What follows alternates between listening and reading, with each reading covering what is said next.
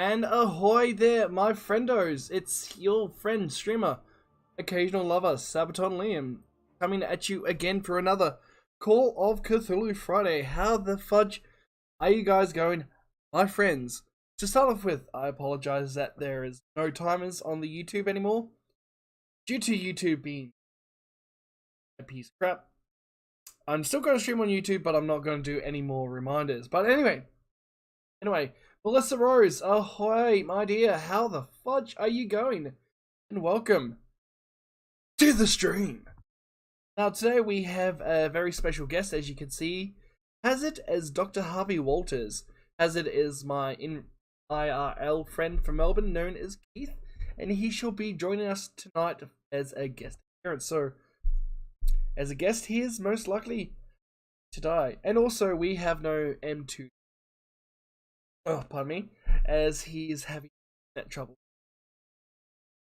It's sad, so this makes it the second week in a row where we should be fun anyway. And let's get to it, my friendos.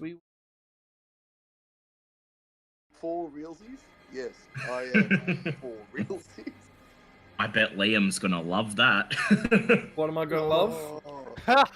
Well, If Waldo Disno dies tonight, M1 already has his replacement ready to go, and his name is Forlorn Realsies.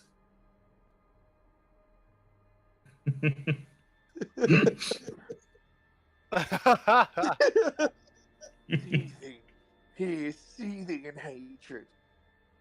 Okay, so welcome everyone to episode. Yep. Is Keith coming back? I see he's muted.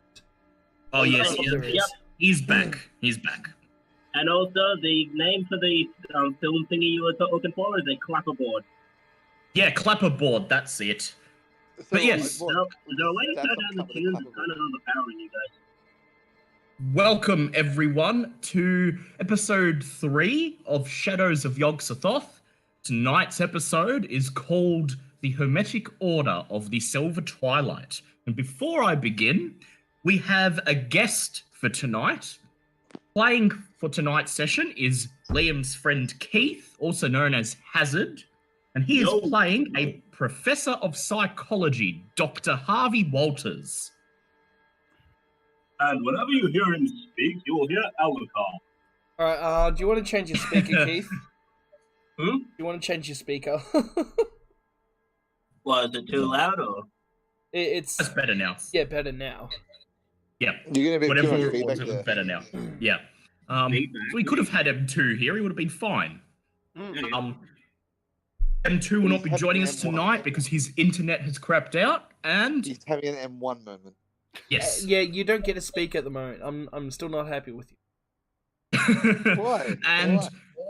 You're treating this like D&D, for the love of God. Oh, why am I treating this like D&D? we'll work out your character's name at some point. And to introduce our other new character for tonight, we have Smithy's new character, who goes by the name of Edward Rivers. And he is an antiquarian, a dealer and collector of antique items and objets d'art. Introduce yourself, Edward Rivers. Why, hello there. If you wish to know anything about the Civil War, I'm your man.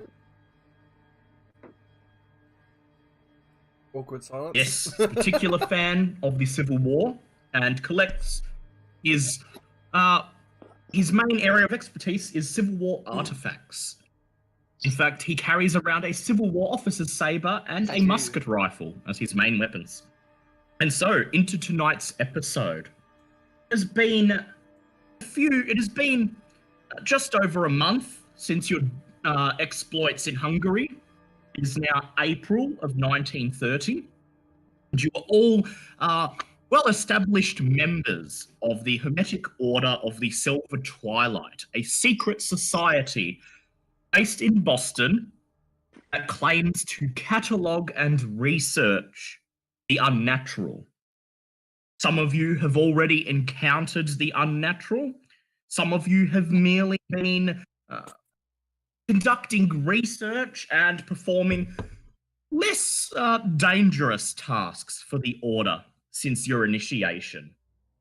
However, tonight, your hard work, whatever it has been, will pay off, as you have each received a letter from your Order contact, Max Reed, informing you that the noble philosopher, the leader of the Order, has decided that it is time to initiate you all into the second rank of the Order. No longer will you be mere initiates. From now on, you will be journeymen. And higher rank that provides quite a number of interesting benefits, which you will discover later. And so, as the night of your initiation into the next rank draws near, you are simply living your life as normal, enjoying some well-deserved time off and reflecting on past experiences. Waldo Disno, you are out of money, if I recall from last session, and so I would like to begin by you please making an accounting check. Let me pull out my wallet to see what I got. Let me take a little roll and see what we can pull off. No, not an F100, a D100. Please, Faye. 42. Is that a pass or a fail you have there? Oh, That let is me get a it. pass, because your accounting is 50. Okay. Huzzah. So you're all vaguely aware that with initiation into the higher ranks of the Order, there comes some initiation fees and dues that you have to pay. And so, Waldo Disno, you are spending the days leading up to your initiation, converting some of your liquid assets into tangible cash. You're used to juggling money on expensive film projects. You managed to complete all of the paperwork yourself in a timely order. And so I would like you to subtract from your assets $300 and add that to your cash. Oh, goody. I haven't added it. I am now $300 richer. Thank you. Now, Christopher, mainly Christopher, because I am aware that Edward and Howard have not yet spent any money. Christopher, would you like to take this opportunity to perhaps convert some of your assets into cash? I think that would be a great idea since I only have $85. Very well. I would like you to please make an accounting roll, or if it's higher, credit rating. Don't have it. Fuck me over on this one. Can I push that? Yes, you can.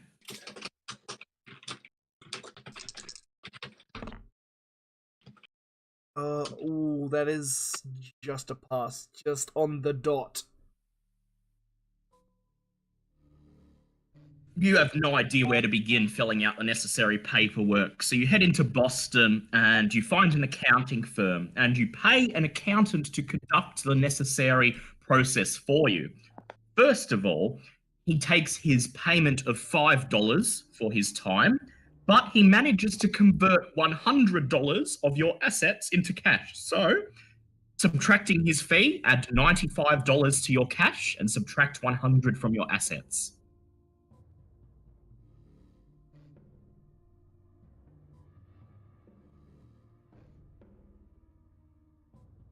Very well. I feel so rich, 100. Well, your credit rating is average, so that's fine. You've got more than enough money for 1930. Wait, And so- yeah, that's right, 1930. Yes, we're in the midst of the Great Depression that you caused after the last campaign. Did I do that? It is now the day of your initiation. An ordinary spring day. The heat is starting to pick up. The last dregs of winter snow have melted away. And you are relaxing on the deck of your ship, enjoying the warm night air as you wait for the hour to arrive, where you must head to the Order's lodge. I'd like you to make a listen check, please, Christopher. What can these old seers hear?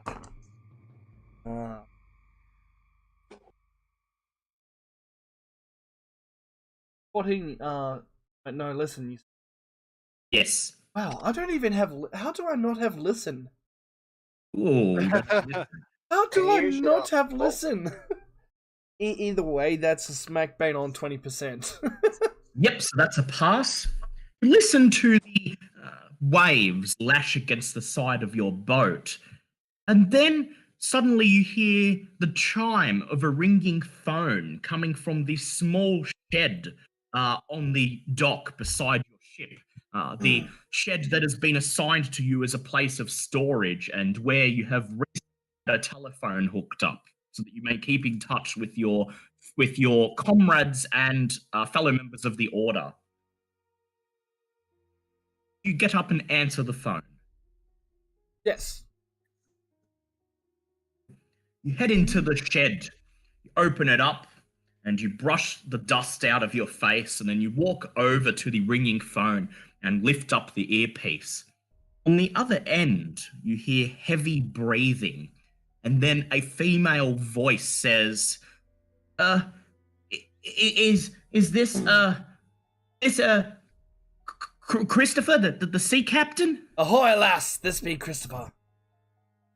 She says, I was afraid I got the wrong person. And you're being initiated as a journeyman tonight. Am I correct? Indeed, lass, indeed. She breathes a sigh of relief. And then she says in a wavering voice, "Oh, thank God. Look, you have to listen to me, Captain. Look, the Order, I think something's wrong with that Order. Look, I've been looking into it for several months now, and nobody's willing to listen to me. No one wants to hear what I have to say. You're my last hope. Please give me the time of day." With the stuff I've seen last night, I can give you the time of day. What information can you tell me? She says, "Well, it's just, look, I'm a journalist, okay, and I was doing a piece on, You dropped out. society. You dropped out for like 2 seconds. Oh, sorry." She says, "Look, I'm a lifestyle journalist for the Globe. I was doing a society piece on the society, and well, look, there's just a bunch of things that don't add up, and some real weird things going on. And look, they don't allow women to join. So I've been trying to get an inside contact, and so far, you're the only one who hasn't hung up on me straight away." Well, I haven't really seen much, to be honest. Since we've been inducted tonight, I'm assuming we find out some more information of this new Order. She says, "Well, look, if you're going to go in there, if you're going to get inducted, I got a couple of things I'd like to ask of you, if you'd be so kind to help me." She takes a deep breath, and then she says, "Look, there's this cafe, not too far from the Harbor District." She recites an address. She says, "Look, if you can maybe gather some other fellows who you think might be willing to help, might be willing to hear me out, and meet me there in about an hour, and I'll go through what I already know." I reckon I can scramble up a few of my crew. She says, "Okay, fantastic. Oh, by the way, my name is Vera Delacroix. It's so nice to meet you." Well, thank you very much, Vera, and I will see you in an hour. You hang up the phone. You then immediately pick it up and you dial the number of a few people who you know through the Order who are also being initiated tonight. Several of them have either been people who have accompanied you on your previous adventures, or people who you aren't that familiar with but are also being initiated tonight. And may be willing to help, given that so far their work for the Order has been, well, relatively boring, to put it lightly. So first of all, you place phone calls to three of your friends. The first being Waldo Disno, the filmmaker. He quite quickly tells you that he's in the midst of working out some financial issues, but if he can scrape a couple dollars, he will join you at the cafe. The second call is placed to the private investigator, Charlie Elwood. You inform him what's happening tonight, and he tells you in a rather concerned sounding voice that he's decided to sit tonight out as he's had misgivings about the Order for a while, and he'd prefer to play this one safe and just keep an eye on proceedings from the background. While you were in Hungary, he officially distanced himself from the Order, handing in his robes, and he tells you to keep him in the loop if you do discover anything untoward. The third call you place is to Wilbur Wallace, the investigator who accompanied you to Hungary and who was there with you in the haunted mansion. Wait, he's an inventor, not investigator. Inventor, yes. He immediately perks up when you tell him that you're being initiated alongside him tonight. And he seems to gloss over the fact that you're telling him that something may be wrong. But then he perks up again when you tell him to meet you at a local cafe. And he says, "Oh, well, I won't say no to a free dinner. No, of course not. Yeah, I'll see you there, good chap." And he hangs up. And so, you ensure that you have everything ready. And then you make your way. You climb off your boat, you make sure you have your sword and your blackjack, and you pull your captain's coat around you, and you begin to make your way to the cafe. Meanwhile, our new players, Edward and Howard, you are also being initiated tonight, and on the night of your initiation, you also received similar phone calls from this journalist, Vera Delacroix. And although your experience with the Order thus far has been relatively non-eventful, you've mainly just been cataloguing texts, getting a hold of old items and old art objects of significance and doing a little bit of research on the side for them. You're curious, as you don't really know a lot about this Order, and considering they claim to catalogue the supernatural, you're very keen to hear what an outsider may have heard about them. So you all pull up outside the Jefferson Cafe on the border between the Harbor District and downtown Boston. All pull up on the street in the late afternoon as the sky begins to grow. You all pull up in the early evening as the sky begins to glow a bright purple as the sun sets. And you step out onto the sidewalk. Any of you have anything to say to each other? Oh, well, it's the first time meeting Harvey, isn't it? Yes, and also Edward. Oh yeah, and you may Eduardo. have seen them a couple times in the Smithy is lodge hall, safe but you haven't now. really talked to them. Alright, Naruto Shed Alive, thank you so much for the 40 bits with the Smithy is safe for now. It's safe.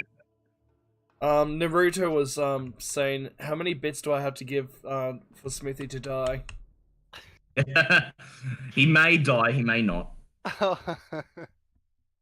Yeah, I extend my hand to Harvey and Eduardo. I'm now calling you Eduardo. I extend my hand to Harvey and Edward's going, Captain Christopher Jones, how are you doing, laddies? Pleasure to meet you, chap. Oh, hello there. Is this where we're meeting up? Sorry. Sorry. Yes, I believe if I got my information right, we are meeting a Miss Vera. Miss Vera. Miss Delacroix. Miss Yes. Delacroix. Yes, that's the one. Yes, apparently she's got some information to incriminate the Order and... God damn it, cats, why? Hold on one sec. Yep. And Wilbur is here just in time.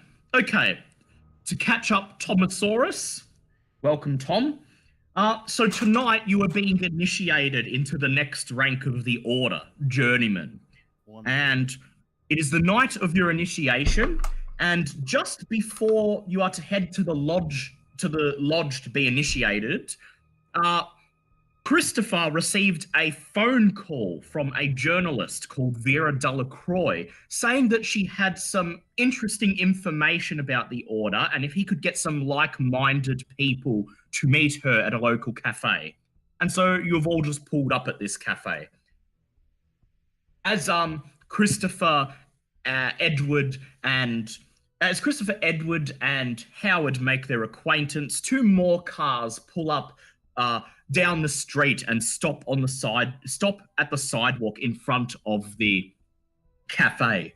The first is a classic, well-maintained car, out of which climbs Waldo Disno, looking rather harried, no doubt because of the financial problems he mentioned earlier. He reaches into the backseat of the car and pulls out his camera, which he slings over his shoulder, and his, at this point, infamous tripod, still with a letter opener taped to the end, and one of the legs modified to be hollow enough to act as a brace for a rifle or long arm firearm. He steps out onto the concrete and he takes you all in, and then he pats his camera and he says, "Now, where's this young woman we're to be meeting? I'm always on the lookout for a new lead actress." Another. I'm Yep. going to turn into the casting couch. Yeah, because we already got Harvey Weinstein here. He ignores your comment, and then just as he walks over to join you, a second car pulls up behind him, a yellow taxi. The back seat immediately opens and out steps Wilbur Wallace, carrying in his right hand a large briefcase, and slung over his shoulder on a black strap the spectrograph machine that he has insisted on carrying to every investigation so far. I would like to point out his service Smile as he steps out onto the concrete. Is there anything you wish to get out? Is there anything strange or notable that you're unpacking out of the taxi, Wilbur? Yes, I'm pulling out in kit form the pump assault weapon, and also I will have my spectrograph and so are we meeting the contact at this point? Yes, we are. Yes, at a cafe. We'll just do a relative assortment of tools and nuts and bolts and copper wiring and all the sort of things you'd expect me to sort of have in various states of organization. So Wilbur briefly turns and he winks at you all and waves, and then he turns and begins extracting from the boot of the taxi a bicycle pump, a dismantled rifle barrel, a sawn-off shotgun, a complete set of tools, various coils of copper wiring, and a big bag of scrap metal and junk, and then he places all of these items in a line on the concrete in front of him, snaps open his briefcase, and spends the next several minutes carefully packing them inside. And then he shuts his briefcase and looks up at you, smiling. I'll snap together the weapon just in case. Yep. All right. Make an appearance check, please. Diddly diddly do.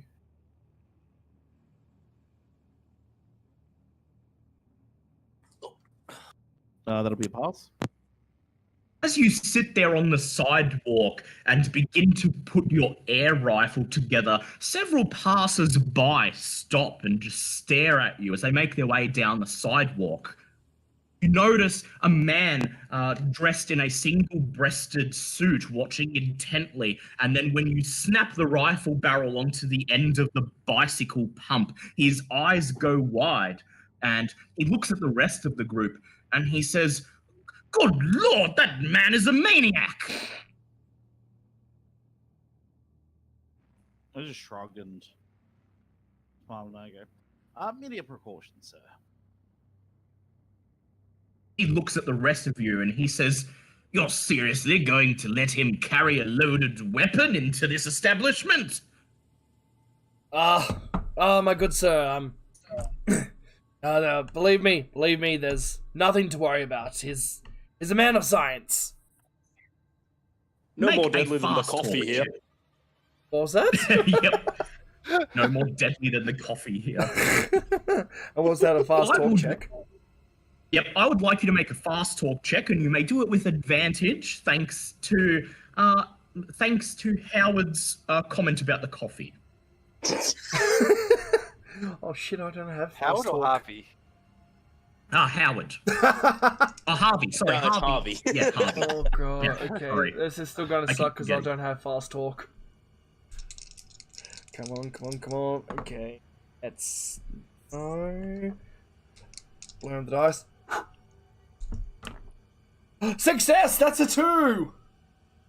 The man looks at you and he says, well, perhaps a call to the police is a bit unnecessary, but please, this man is really quite queer. Please, try to keep an eye on him, would you? And then he continues walking down the sidewalk. Meanwhile, Wilbur is just finishing snapping the air rifle together and then placing it into the briefcase and clicking the locks on the briefcase shut, seemingly oblivious that any passerby stopped and thought that this was strange. Also, you note that I have an especially brace container, 6 green shells. Oh my. Oh my. Once you are all ready, you step into the cafe and a little bell rings as you push open the glass door. There is a blonde-haired woman who's overdone it on the lipstick, standing behind a white wooden counter in front of a cash register. She looks at you all and briefly considers you for a moment. And then she murmurs under her breath, "What a strange party." And then she smiles, a wide smile, and she says, "Good evening, sirs. Reservation, or would you like to book a table?" Evening, lass. We're here meeting a friend, actually. She looks at the notepad in front of her, and she says, yes, of course. Name? Miss That Vera. would be under Delacroix. She says, yes, Delacroix. Delacroix. Vera Delacroix, yes. You'll see her over there. And she points into the cafe where, sitting in a parlor at the very back of the room, is a woman with shoulder-length red hair, holding her hand on her chin. Alright, and it's a good thing looking M2 is not here because she said she has red hair. Yeah, I know. Looking very preoccupied. She says, Miss Delacroix will have the menu already. Please enjoy yourselves, sir. And she bows her head. Well, I'm enjoying things already. Oh my god. Make your way over the cafe, and despite it being a reasonably late hour, about 6 p.m., the cafe is quite packed. There are various groups of people seated in the tables and parlors, eating, drinking, and conversing. In fact, Vera looks distinctly out of place, as she is the only one sitting on her own. As you approach her, she looks up. She removes her hand from from her chin and brushes a lock of hair out of her blue eyes. And then she smiles and she says, "Well, that's a greater turnout than I was expecting. I guess my word does carry some weight in this town after all." And she gestures for you all to take a seat in the parlor. Why, hello there, miss. My name is Edward. Pleasure to make your acquaintance. She holds out her hand and shakes yours, and she says, "Yes, I believe I introduced myself on the phone, but once again, I'm Vera Delacroix. I write for the Society column of the Boston Globe, every Sunday. Normally I'm covering weddings and funerals, but I think I've stumbled onto something here. My editor told me not to touch it with a 10-foot pole, but Miss Delacroix, she's not the type to look away when there's a scoop brewing." Speaking of Miss Delacroix, where is she today? I thought we were meeting her. She is Miss Delacroix. You're speaking to her. Oh. Yes, she was referring to herself in the third person. Oh, okay, there you go. God damn it. We've got one of those people. Yes, she's trying to be snooty. She looks at you each in turn, and then she says, quite a diverse bunch.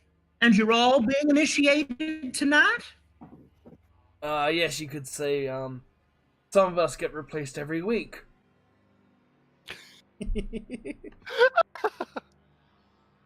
She purses her lips, and she simply says, Then she says, "Well, look, I'll put it quite simply.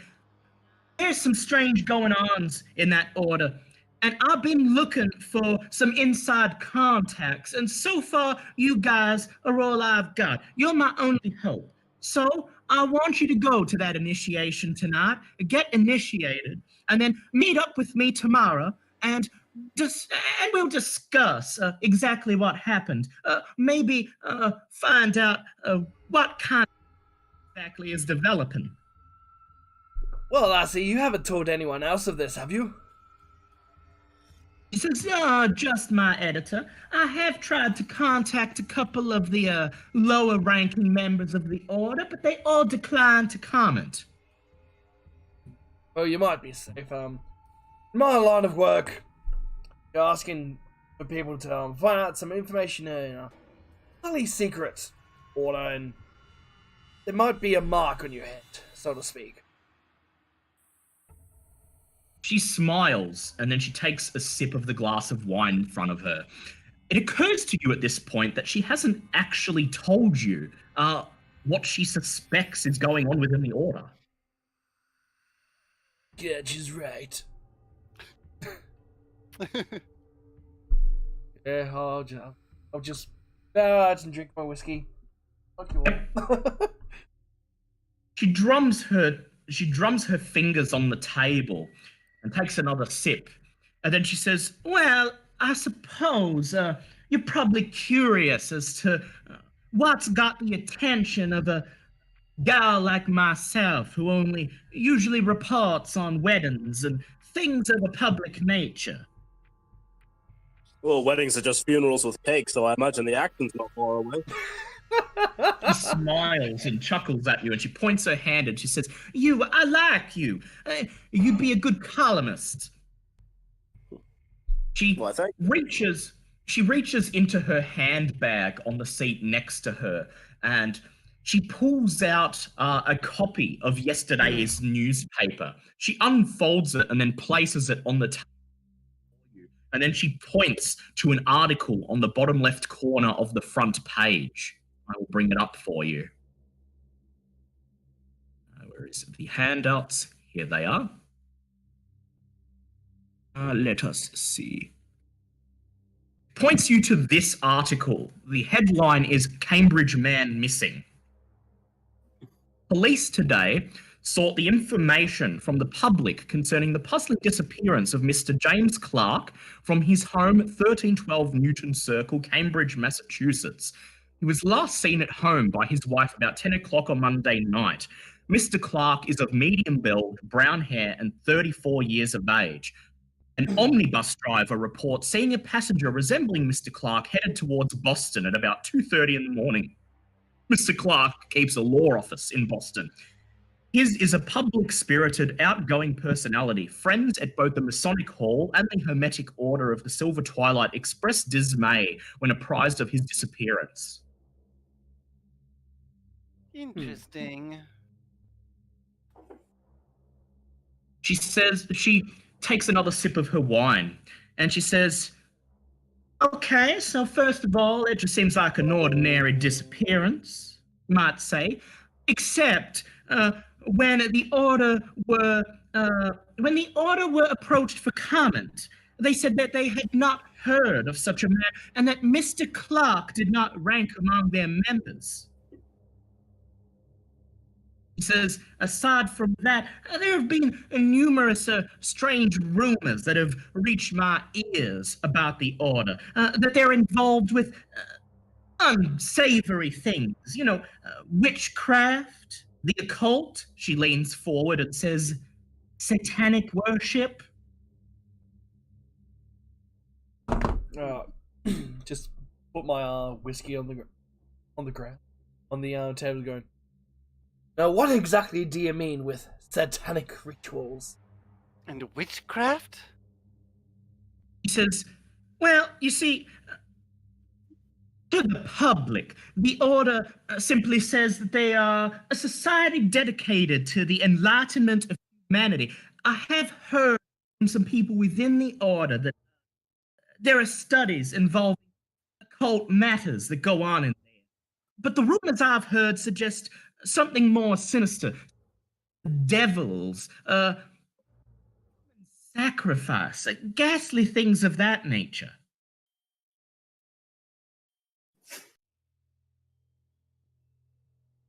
She says, well, that's why I've contacted you. You see, I can't very well wander into the Order. They don't allow women to join. And so, you're my only hope. I want you to go there tonight, get initiated, keep an eye out for anything suspicious, and maybe we'll meet back here tomorrow night and go over what you've learned. Well, if things are quite as dicey as you say, may I suggest we meet on my ship? This is your ship? That would be the Mayflower Mark II, I believe. Exactly right, my dear. She says, very well, we'll meet for lunch on your ship tomorrow, and if you do find anything that the Globe would be interested in, I have been given permission to compensate you with $25 each, paid out of my personal pocket and the coffers of the Globe. Interesting. Were tape recorders a thing in 1930s? Nope. Not portable ones. Okay. No. There's like big reel-to-reel ones that take up a room, but... Okay, yep. She writes something down on a notepad in front of her, and then she puts the notepad in her handbag. She drains the rest of her wine and stands up. And then she says, well, I look forward to hearing what you come up with. Oh, and if you're curious, maybe do some investigations of your own before you go in. She says, I believe the Boston Library is still open at this time of the evening. She tips her, she reaches down onto her seat, pulls out a small beret, places it on her red hair, and then tips the front of it to you. And then with one last smile, she turns around and begins to make her way out of the cafe. I stand as she exits. As I do Yep. I. As So, the gentleman 20s do. yes, you stand to let her out. She smiles at you once again, nods, and then begins to walk across the cafe, briefly leaving a handful of bells with the receptionist, and then exiting through the front door, the bell ringing as it shuts behind her. Is there anything you would like to... We haven't ordered anything in the cafe, but I don't suppose you need to. You're only here to meet a contact. So your initiation is to take place tonight at 8:30 p.m. You've still got about 2 hours. Would you like to go directly to the lodge and prepare? Or would you like to conduct some last-minute inquiries of your own maybe try to verify some of Vera's information before you head out. Well, I just look at the others as she has left and go, oh, my, she was a fine looker. I want to turn her down in a night at sea. Oof. Waldo Disno strokes the front of his camera and he says, I wonder if she's any good at acting. She's coming to your ship. Do I have an invite to that ship as well? It has to be a real long voyage to be interested in you lot. Well, I wasn't going there for you. My ship, my rules. Well, if that's the way you want it, I might be interested. Oh dear God. You finish your whiskeys, you finish your drinks, your coffee and your whiskeys, and then you stand up and make your way out of the cafe. Once you have reconvened on the sidewalk outside, you must decide, what will you do? There was just the library, wasn't it? Yeah, well, there's the library, but you could, if you can think of any other places that might be relevant, you're welcome to check them out. Or you can just head straight to the lodge and prepare, maybe have a look around the lodge and before most of the members turn up. Well, I definitely would. Edward loves the good library. He sure does. And as a professor of psychology, I would probably be inclined to do research. Yes. and I will probably just go to the order then because I wouldn't be any. Yep. What about you, Wilbur? All right. What about you, Waldo Disno? Lovely. Both Oakses. Yep. All right. Waldo Disno and Wilbur, can you hear me? I can hear you now. I'm just having some minor. Minor issues. Yes. Yeah. Where would you like to go? We've got some people heading to the library to see if they can dig up anything interesting about the order, and we've got some people who want to head to the lodge a couple hours before the initiation, and maybe look around when there aren't so many members there. I will go to the lodge. All right. And what does Waldo Disno want? Well, Waldo Disno's in bot mode, so he's going to go to the library. Possibly on. And you know, Yeah, it's Call of possibly. He did Cthulhu. say. He spends. He's got a library use of 45. He can handle it. Okay, so you split up into two groups. Three of you, Waldo, Harvey, and Edward, to the Boston Library just to see if there's any information in the public domain about the order, while Wilbur and Christopher will be heading towards the lodge to see what they can find. So first, we'll go with the group to the library. Harvey, Edward, and Waldo. You arrive in front of the Boston Library in downtown Boston in Waldo Disno's car. He parks in the parking lot in front of the neo-Gothic style building that houses the public library, flanked out the front with sinister-looking gargoyles and stone and concrete Roman pillars. The sun is beginning to set, and as it goes lower in the sky and the sky grows darker, the shadows of the pillars, trees, and gargoyles begin to distort, looking distinctly alien as you make your way across the deserted parking lot front door of the library. Waldo Disno places his hand on the iron ring on the wooden door and pushes it open with a loud wooden groan as you step inside into the vast open area that makes up Boston's public library, filled with shelves groaning under the weight of hundreds of books, old magazines and newspapers, At this late hour, there are very few perusing the shelves, and there is only one librarian on duty, a middle-aged, silver-haired man wearing glasses who is currently taking some books off one of the shelves and placing them onto a metal cart. Would like the three of you to please make library use checks. It begins. Okay. So what do I roll? What die do I use for that one? Yep, so you're using a D100, and you've got to roll under your skill to pass. That is an extreme pass. That's an extreme pass there. That's a major extreme. Okay. Nat 1. Okay, that's good. That is really good. Ooh, that's also an extreme pass. Very good. We'll see what Waldo Disno gets. 1 is Waldo the best outcome you can get. 100 is the worst outcome. Waldo Disno has failed his library use check. The other two have passed. You ignore the librarian and begin milling about the shelves, pulling out any books that seem to be promising, trying to find any mention of the Hermetic Order of the Silver Twilight.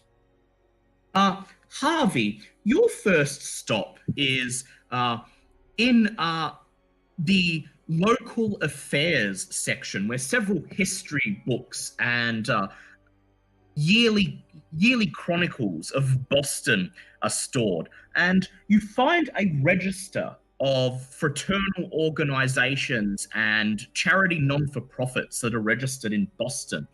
And you begin to look through it, and to your surprise, you find that while there are over 50 organizations registered on the list in the book, no Hermetic Order of the Silver Twilight appears at all.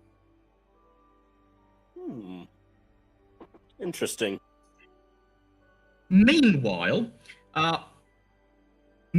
sorry, I'm learning the new characters' names. Meanwhile, Edward,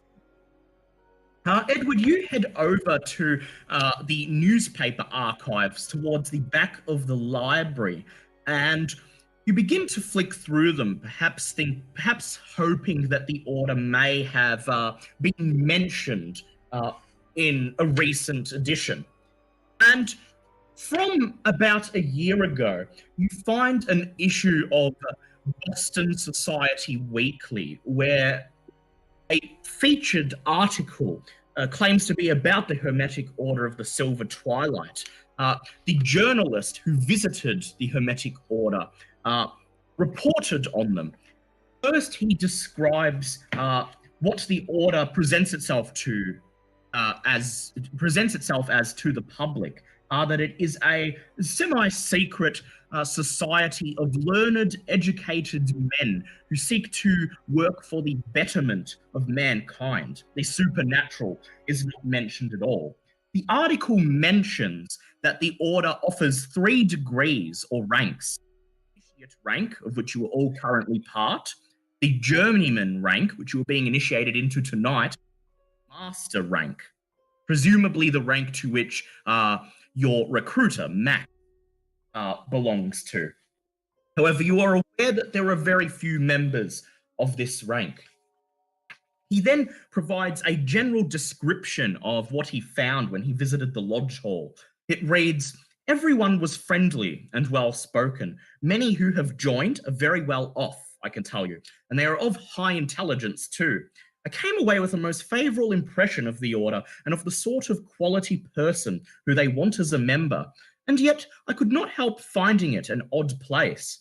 There are many more employees that seem to be necessary for a lodge that regularly only sees meetings of 20 or less people, and they are not necessarily of the best sort. There are also entire floors of the building that are sealed off, even from the members, perhaps even the initiates.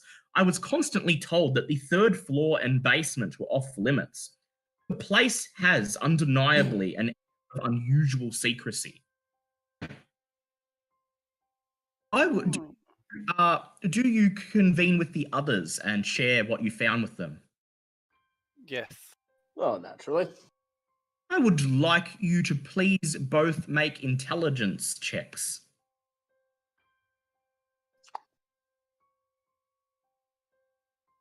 Okay. 44. That's a hard That's a pass for me. pass.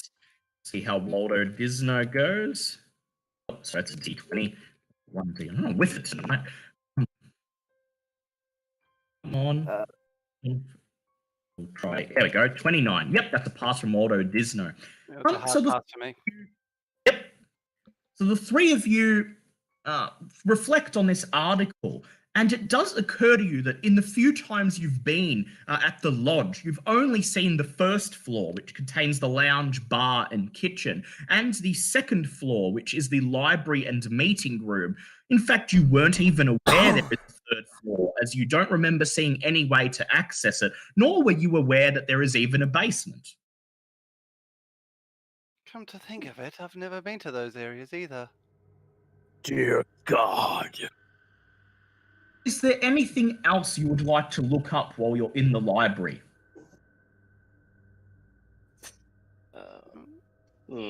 Any prominent names in the order that may be mentioned in these historical records? Yes, I would like you to please make a... Let us... please make an education check.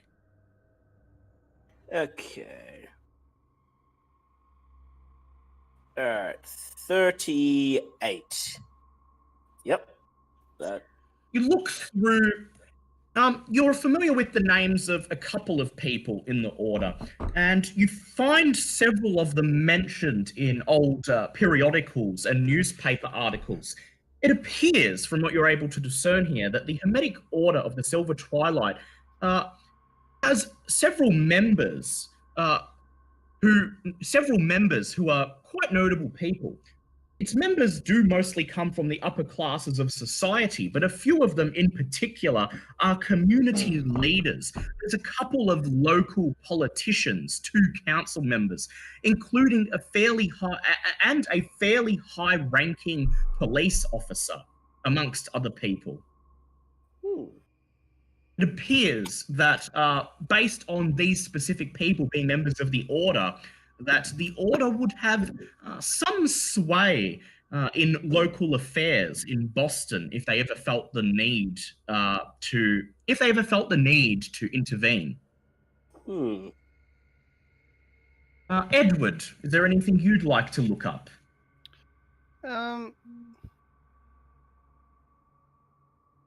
No, can't think of anything. Do you have a cult?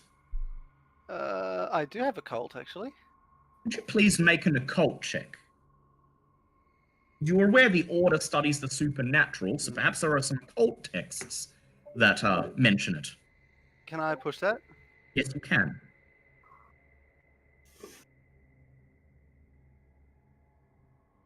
Ooh. Okay. You look through the few occult texts that are in the public library, just seeing if there's any old occult treatises or anything of that nature that mention the Order. And you find that an obscure and rather weird book on demonology mentions a group called the Knights of the Silver Twilight. However, it takes you so long to find this book that the two of you are unable to conduct any more research. Once you have read this book and found the mention of this Knights of the Silver Twilight, you look up and see the clock on the wall, and you see that it is just past 8 p.m, and you realize that you have to leave now unless you are late for your initiation. Just the same, it might be interesting to know that at least the term Silver Twilight appeared in an occult text, whatever that may mean. So you place the books back in the shelves where you found them. Quickly thank the librarian for letting you linger in his library this far into the night, and then make your way back across the empty car park, climb into Waldo Disno's car and make your way to the lodge. As the sun fully sets behind you and the darkness of the night pervades over Boston. Okay, Wilbur and Christopher, you have made your way to the lodge hall a couple hours before the initiation. You make your way out onto the outskirts of Boston and into Cambridge, where the order meets in its clubhouse. The Hermetic Order meets across the Charles River in a fashionable Cambridge neighbourhood. You've been to the lodge several times by now, and the wood-lined colonial church style facade is not unusual to you. The lodge hall has 3 floors of windows, which you could see from the outside. However, the second and third floors have no windows on the sides or back. Local residents, to your knowledge, consider the building handsome and an asset to the neighbourhood. As you make your way through the lavishly maintained gardens that decorate the lodge's grounds, is there anything you would like to do? So what's around the lodging grounds? So the lodge is situated in the middle of a large block of land. It's grounds that are primarily made up of well-maintained gardens. There doesn't appear to be anything of note on the grounds itself, but as you are seemingly the first to arrive for initiation night, you have some time to make your way around the grounds and see if there's anything interesting about the building or anything that's evaded your notice the last couple of times you were here, if you wish to. Do I still have my blackjack and saber, or just the blackjack? Yes. No, you've got them with you. You've got both. Okay. Dressed up for the occasion, and you've got your ornamental saber. Excellent.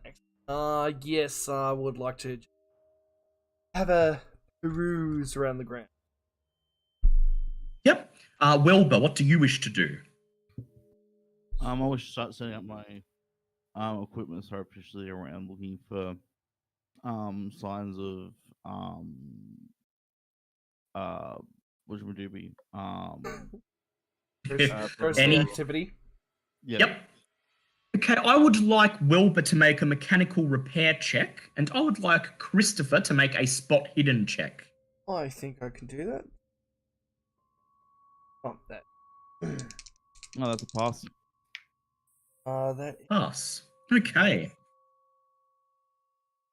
spot hidden. Yes, that is. Wait, oh, that's a hard pass. So, Christopher, as soon as you step into the grounds, you take a look at the lodge, and then you begin to just walk around the perimeter of the grounds through the gardens. You've never had a chance to properly make a trip through the grounds and take everything in, as your visits here have usually been quite brief and usually accompanied by other members. The grounds themselves don't contain anything notable, though you do appreciate the well-maintained garden. However, you notice that the lodge building itself has a couple of oddities. First of all, although the first floor has windows facing out of every wall of the building, the second and third floors only have windows on the front. Around the back of the lodge, there is a little metal door with a sign reading kitchen staff only, a back entrance that you weren't aware was present until now. Furthermore, a short distance from the back of the lodge, in amongst a surprisingly overgrown patch of grass and grass, weeds, and bushes, you see what appears to be a charred plank of wood half buried in the dirt. I'd like to lift up the wood and just inspect the wood as well. You lift up the wood. It's about maybe half a meter long, and it looks as if it might have been part of a building or some other structure at some point in time. There are black scorch marks on its edges, indicating it's been burnt. I'd like you to make a natural world check, please.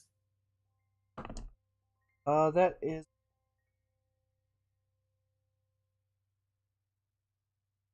Can I push that? Yes, you can. Oh, that's a fail. That's a fail. Yeah. You look at the wood, and all you could tell is that it appears to be quite old based on its coloration, but you have no idea how old it may be. All you can determine is that at some point it appears to have been exposed to fire. So you drop it. Is that the only bit of wood there that looks burnt, or is there anything else? There's nothing else, just this lone piece of wood that appears to have been burnt. It appears to have been hidden for quite some time. Strange. So you put it back where you found it, and then continue making your way through the grounds. Meanwhile, Wilbur, you assemble your spectrograph, attaching a few new parts that you've developed in your spare time. And you begin to carefully make your way around the grounds. The spectrograph begins to beep intermittently as you walk around. Beep, beep, beep. Nothing notable at first, but as you draw nearer to the right-hand side of the lodge, the beeping continues to increase in frequency. Beep, beep, beep, until you are about a meter away from the easternmost wall of the lodge, when suddenly your spectrograph goes off. Beep, beep, beep, beep, beep, beep, beep, beep, beep, beep, beep.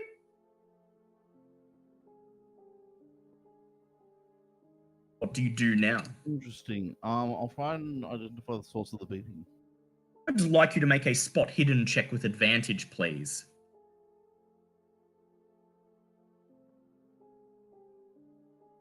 That is a pass. You move your spectrograph around, and you determine that the beeping increases in frequency when you hold it lower to the ground. Whatever the source is, it appears to be emanating from either the ground or even below the lodge itself. There's nothing on the lodge wall that could be the obvious source of the disturbance. However, you notice in the dirt at the foot of the lodge, just in front of the wall, there are several scorch marks on the earth.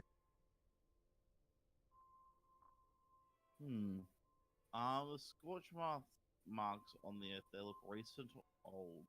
Make a natural world check, please.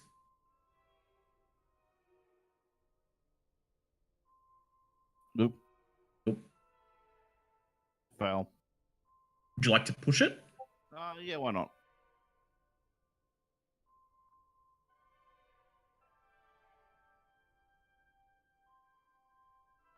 Pass. That's better. Take a look at the scorch marks, and as you look at them, Christopher comes along and he tells you, he sees you looking at the scorch marks, and he tells you that he also found a scorched piece of wood in the bushes behind the lodge. You end up taking a look at both, and your rough estimate is that there was a fire at this location perhaps about a century or two ago.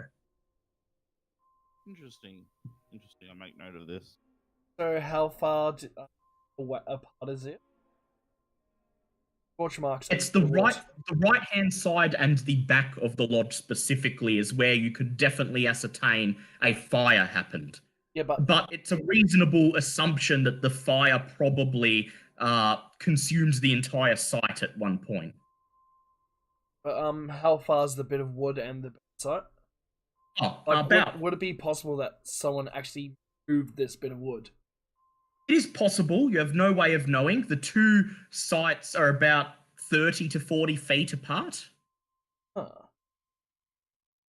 It was either a very big fire or it was a small fire and someone for some reason just moved that wood over to the other area.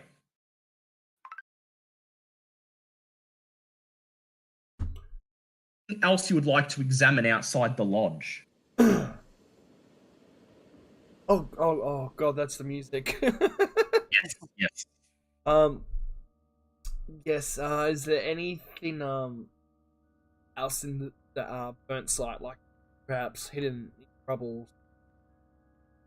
Okay, I would like both of you to attempt hard spot hidden checks. Fail.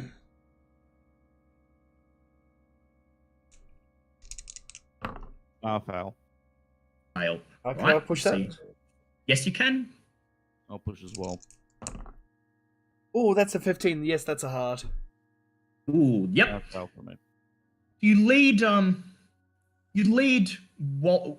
Wilbur over to the bush where you found the charred piece of wood, and the two of you lean over and just begin using your hands to dig into the dirt, hoping to uncover something, anything that's there. And you dig away a couple layers of dirt, and you find a couple more shards of charred wood. What appears to be a couple particles of ash, and then underneath a couple layers of dirt, you see two charred and bleached bones.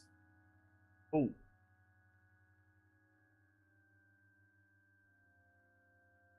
Is this still kind of half buried, or did we dig it all up? You've dug up these. Yeah, you've dug it up. It was all half buried, but you've dug a little bit under with your hands, and this is what you've uncovered. I would like to examine, because this is some sort of weird order. Are there any markings?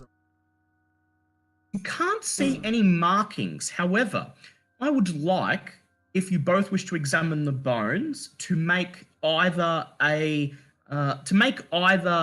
medicine or natural world check, whichever is higher.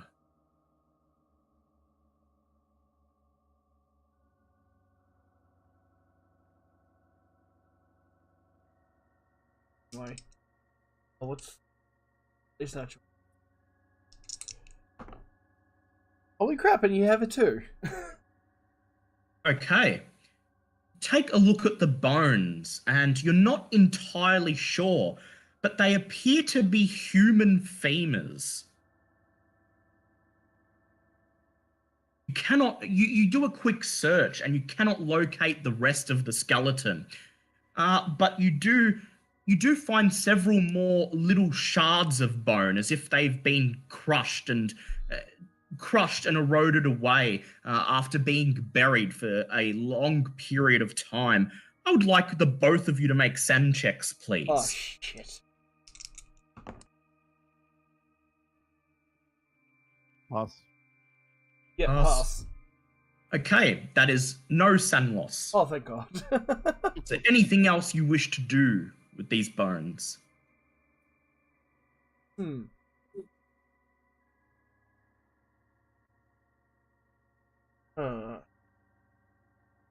So we haven't found any skulls?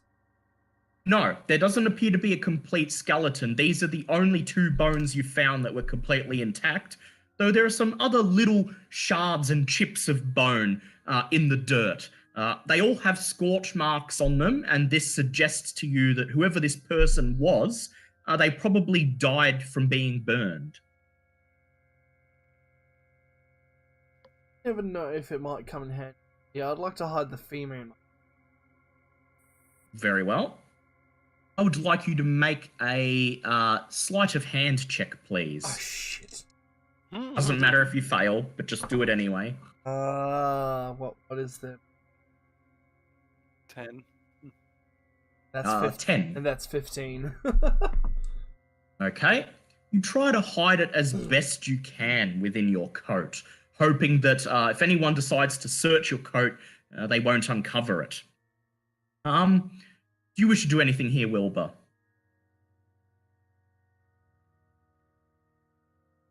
Oh, it's okay, he's having internet. Yep.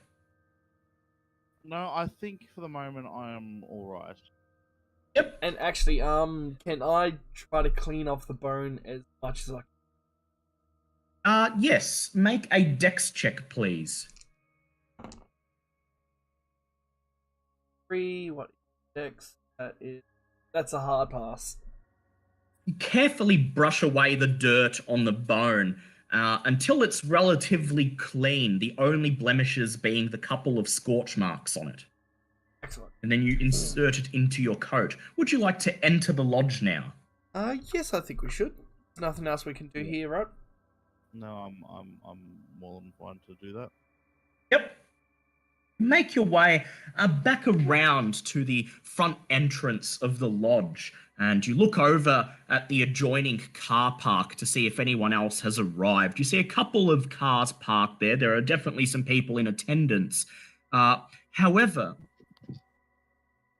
just as you're about to look away, you see headlights pulling in to the car park as Waldo Disno's classic car comes up and parks right in front of the fence adjoining the lodge grounds. There's a click and the doors open, and Waldo Disno, Edward, and Harvey all climb out and begin to walk up the cobblestone path towards the front entrance, joining you. Before you enter, do you chance telling each other what you found? No share my discoveries.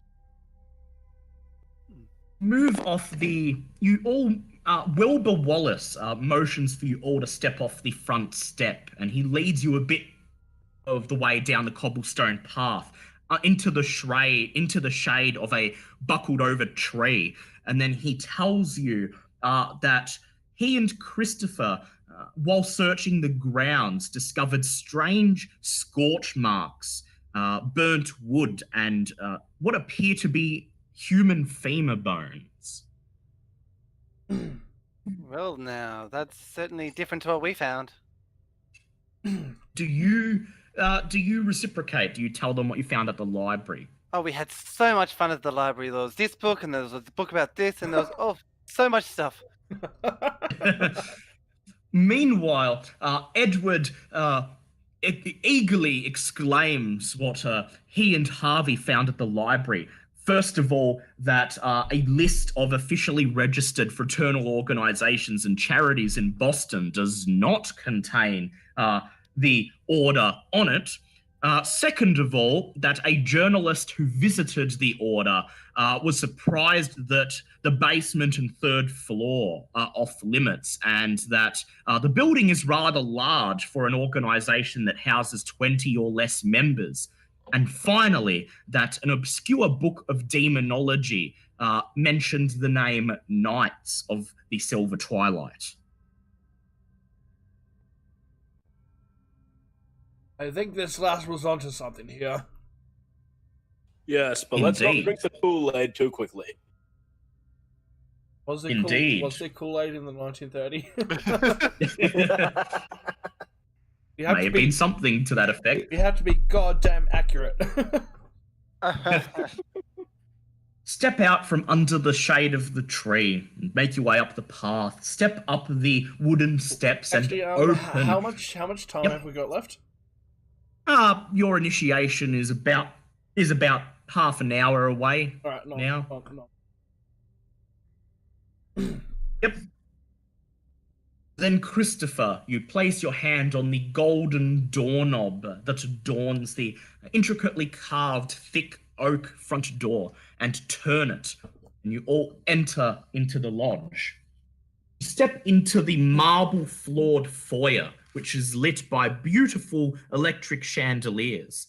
The walls are panelled, and like all the other doors in the lodge, are made of heavy, carved and treated oak. Step through the foyer and into the small door at the end that leads to the reception area, where a servant wearing a white suit and black dress pants silently bows as he greets you. And then he walks up to a small oak counter where he consults a piece of paper in front of him and begins to read off your names. He then says, here for the initiation ceremony, I take it? Aye, that's right. He says, yes, well, it will be starting in, he looks at his wristwatch, approximately 20 minutes. The ceremony shouldn't take long. You may feel free to mingle in the bar and lounge until then. And afterwards, there will be a formal dinner in the dining room. He then says, I'll take your coats, thank you. And he gestures towards the small coat room behind the counter.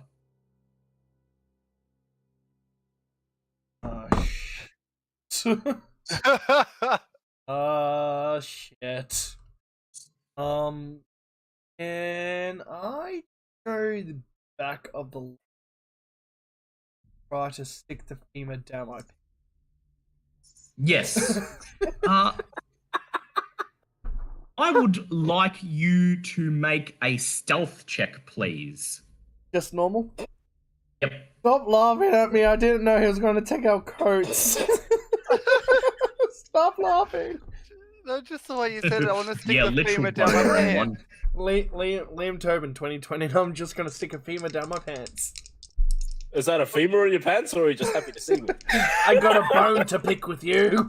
It's a bone of some kind. That is a pass. As everyone else begins to take off their coats, you shuffle to the back of the line, turn around and extract the bone, and you wedge it into your pants, trying to hold it, trying to get it stuck on the inside of one of your pants pockets. I'd like you to make a sleight of hand check, please. All these things I don't bloody have. Can I push that, please?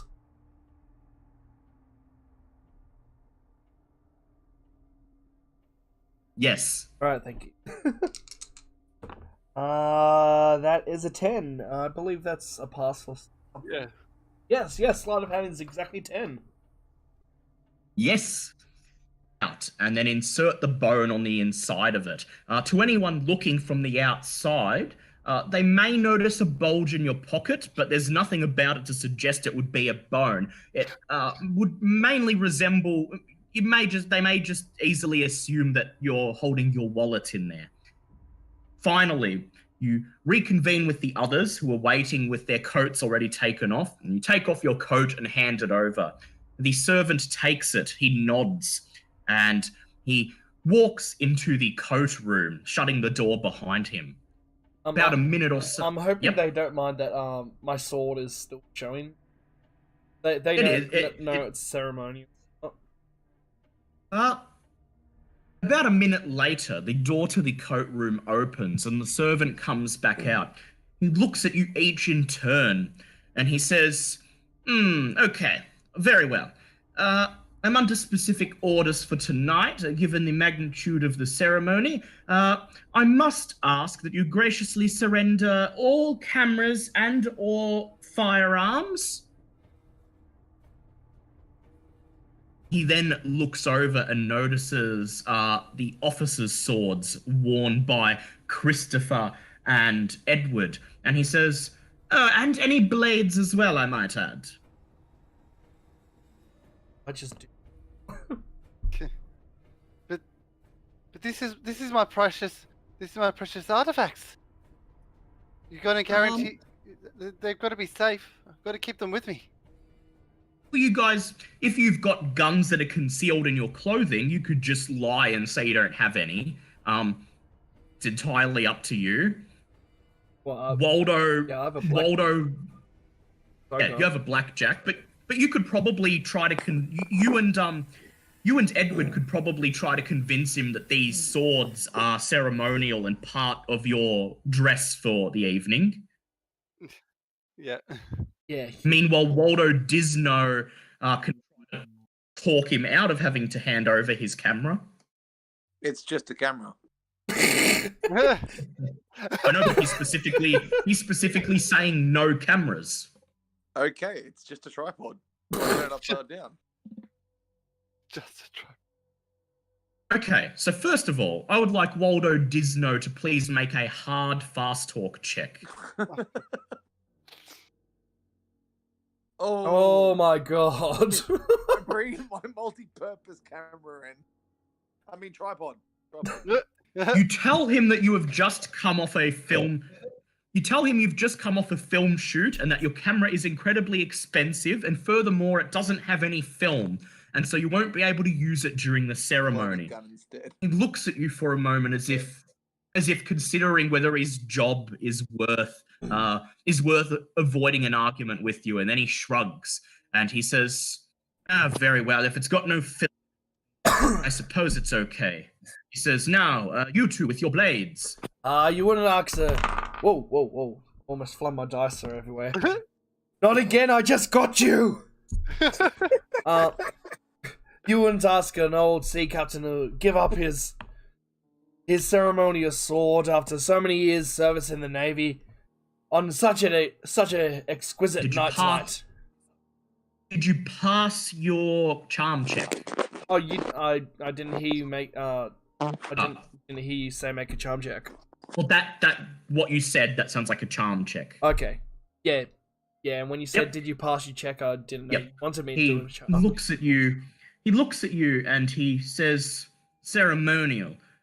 Well, I suppose if it's only ceremonial and it's part of your dress for the evening, then it doesn't count as a weapon. Go ahead, you may keep it." He says, "However, you..." Oh, cool! I don't have to make the check. Awesome. Oh, no, I'm getting you to roll it. I thought you said you passed it. No, make I a charm check. was saying we didn't hear you say make a charm check. Oh, because I thought you'd already tried to roll a fast talk check or something. No. Go ahead and Okay. Go ahead and roll the check.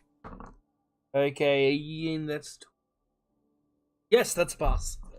Yep. So he allows you to keep your sword, but then he looks at Edward and he says, "Now I know you're an antiquarian, not a sea captain." Yes, and can you not see my outfit and this majestic sword? This majestic sword that goes with this outfit? I would come like you. I would like you to make a blade check, please. Persuade? Yep. Yes, it so matches your shoes. Can I push that? Yes, you can push it. Oh, nice. That's He sighs. He sighs and he says, "Well, okay, I'm not paid enough to deal with this. You can keep your bloody sword and your musket if they're really part of your dress for the occasion." Well, I He then looks appreciate over. He then looks over at Wilbur and he says, "And will you be surrendering that briefcase tonight?"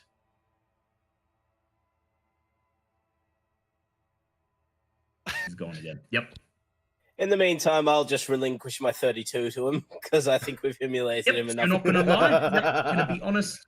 Reach into your coat, pull out your 32, and you place it on the reception. He looks at you and he sighs and he says, "At least one of you is willing to follow the rules." He takes the 32 and places it in a box underneath the counter. And he says, "I swear it's been bloody hell tonight, asking all these rich people and educated people to hand over their possessions. Most of them will instantly resist. I've already had quite an ear lashing from a couple of them." Rich? You think I'm rich? Meanwhile, is Waldo Dinzo going to surrender his 22 pistol, or are you going to just pretend you don't have one?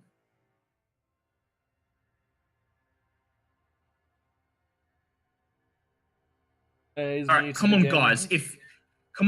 If you're having internet problems, that's fair enough. But please try to be able to answer, because M2 already dropped out because his internet was screwing up, and so I'm gonna say that Waldo Dinzo is gonna pretend that he doesn't have a gun. Wilbur, What I might do Yep. is I'm just going to pop inside briefly. I'm going to just see if I can fiddle with the Wi-Fi thing. Sure. And one just is staying Yeah. muted. Yeah, he's on the toilet. Yeah. This is just because if we were going to have people whose internet is screwing up, then M2 could have been here. Yeah. Okay, so he takes your possessions. He places your handgun under the counter, and then he takes any other surrendered possessions and takes them into the coat room. I'm moving briefly now. Yep. All right. He looks at the suitcase you were holding, Wilbur, and he says, "And will you be surrendering that tonight, sir?" No, I'll be taking that with me. Thank you. Oh, we're just Okay, gonna get make this it- guy fired, aren't we? Yeah. Make a persuade check, please.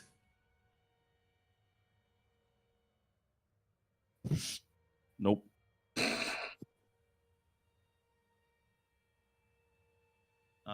That'll be a fail. Would you like to push it? Oh, Yep. all right. He says, he sighs and he says, "Look." He says, "Look. No. These two are getting bloody swords and rifles in." He says, "I've had enough. I'm not losing my job over this. You cannot possibly convince me that there is anything in that suitcase that is part of your dress for the evening or any other such nonsense. Now hand it over." And he basically snatches it out of your hands. I said, And wait a then- second, allow me to retrieve at least some important things from it. He says, "Oh, very well." I'd like to stamp apart the rifle and put it on my persons in kit form. Yep, I would like you to make a stealth check, please. No. Would you like to push it? Oh, all right. Yes. You unlatch the locks on the suitcase and extract the air rifle and you break it up. And then when making sure he's not looking, waiting till he's talking to everyone else, you insert each of the pieces somewhere on your person underneath your clothing. Then you close the suitcase and with an exasperated sigh, you say, "Here," and you push it over the counter towards him. He takes it, glares daggers at you, and then carries it into the coat room. When he emerges less than a minute later, he gestures towards the door leading into the lounge, and he says, "Have a good night, sirs." Oh, this is very exciting, isn't it? All right. Yep. You make your way into the lodge lounge. The lounge is an informal meeting place for the members of the lodge. The walls are panelled and the floor carpeted. Scattered around the room are overstuffed chairs and small tables bearing electric lamps, the only sources of light in the room. There are 4 servants, each of them dressed in the same white suit top and black dress pants as the receptionist outside, who are milling about the room, looking bored and carrying trays with bottles of wine on them. There are 2 small doors leading off either side of the lounge, one of them leading to the dining room, where you are told you'll be having dinner later, and the other into the bar. You can see a couple of order members milling around already in the bar, and there is also a silver-haired, balding man seated in one of the purple chairs in the lounge. At the end of the lounge room is a small hallway beyond an archway that simply reads "kitchen staff only," that presumably leads to the kitchen, the back entrance, and the pantry. Interesting. What do you wish to do? You've still got about 20 minutes that you may simply wait, or you could check out the lounge, the bar, the dining room. You could even try to sneak into the kitchen if you wanted to. There are several member orders milling about the lounge and bar that you might wish to mingle with. Who has the highest? Not me. Waldo Disno has only 20. Nope. I would like to go to the bar. Yep. Wilbur, you make your way into the bar. The bar is well stocked. It has panelled walls, polished wood floors, and 3 windows with heavy purple drapes. There are 2 more white shirt clad servants here.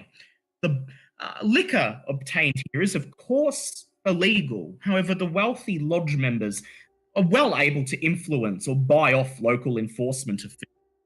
There are 3 members of the lodge in this room, 2 of them seated at the bar, drinking, currently drinking glasses of what may be whiskey or wine, while a third black-robed member of the order sits on his own at a table in the corner, perusing a book while taking sips out of a hip flask.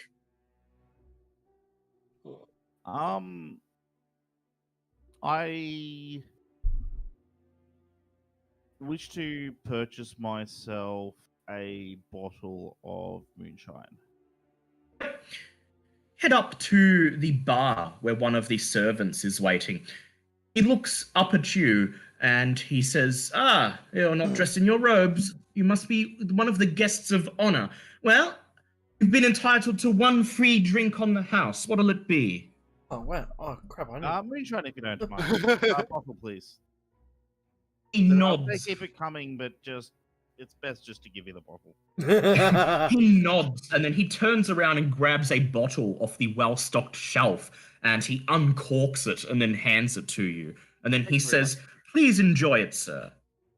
I take it. As you take the... Yep. What are you going to do? I'd like to squirrel it off and see if I can find a room where I can have a little bit of privacy. Yep, make an appearance check, please. Yeah, no. As you grab the bottle and begin to make off with it, one of the 2 grey-robed order members at the bar turns to you and he smiles and he says, a drinker. Well, yes. He says, there's all kinds, I guess. I'm supposed to stay away from the stuff, being an officer of the law and all. He silently chuckles to himself. Well, yes. Actually, I've been experimenting with some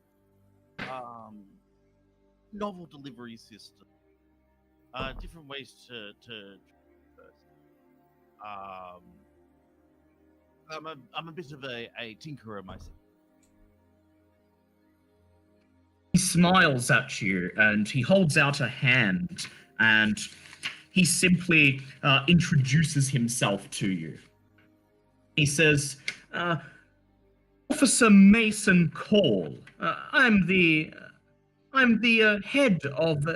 actually the head detective over at the local precinct. What did you say your line of work was again, sir? Tinkering inventions. I have several patents that may well interest you. I begin listing off stuff like the spectral, the spectrograph, and various other things I've come up with.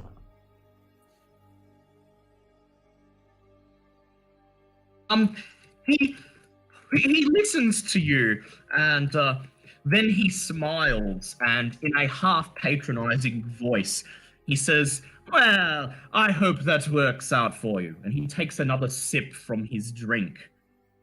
He says, say, you're one of the chaps being initiated tonight. You wouldn't happen to know anything else or anything about the other fine young men being initiated? I have yet had the pleasure to speak to any of them. Yes, there's a few interesting sorts. The film director of sorts, I believe. A sea captain. I haven't really had the pleasure of having much of a chat with the other 2 are new, aren't they? Yes. Yes, I haven't really had the pleasure of having a chance to chat with the other. He simply nods and he says, yes, well, funny enough, I'm actually being initiated tonight myself. Oh, wonderful. He says, yes. Why did I ask why you're robed then? I was running the understanding that the initiates were, or sorry, I should say the neonates that were going to become initiates, were to come unrobed. He looks at the grey robes he's wearing and he says, yes, well, it was a rather... there we go. Oh, good. there we go. It was a rather spur-of-the-moment thing. Well, at least they tell me. Apparently my initiation is, one, of the utmost importance, and two, top secret. He smiles mischievously at you and then takes a sip of his drink. Bit of a career man then. He nods. He says, well, enjoy your drink, sir, and hopefully we'll see each other later tonight. Will do. Do you want to find a place on your own in the bar? Yeah, just somewhere where I'm not going to be disturbed, and I absentmindedly pull the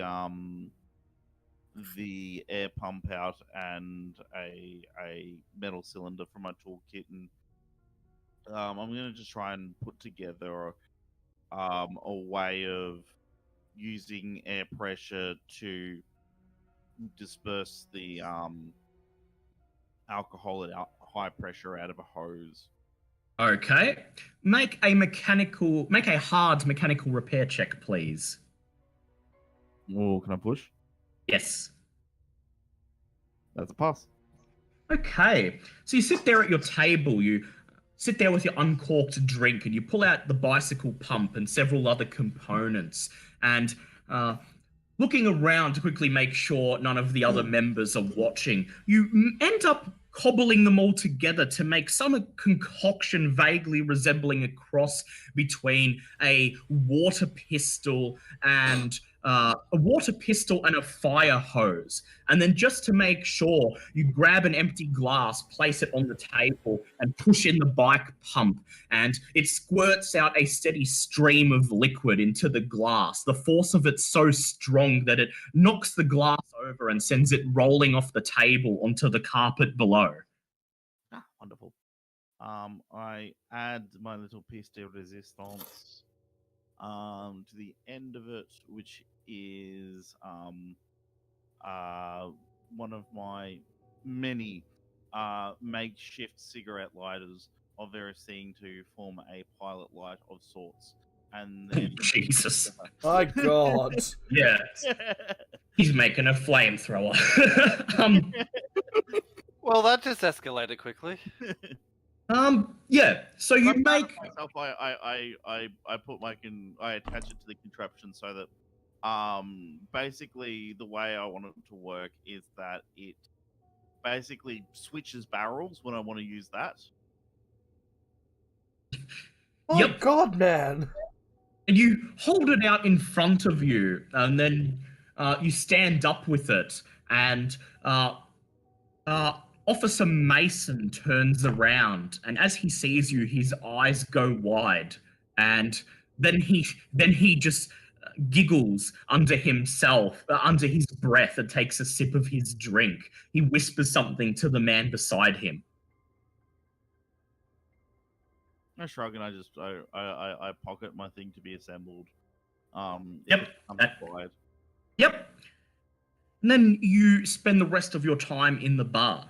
Okay, the rest of you are in the lounge. I would like to go to the kitchen. Thank you. Yes. Okay, you're gonna have to sneak into the kitchen. Yep.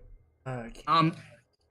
You look around, you make sure no one's watching. There's only the 4 servants, the rest of your party, and the severe, stern-faced, balding, grey-haired man who's seated in one of the purple lounge chairs. You slowly begin to make your way towards the hallway that leads to the kitchen. Make a stealth check, please. That is a 15. That is a pass. You take one last look, and then you swallow and step into the hallway. Begin making your way down the hallway, and at the end, you come to the other side of the metal back door. To your right is an archway leading into the kitchen, and to your left is a wooden door with a sign on it reading basement, rank 4 and above only. Make an intelligence check, please.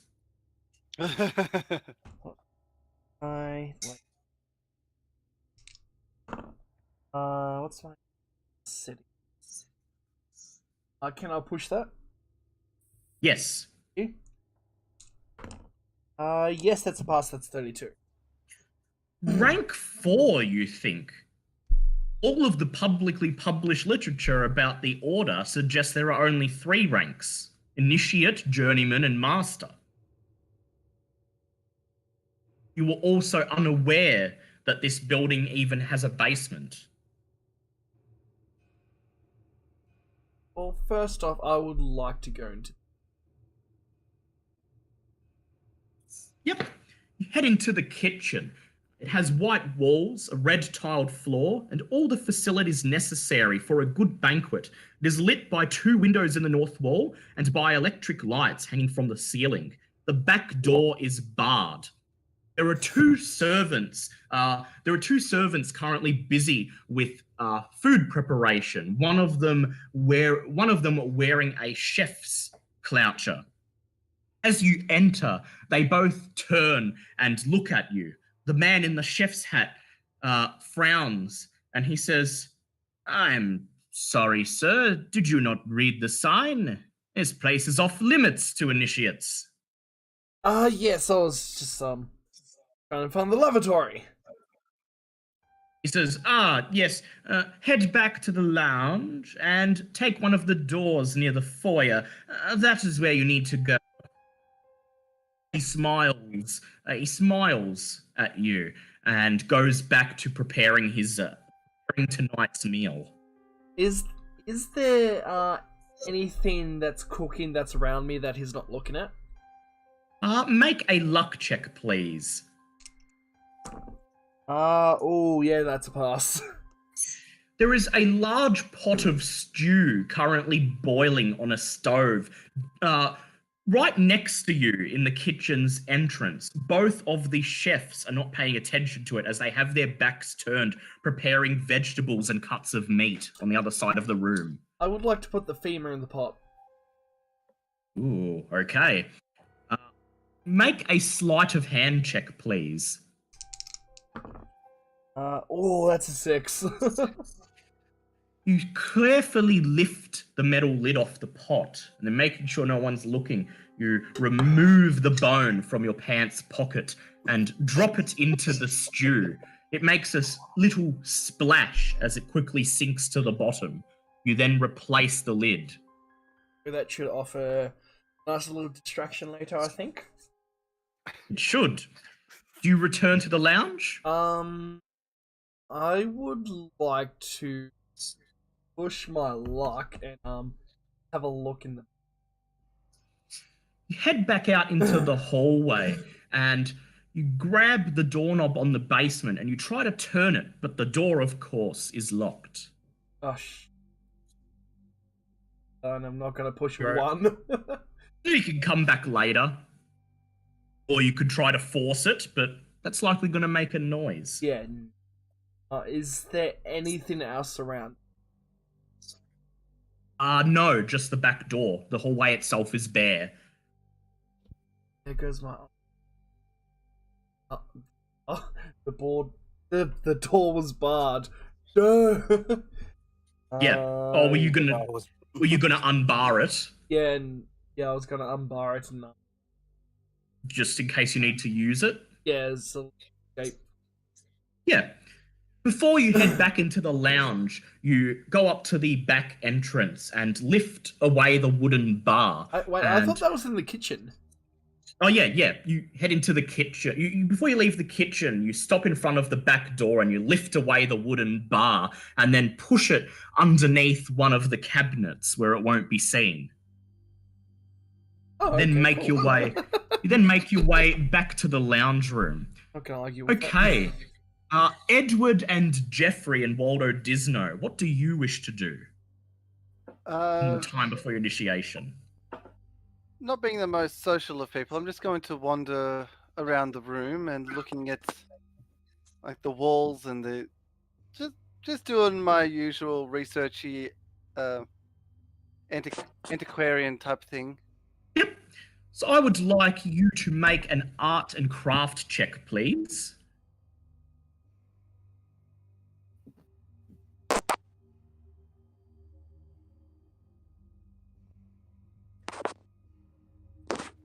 Can I push that? Yes, you can. Ooh, yep, there we 27. go. You look around, you just walk around the lounge room, taking a good look at the artworks on display. You've never had a chance to just take in the lodge's collection, as you're usually only here on business. And they have a rather exquisite collection of particularly old and expensive looking pieces of artwork. Several of them appear to be at least a couple hundred years old, and indeed, the pieces of furniture placed in the lounge room, such as the wooden tables and chairs, appear to be bona fide antiques. I'd like you to make a history check, please.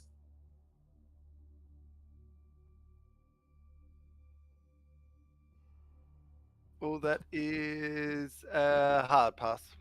In particular, you determine several of the pieces of artwork and furniture to date from colonial America, 1600s, which would match the architecture of the lodge itself. However, these pieces are significantly older than the lodge, and whoever runs the lodge obviously has a very, very good source if he was able to procure such old and expensive pieces. Just go to the nearest person. Oh, would you look at this? See this little marking right here? This says it is from this period or through these buildings. Oh my goodness. Oh, I have to come back here more often.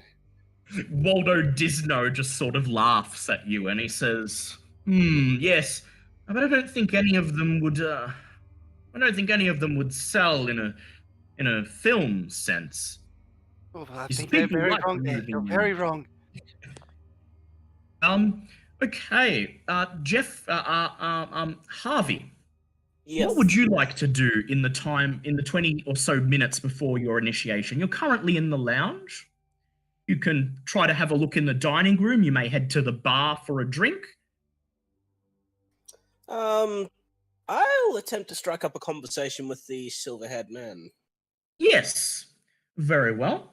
So while everyone else goes about their business, you head over to the overstuffed purple chairs in the center of the lounge room and take up position in one of the armchairs beside a wooden table and an electric lamp across from the silver-haired man.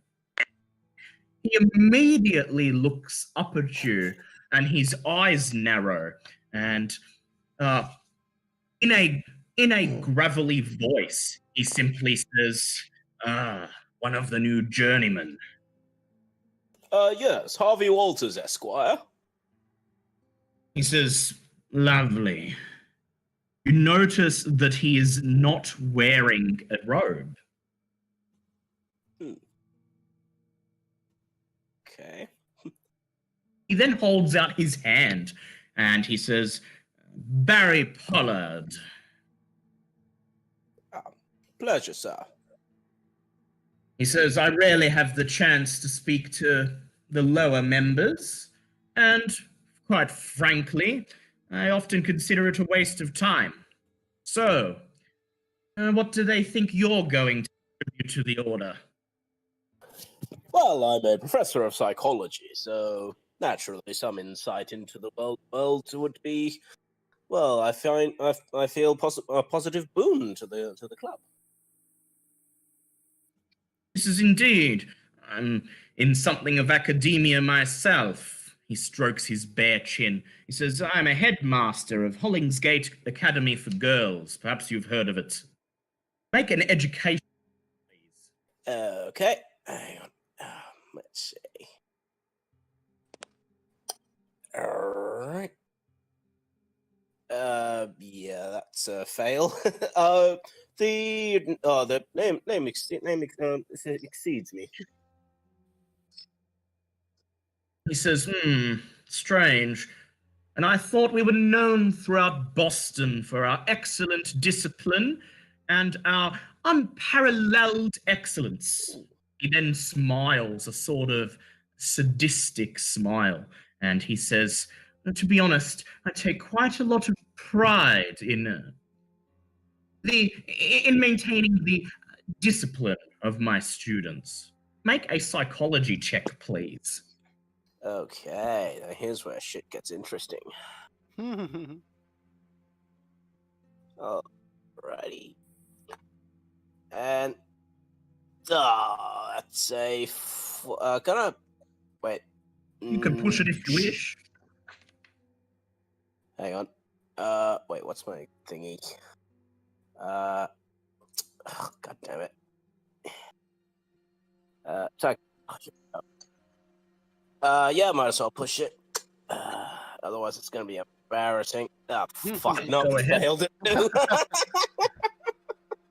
There is something strange about the way he smiles and the way his eyes glimmer as he talks about his school's excellent discipline. In fact, his eyes positively begin to twinkle as he launches into a graphic explanation of his preferred method of discipline, which involves striking students on the back with sticks of thin cane until red welts appear. He is what we describe in the psychology world as a villain. Quite so. Oh, a very interesting practice, I must say. He says, yes. And to think most of my colleagues call it, what was the word they used? Barbaric. But here in the Order, people appreciate someone who is able to enforce discipline. And so they have rewarded me. And I have managed to rise as far as I have. He smiles once again. He says, what rank are you going into tonight? Journeyman? I do believe so, yes. He says, He says, yes, your pursuit of knowledge is just beginning. Perhaps one day you will achieve the lofty heights that I have. I can only hope. He nods, and under his breath he says, yes, yes. And then he ushers you away silently with his spare hand. Well, it was a pleasure. The clock slowly ticks over to 8:30. And then Damn it, you hear the doors to the lounge room open. And in mill a bunch more members of the Order, some of them dressed in black robes, some of them dressed in grey robes, and some of them dressed in white, the ceremonial attire of the three ranks: Initiate, Journeyman, and Master. Eventually, there's about 20, maybe slightly more people assembled in the lounge room. The last people to enter are three high-ups, one of whom you already know, Max Reed, the man who recruited you, wearing his white master robe and surveying the room with a strange look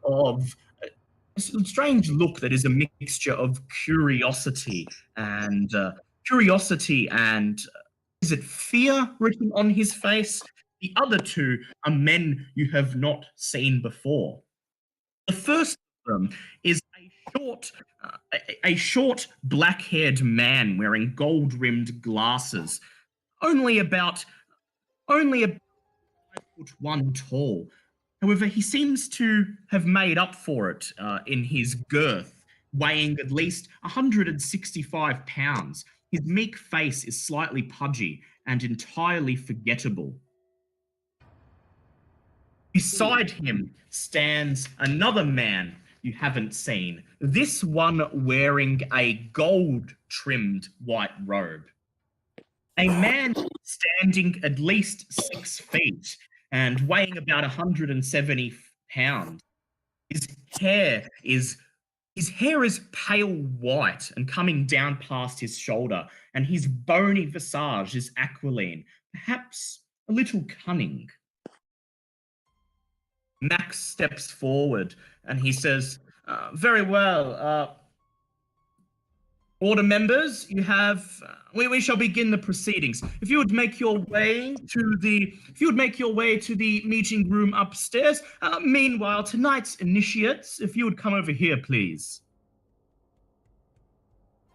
I reluctantly move away from the tables and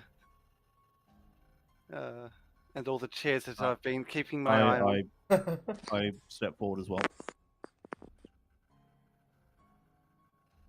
Others stand up and slowly, as one mass, begin to make their way upstairs to the lodge meeting room. The other 3 men wait as you all approach them and line up in front of them.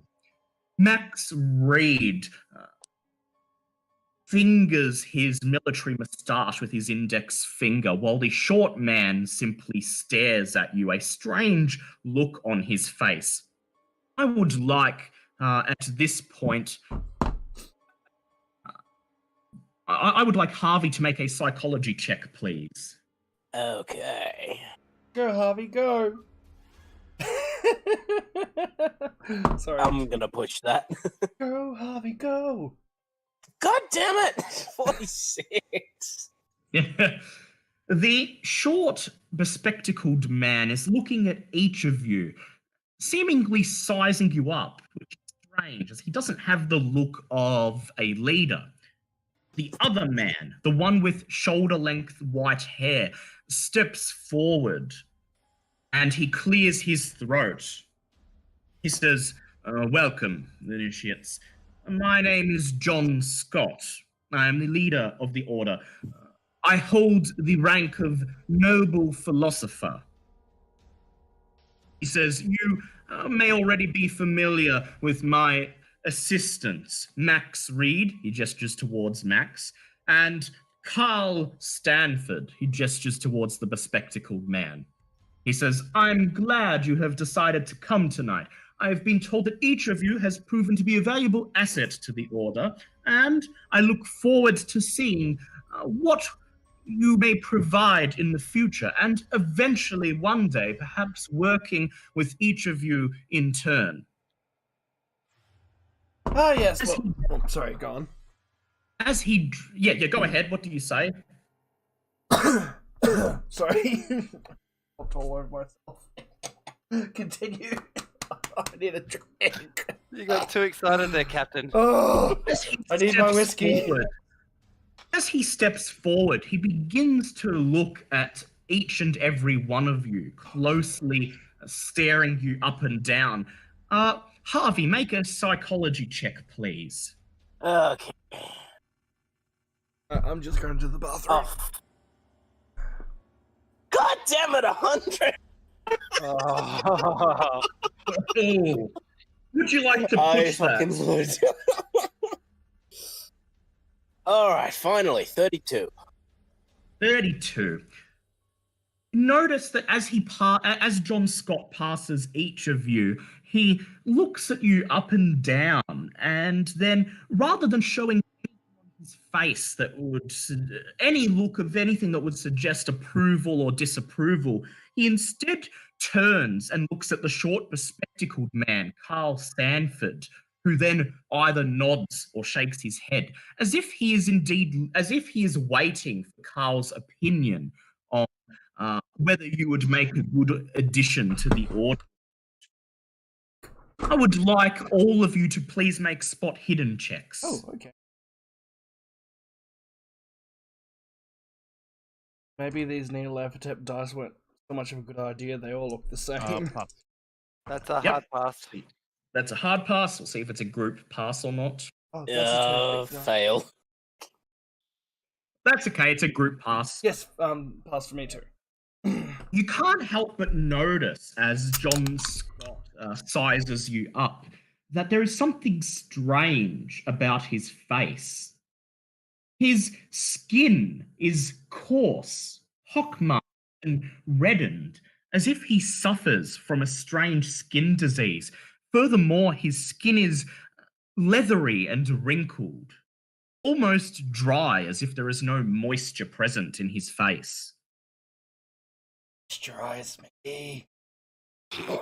Do either of you comment on this? No. Yeah, I think it's. I'm staying out of that, yeah. He finishes sizing you up, and then he steps back and he silently looks over at Carl Sanford. Carl Sanford looks back at him and nods. Once again, strange, as John Scott, the leader of the order, seems to be seeking approval from his assistants. John Scott clears his throat and he says, "Very well. If you will follow me, please." And then he begins to lead you out of the lounge, through the dining room and the staircase leading to the meeting hall.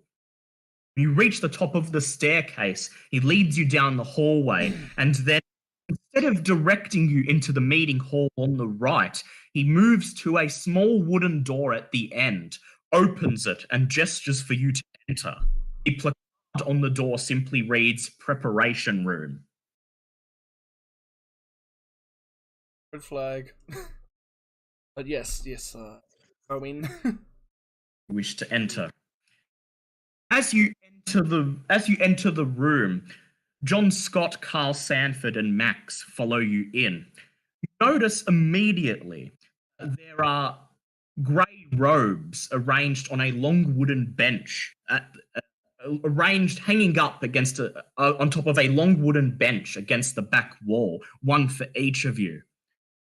John Scott smiles and he says, "Please take your time, change into your ceremonial robes, and then wait by the door. When your names are called, emerge into the meeting hall and cross immediately to the lectern." He bows his head at you, and then all three men leave, shutting the door behind them. I waited wait a couple seconds, then relay the information that a basement with another level. Ooh, does anyone comment on that?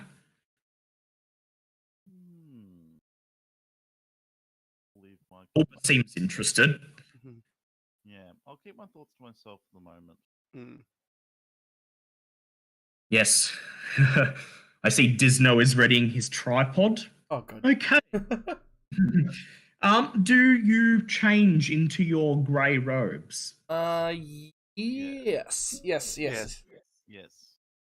Actually, first, I would like to spot hidden, if I can, for any eye holes, like in the walls. Make a spot hidden check, please. That is a 10. Okay. Okay, I am now really regretting these dice because the 4s look like 1s and the 1s look like 4s. But that's a 16. Before putting on your robe, you do a quick sweep of the room, and you don't find anything that looks like eye holes or anything like that. The music god. What are you doing, Louis? God damn Neolapatap. Louis is not playing anything, I see. Thought it was a bit quiet. Yeah, it's like, why is Louis not playing anything? Okay. Oh, there we go. Loop. Come on. There we go. All right. However, underneath a cabinet at the edge of the preparation room containing a bundle of robes, you see what appears to be a piece of parchment, forgotten, wedged underneath a laundry basket. You pull it out and you unfurl it, and it simply says this: Rank 1 Initiate, black robe, Rank 2, Journeyman, grey robe. Rank 3, Master, white robe. Rank 4, 5, 6, unrobed. Oh, wait. Oh, unrobed. Oh, hello. Disrobed. Yeah. My Disrobed. God. When you achieve that level of power, clothing becomes a mere inconvenience. Dear God. Either that Yet or more evidence that there are more ranks. No, that's either that or as you get higher in length, the detail of the fabric is that fine. It can't be presence. when you get to rank 5, it just turns into an eyes wide Yes. shut Is there no depth that these heathen will not sink to? Having found that evidence, you now change into your robes.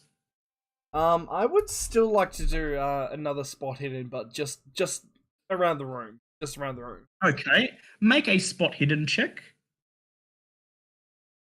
And also, if I can do it straight after a listen check, put my ear. Yep.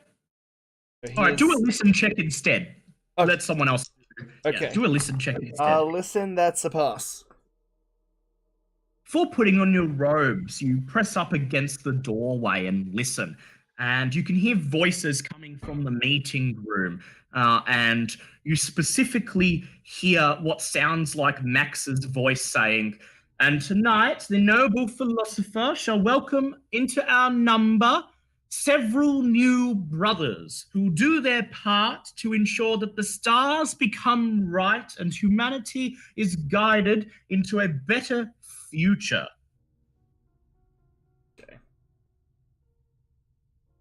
Would anyone else like to do anything before putting on their robes?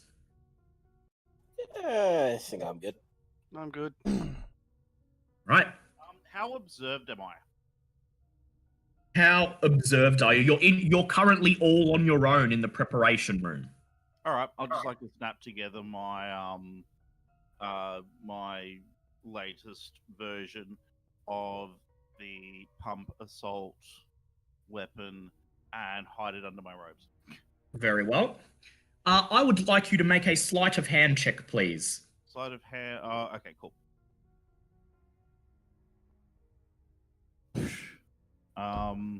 Can I re-roll that for a? Yes, you could push it. All right. Sleight of hand.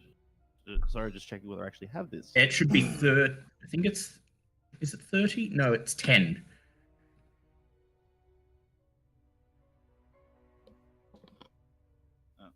Wait a second. Wait, the laptop that I had Yep. my character sheet open. I'll give you this one I'm on now because I got a new one coming. Oh dear. Just give me one. Give me a. Go. Yes, I do have it at 30. So can I spend 7 points of luck? Yes. Go ahead.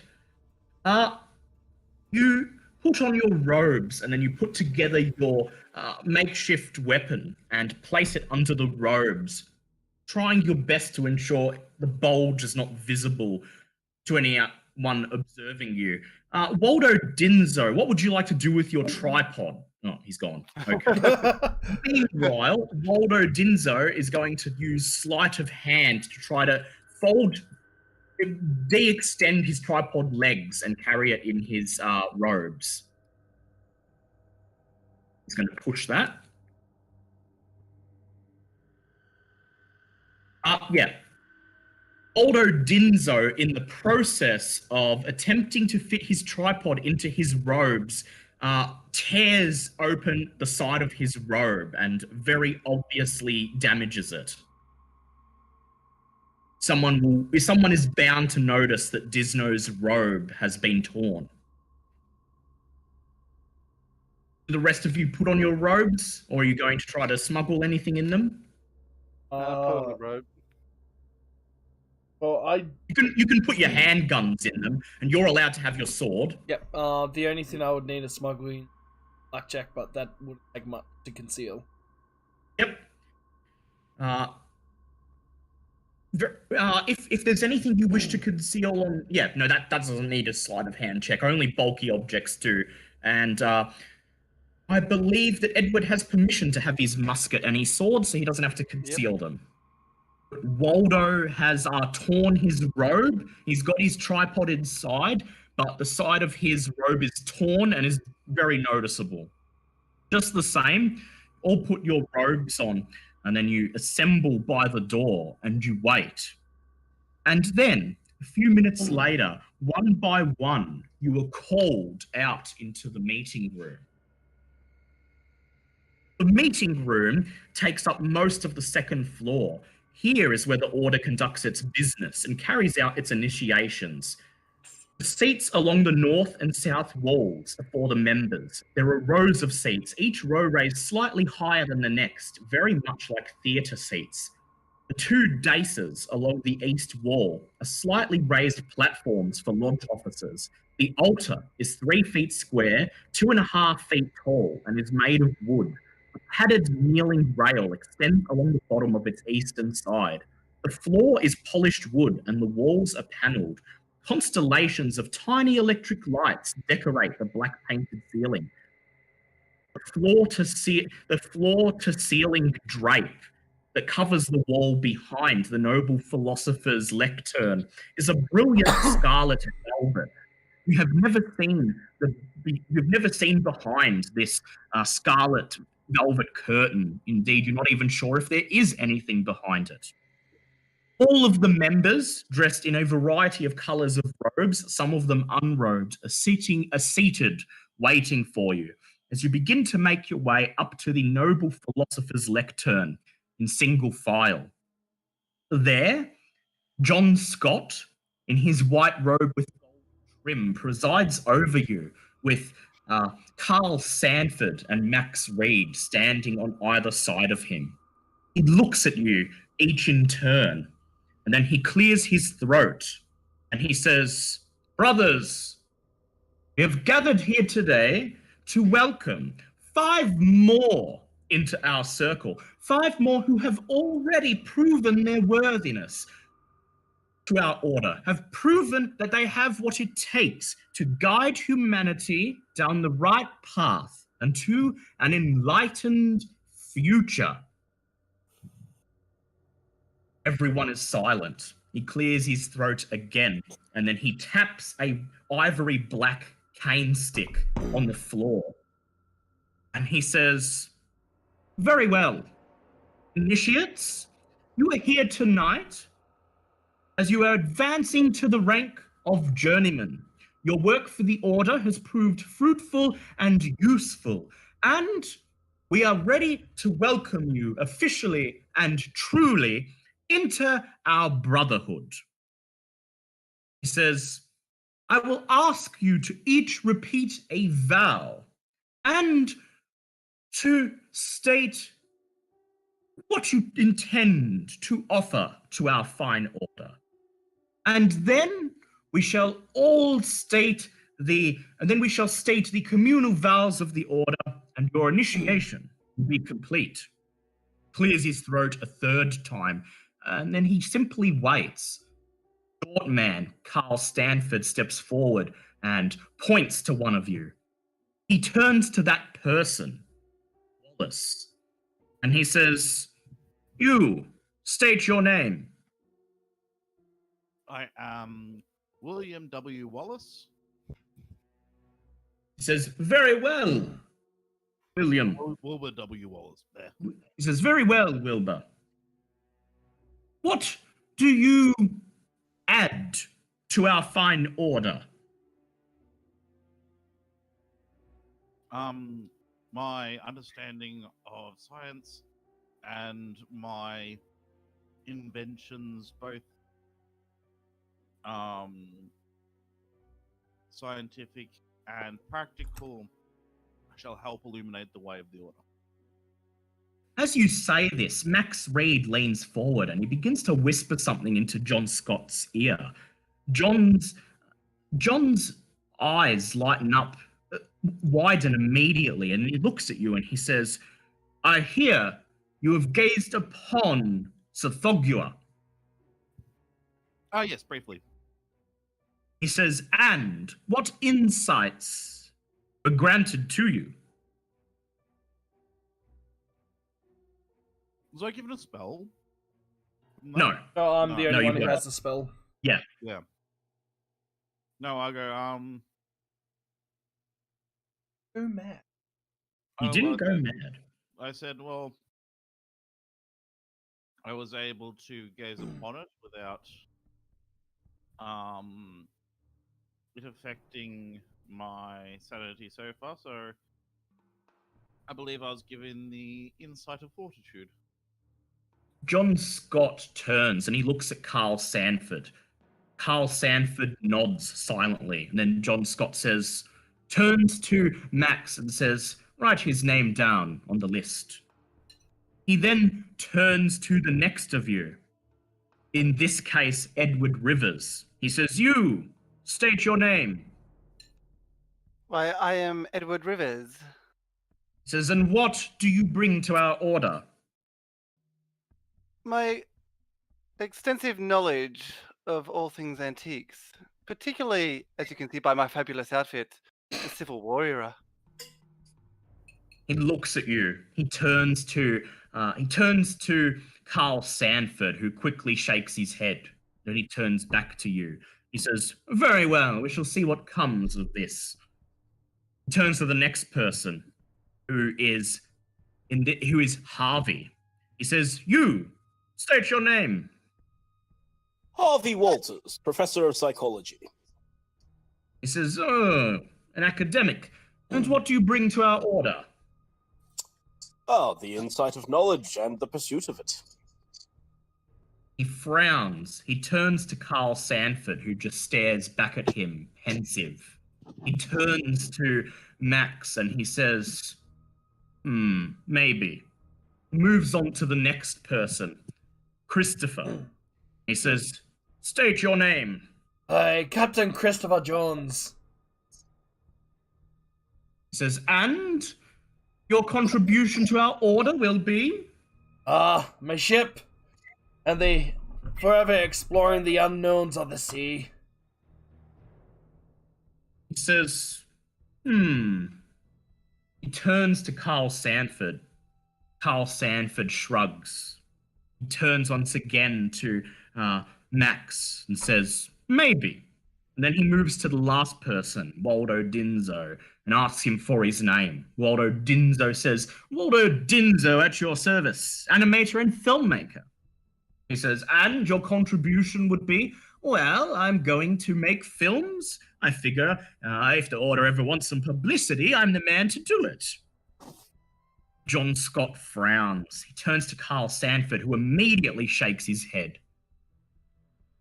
He turns back and he says, perhaps misguided, but we shall see how it turns out. He says, very well, and claps his hands together. Carl Sanford steps out from the lectern and he places in front of it at your feet a small ivory plate. John Scott clears his throat. He says, there is the matter of our dues. If you truly wish to enter into our circle of knowledge, you must write a check for $100 and place it in the plate. Anyone else thinking Scientology?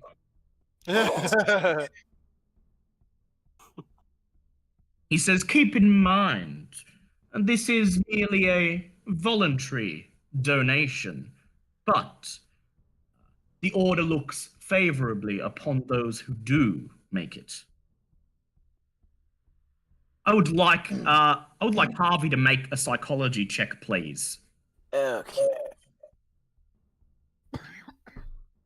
I am gonna push that.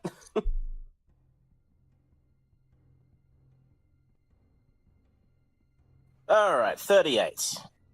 The way he said it and the way he's looking at you suggests that bad things may happen if you do not make the so-called voluntary donation. I don't think I needed a psychology check to work that out. Yeah. So who's going to make the donation and who's not going to? How much is the donation? $100. Yeah. Yeah. Yep. Right? Is anyone not making it? I'll make it. Yep. Is anyone not making it? Oh,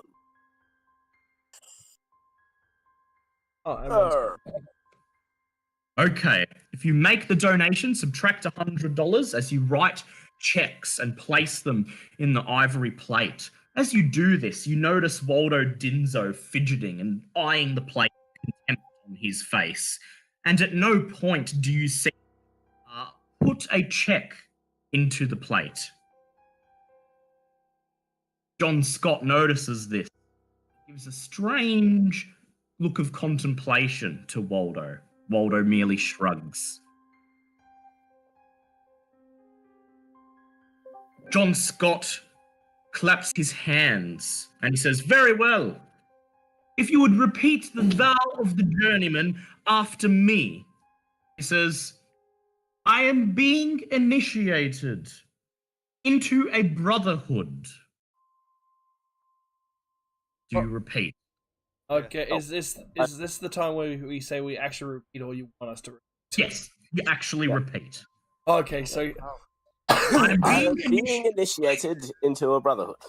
I am being initiated into a brotherhood. a family which shall take me in as its own. A family which shall take me in as its own. As its own. All I have to give is my mind. All I have to give is my mind. But I shall willingly give it at the want of a brother. But I shall willingly give it at the want of a brother. For I am initiated into a brotherhood. For I am initiated into a brotherhood. In addition, In addition, I vow I vow I vow to my brothers I shall share no knowledge of our order. In addition, I vow to my brothers I shall share no knowledge of the order.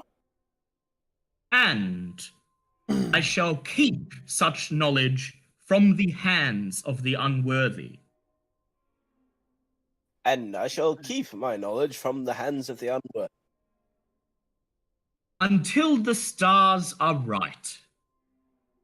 Until the stars are right.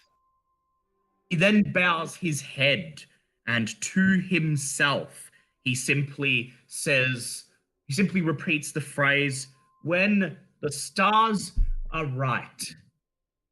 Shall all are one. And then he opens his eyes and he says, "Congratulations, you are now journeyman. Everybody in the order may now proceed down to the dining room for the formal dinner." And as one, the members of the order, including you, begin to make your way downstairs. The formal dinner proves to be uneventful.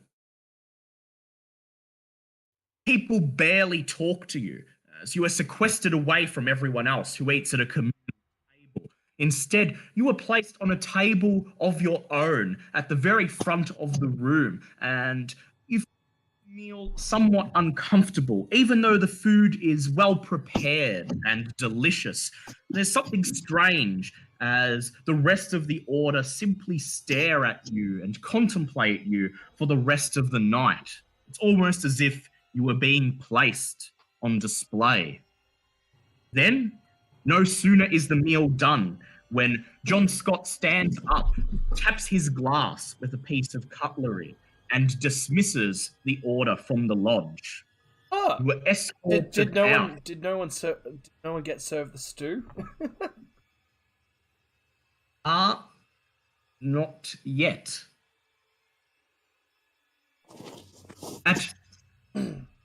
Just as he dismisses you, one of the order members immediately screams.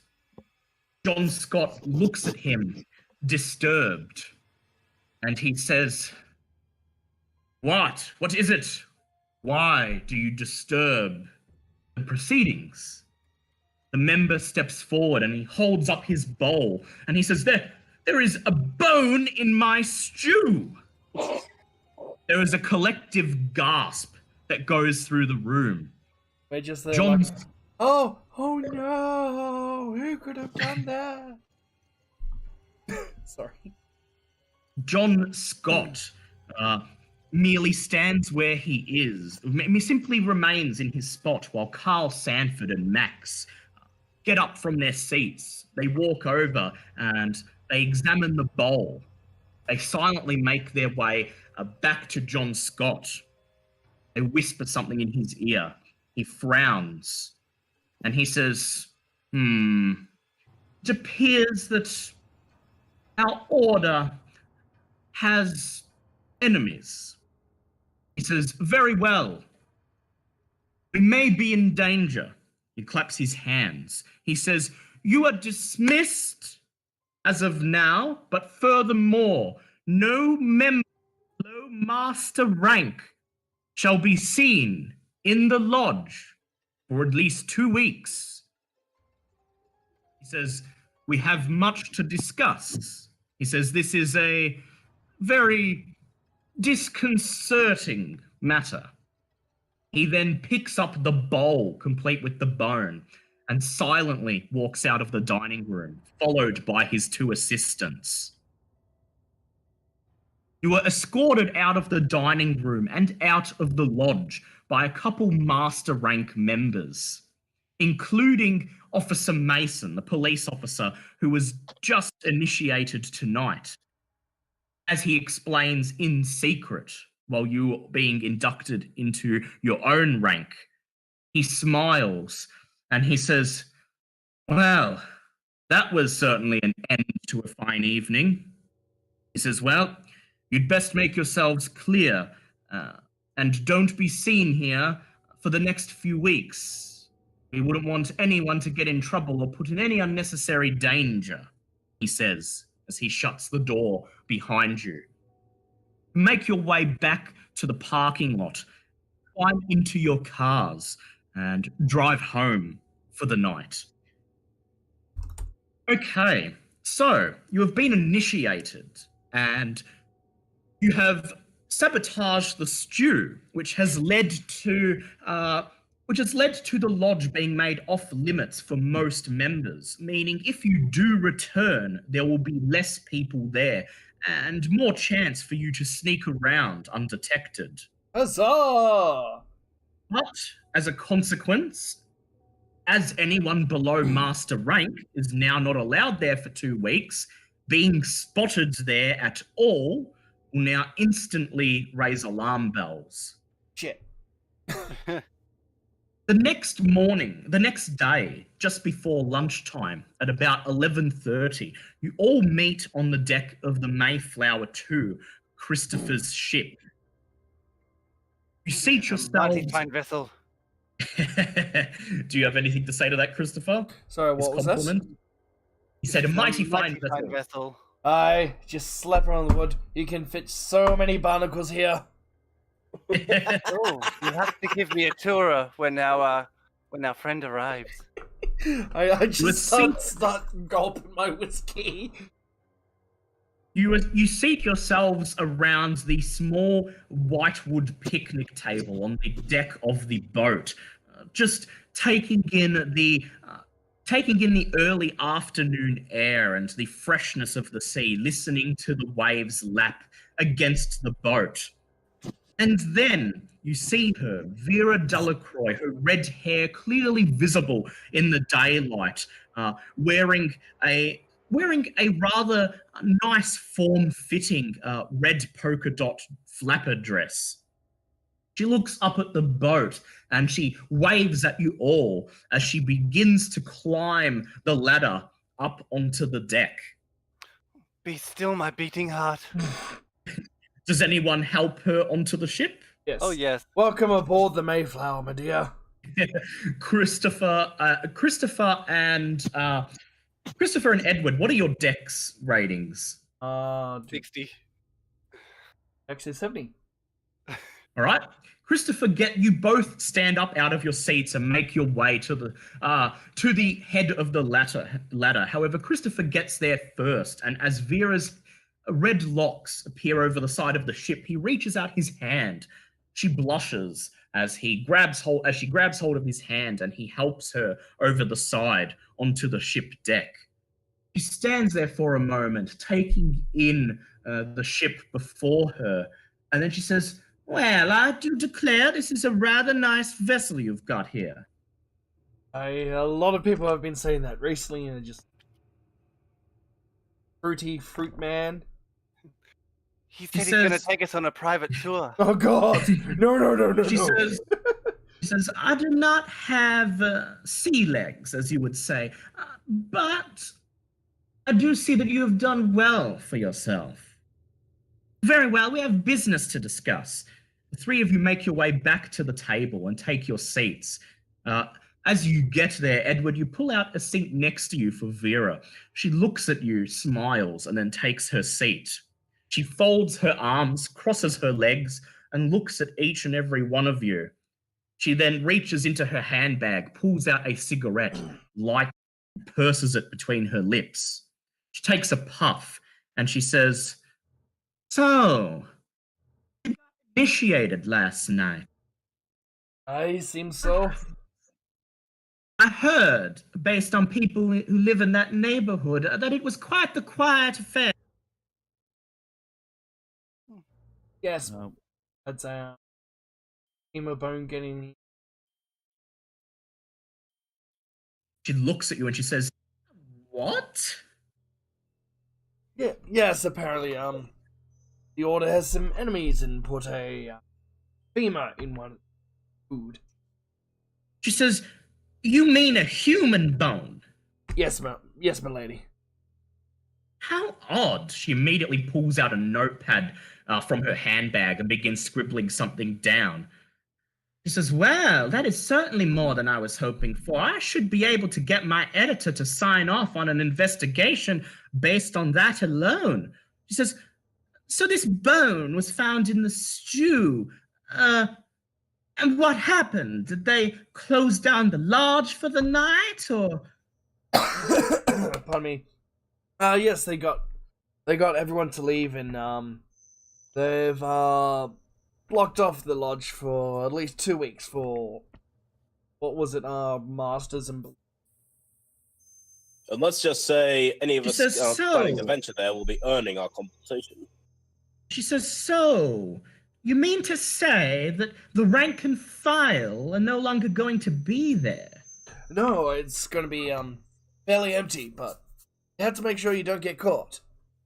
She simply takes a puff of her cigarette and says, She says, "Well, I trust that wasn't the only interesting thing that happened. Surely some of you found something of note." She looks at each of you in turn.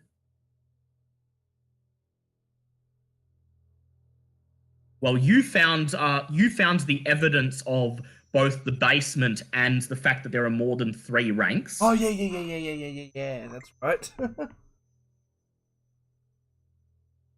Do you tell her of this? Yes. She says, "So it's true, there are more than 3 ranks, and parts of the building are off limits even for those who've been initiated." She writes it down on her pad. She says, "Interesting." Takes a puff of her cigarette. She says, "Anything else? You there, Mr. Disno, was it?" Disno looks up at her. She says, "You didn't manage to capture anything strange on film, did you?" He shakes his head and says, "They were all watching me. They didn't want me to bring my camera in. I didn't have the chance." She says, "Shame." She says, "What about you?" She looks at the rest of you. Okay, so you have some more evidence you can give her. Harvey, you have learned that the members of the order, at least those who don't wear robes, are perhaps not the most savory of characters, and you can recount your conversation with the strange head of the girls' school. Yes, he seemed well, actually, you took the word right out of my mouth there. But yes, he seems to be somewhat proud of his rather, shall we say, shady past of, let's say, unorthodox methods of discipline. She purses her lips and she says, "Oh, I should hope not. He's been in the news before. Beat a girl to within an inch of her life. She's paralyzed now. And he was never punished. Had friends in high places. Well, I do believe we can take an educated guess at who they might be." Makes sense. One of the members is a high-ranking police officer. Yes, Wilbur, you spoke to the police officer, and you learned that he was being initiated. All I've got to contribute is this cool little doohickey I made. Yeah, but you also spoke to the police officer, and in your brief conversation learned that he was apparently being initiated in a rush, and they didn't have time to do the proper ceremony for him. I'll pass this information on. She says, interesting. So, for some reason, they didn't have time to do the proper ceremony and moved him up into the next rank, almost as if they needed someone to pull strings for them amongst the Metropolitan Police. She takes a puff out of her cigarette. She says, "Well, I think we've made a good start, but we certainly need to make more." She says, "Here's what I propose." She says, "Now, let's say I wanted to go to the lodge."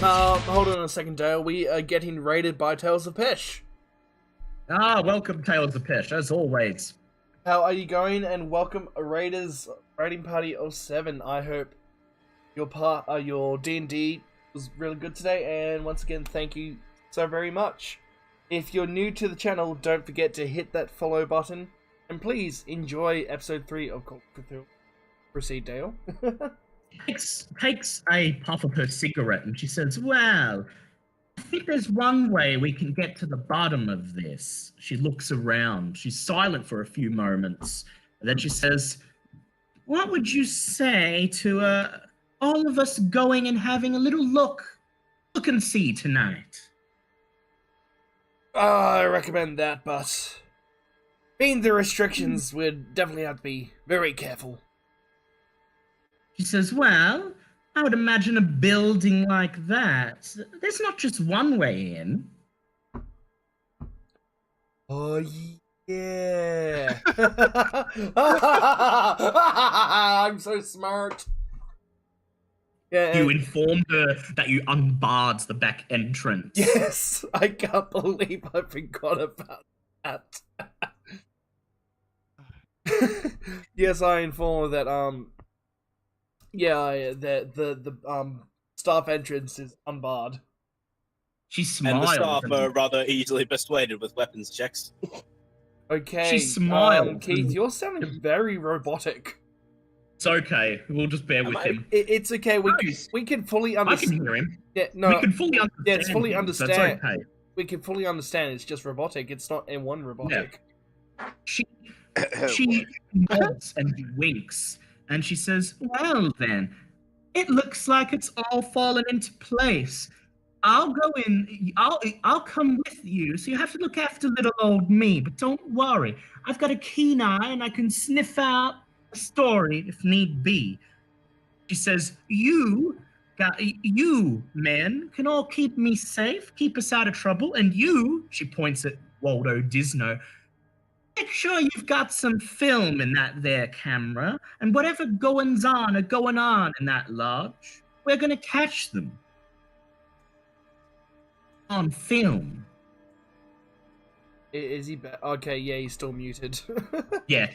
You just type in the chat M1. Yeah, you've got it. You actually did have film in your camera the whole time. That's just what you said to get it through the code check. But you're out of the lodge now. You've been initiated. You're meeting up with your contact the next day, and you're about to head back to the lodge. So you've got film, and this time, because Liam spiked the stew with a bone, there are going to be less people in the lodge, meaning you will actually be able to get your and film people, which you didn't have the chance to do last night because there were too many people to be able to film unnoticed with a big bulky film camera. I imagine a camera's not going to be that stealthy either. Yeah. No, I just turn upside down and I call it a hat stand. Actually, my weapon would be a very good stealth weapon because it's an air rifle. It's an air rifle, makes no noise.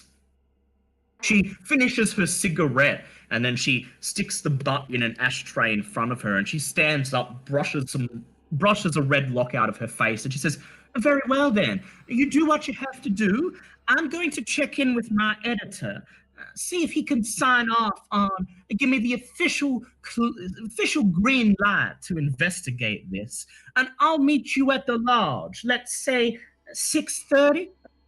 And then Christopher stands up and helps her back onto the ladder as she climbs off the ship and walks down the jetty back into the harbour.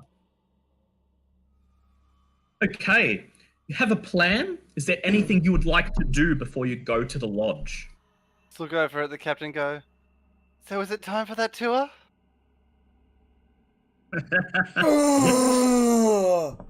Have you ever A 3-hour tour. Have you ever heard of the phrase "man overboard"? So sorry, it's over. Jesus Christ, why? Now, given that you're not allowed to be in the lodge tonight anyway, there's no need to wear your robes or conceal anything. So you can head in with all your weapons. Thankfully, nothing happened last night that necessitated the use of your weapons. Okay, How much time do we have? So you've got a couple hours. She wants you to meet her at 6:30.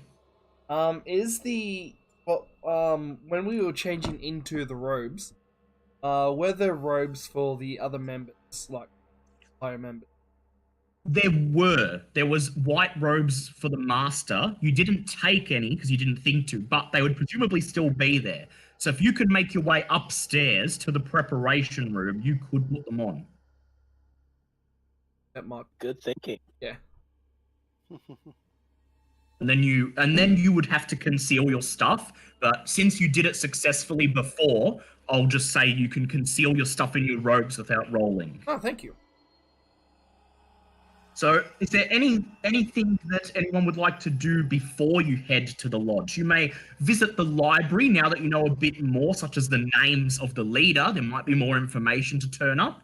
Otherwise, maybe you'd like to get some last-minute supplies.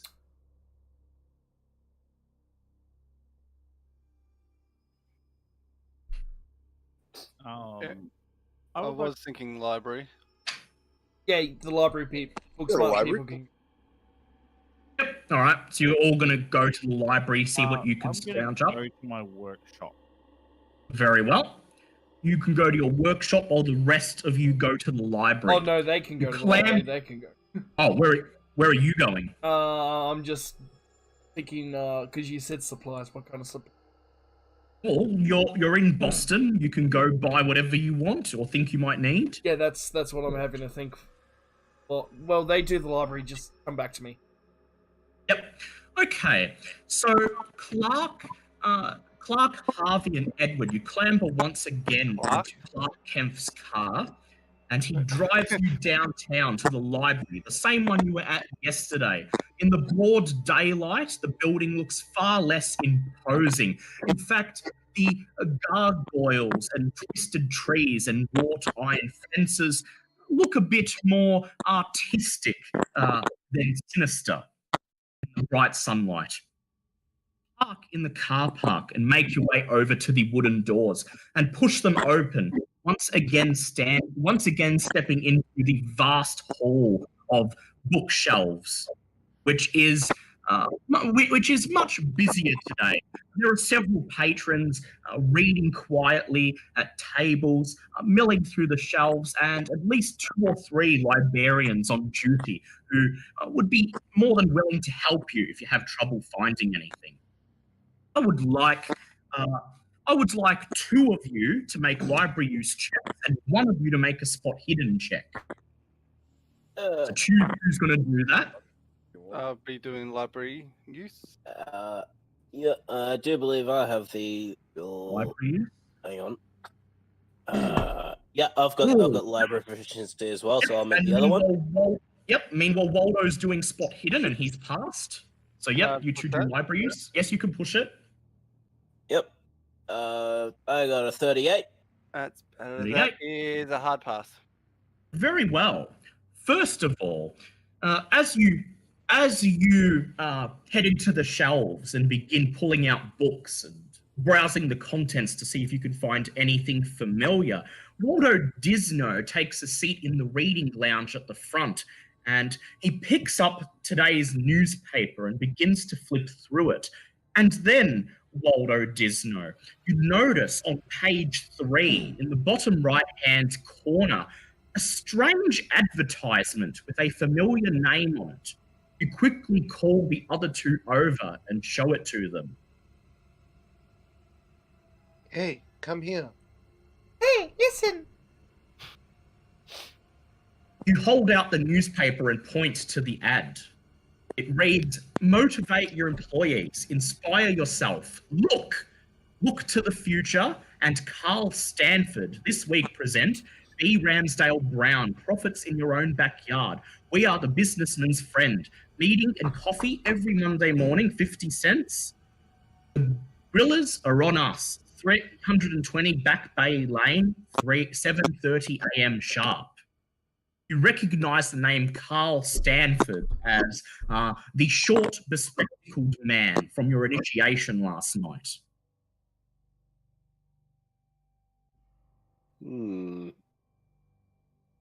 The second thing you find is the one who finds this is Edward, as he starts going through old Civil War era books and newspapers. He finds an old newspaper article. It reads, "Infant still missing, mother prostrate. Authorities seeking young Erin O'Malley, age 6 months, today broadened their search for the missing infant by issuing a warrant of arrest for one Carl Sanford of 18 Trimontaine Close, whereabouts presently unknown. Neighbours give contradictory descriptions of Sanford and have little to report of him except for his disagreeable demeanour and secretive behaviour. Lieutenant of Detectives Beneke urges all who know this man to step forward and do their duty by city and commonwealth. Any Boston policeman will direct the inquiring citizen to Lieutenant Beneke. Friends and family report that Mrs. O'Malley is prostrate with grief and begs whomever has taken the infant to return her with the blessings of God." I would like the 3 of you to make SAN checks, please. So for you, Hazard, this is you roll under your SAN, you pass, roll over, you fail. Oh, Wilbur, you don't have to make one. You're at your workshop. You're not in the library. Oh, yes. Yeah, that's true, yes. Yeah. Oh, no. It's done. Here goes nothing. It starts. Okay, that's a pass for Waldo Dinzo. 10. And that's a pass for you. Okay, so you, Waldo Dinzo and Harvey, you each lose 1 point of sanity. Meanwhile, Edward, you're going to lose 1d4 sanity, please.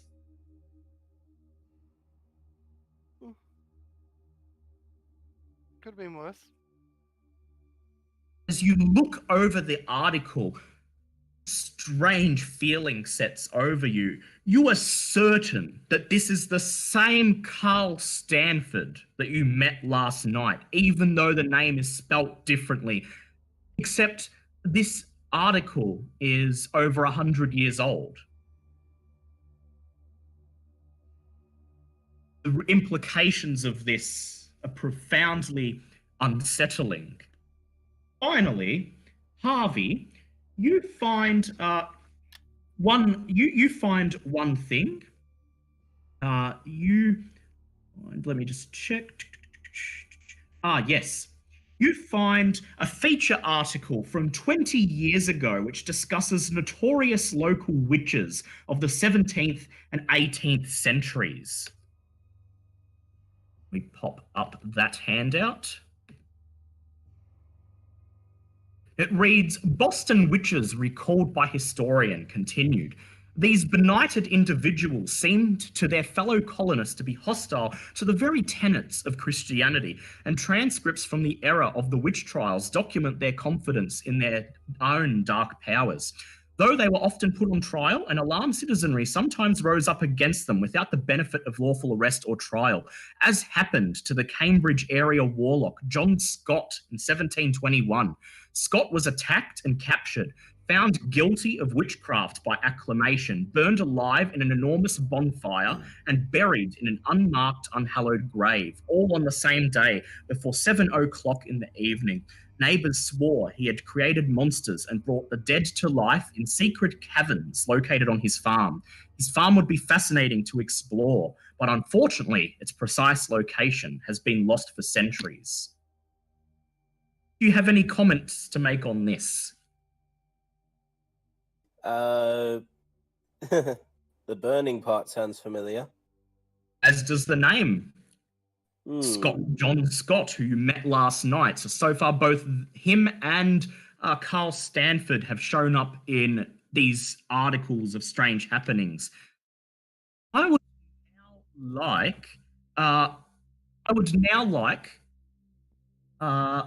Edward to please make an occult check while Harvey makes an anthropology check. Okay. Can I push? See if you can find out more about this farm and caverns that are mentioned.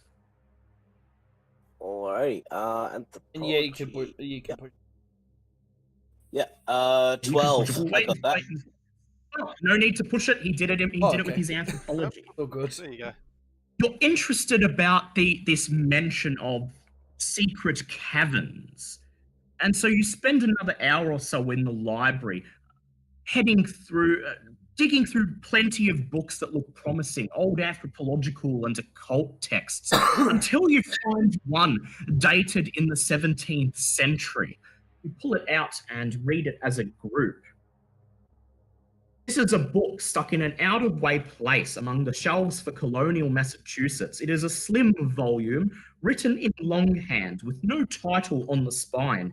This record tells of a vigilante raid on the farm of John Scott, a warlock, in 1721. The writer, Clyde Whipple, was one of the armed men who led the attack. He describes the weird sounds and chants that they and their families heard at night, and the disquieting foreigners who began to gather in the area, and the predations of local grave robbers. The writer was horrified by what he saw during the raid. He also discusses where John Scott's farmhouse once stood. I would like the three of you to please make hard intelligence checks.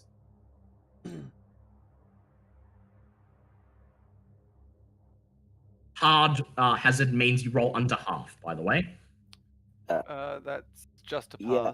So not a hard pass. Yeah, 5. That's definitely a hard. That's an extreme. Let's see what Disno does. Disno, would you like to push that? Go ahead, Disno.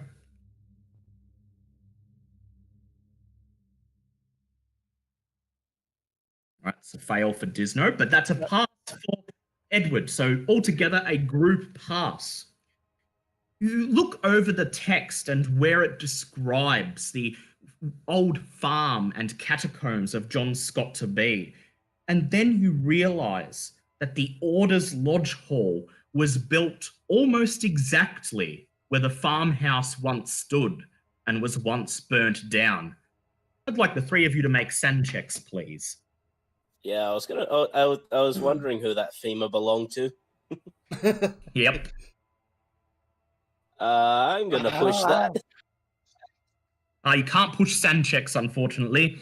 Fuck. If you fail, you fail, and that's Okay. a Yeah, fail and that- for and that- Smithy. that- Keith, and Keith, fail for all the checks you can't push are checks in combat battles and sanity ones. and luck. Yeah. fair. Okay, so all three of you failed. That will be 1d3 sand loss, please. Crud. But, D3. Hang on. Ooh. Ooh.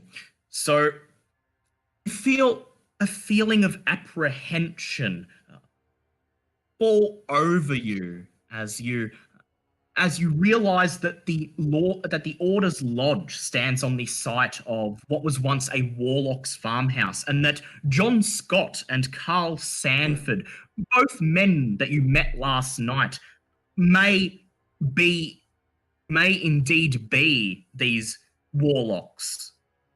Things are definitely going on within the Order. Waldo Dinzo, would you like to preserve these notes for posterity? Would you like to make a photography check, please, to just photograph everything?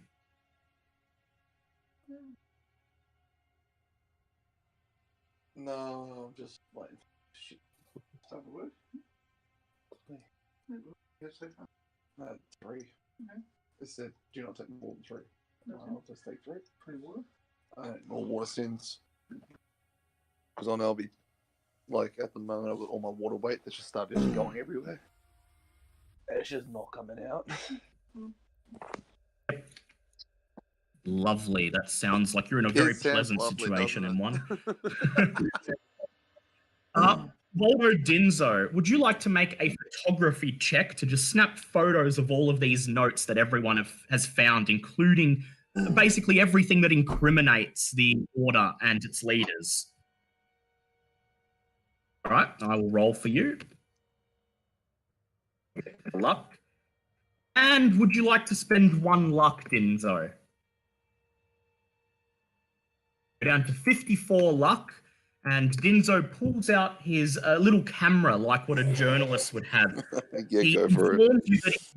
He informs you that he uses it to scout locations, but then he snaps a couple of pictures of the open books, so you can pass them along later to Vera Delacroix and her editor and incriminate this Order.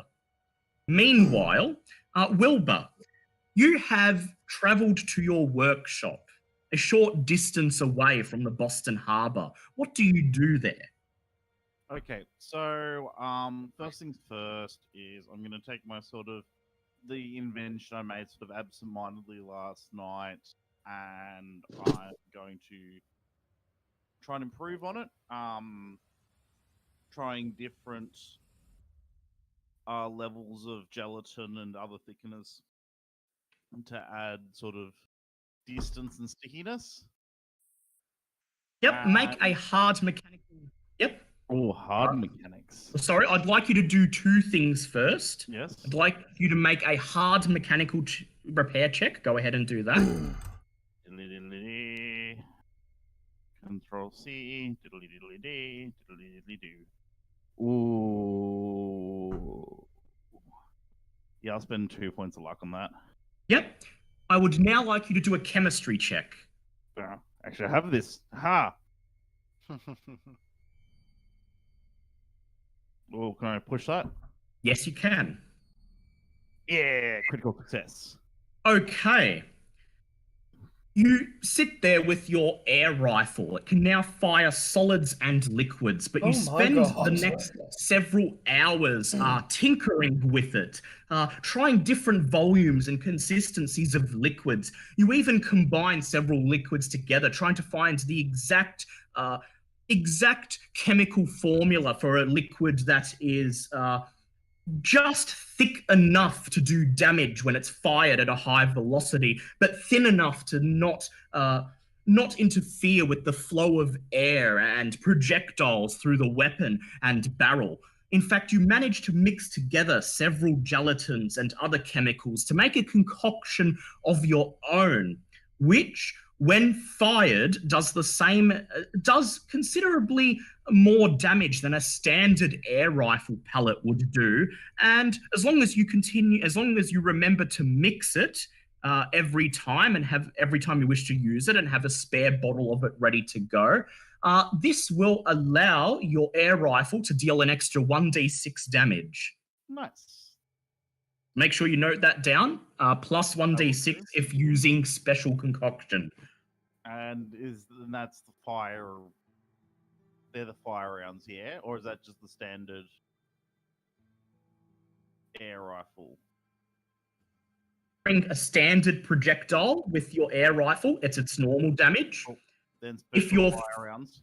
Yeah, if you're firing at the special fire rounds, that's going to do the normal amount of damage, but also do extra fire damage. And if you're firing the special concoction you just made, that will do normal damage plus 1d6. Yeah, and then I've got the special acid round, which actually Yes, haven't worked out how much damage they do yet, but I haven't. They do the same as normal, but it's acid. So if anything's weak to acid, it'll be extra. Same with the fire ones. God. So the fire and acid ones do the same as normal, but if you hit something that's weak to either fire or acid, you'll do extra. Also, Okay. I'm also will begin in my thing to work on my next sort of invention, which is what I call the deployable stealth cover suit, which basically it looks like an umbrella that extends from the hat and releases like drapes down of black things so people can't identify me. So basically it extends out and then drops down like a curtain. It doesn't look particularly practical, and it's not one of my better inventions, but it's what I've got. Well, it took several hours of tinkering to make the concoction for your air rifle, and you're running out of time. You may attempt to make it, but you'll require an extreme mechanical repair success. Hey, Dale, which you guess what? just got. Oh my God. So you managed to cobble together miraculously a prototyped stealth device, and you quickly pack it into your briefcase and then step out of your workshop and hail a taxi to take you to the lodge to meet everyone else, smiling a huge, smug, shit-eating grin on your face. That you managed to put that together in less than an hour with stuff you had just lying around in your workshop. Freaking MacGyver. Yes. Okay. Our final order of business is Christopher, who decided he wishes to purchase supplies. I take that back because I didn't realize I still have a torch and first aid kit. Yes, you do still have those from last week. Yes. This strange stone writing do I still need that? No, you've passed it on to the order now. Okay. All of those things from last week you don't have anymore. What would you like to do? Are you ready to just head up to the lodge, or is there anything you want to do? Ready to. Yep. You make sure you're ready for the task ahead, and you spend the next several hours hyping yourself up, ready to face whatever evil is in that lodge. You've already seen some bad stuff, feeling that this is going to be even worse. So you just sit there for a few hours on the deck of your ship, staring out to sea, sipping whiskey. Make a power check, please. I can do that. Where is the... Yeah. I really wish I didn't buy these, the Neo-Avatar ones. It's like, where is everything? It all looks the same. But have I got the right ones? No, I haven't. I'm using a D8. God damn it. Okay, Come here on, we go. Liam. Alright, that is a 26. So that's a hard pass. Hard pass. Okay, gain 1d3 sen, please. With the D3, since the Cthulhu dice doesn't come with it, what do I roll You roll a d4 and subtract 1. Okay, yeah, that's what I've been doing, but I Yep. just want to double Yep. check. Okay. Or you just roll a d6 and 4, 5, 6 counts as Yeah, 1, or 2, you and halve 3. it. You can roll a d6 and halve it, or you can roll a d4 and subtract 1. It's either way. Okay, but either way, that's a 3. It's a 3, good. Nice. And then you head up to the lodge. You park, Wilbur climbs out of his taxi and begins walking up the lodge path with his briefcase in his hand, while the rest of you park a little ways down the street. You meet up and assemble a little bit down the cobblestone path on the lodge grounds. Standing under the buckled over tree from yesterday is Vera, still wearing the same red polka dot dress and puffing away on a cigarette. She looks up at you as you approach, and she wordlessly gives you a look, asking if you are ready. Also, what time of day is this? It's 6:30 p.m. And The sky, it is still light, but the sky is starting to glow red as the sun sets. It'll be dark within an hour or so.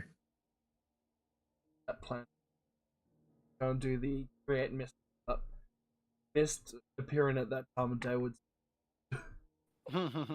Yeah, well, it'll be that'll probably still be useful later. You'll see. Oh yeah. Um, I was just gonna be used for extra cover in case like someone happened to be looking out. Are you ready to enter the climax of the scenario, which Yes. is the exploration of the lodge hall? Yes. Yep. Okay. Everyone's ready. Yay, team. Following Vera. Like all we figured out thus far is that one of the perks of joining this club is immortality. And their library. Which, You can't Would you roll I that said that library. was the only perk. I said that's just one of the perks. yeah, Like, just one of the perks. I still think we have to go back to the change room and see if there are That's a good white idea. cloaks. Now you have two options of ingress. You may daringly head through the front entrance, or you may take the back entrance. Definitely go back entrance. Very well. I would like all of you to please roll stealth with advantage. Oh. Hazard. This means that you roll 2 dice and you take whatever is lowest. Yes, that one I remember. Okay, that is. Oh yeah. Let's pass for. Oh, that is a 4. pass for- that is a foul for me. Can I? Did you do it with advantage, Tom? Yeah, no, I did do it with advantage. Yeah, you can push with advantage. You get to roll twice again if you push it. Can I Yeah, push you- it? No, And Disney. do I get any bonuses from my stealth device, which is basically? Are you activating it? Not yet. Just I might hold on to it for the Oh, there moment. we Yeah. go. And Disno, you get another roll because it's with advantage. I pass on the second one. Yeah, got a 9. That's a. And there's a pass. Disno pass on the first go. Didn't have to push. Okay, Mine's 33. is that a pass for you? I have no clue. Altogether, it's a group pass, so you're fine. Yeah, Alright. if the majority of the group passes, the whole Yeah. group passes. Yep. Yeah, that's how it goes with a group roll. So you make your way across the grounds, making sure to duck behind bushes and trees where you can, keeping low, not straying too close to the lodge as you make your way around to the side and to the back. As you walk, you can't help but notice that Wilbur appears to be carrying in one hand what appears to be a strange-looking umbrella. Yeah, I'm not questioning the inventor now. Might as well be the doctor at this stage. I will let you know, Wilbur, since you didn't choose to use it, that you may use it to automatically pass one stealth roll, Oh damn. but you can only activate it once until you improve it. Wonderful. Okay, I can deal with that. Okay. So you make it around to the back where you see the metal door reading kitchen staff only. Okay. I would like Waldo, I would like Keith to make a luck check, please. I know his Okay. luck is the lowest of the group. Yeah. It's not. All right. 24. That's a pass. Yep.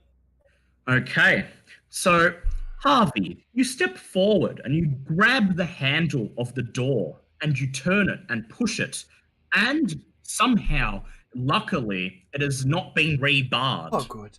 in the previous day, and you enter into an empty kitchen.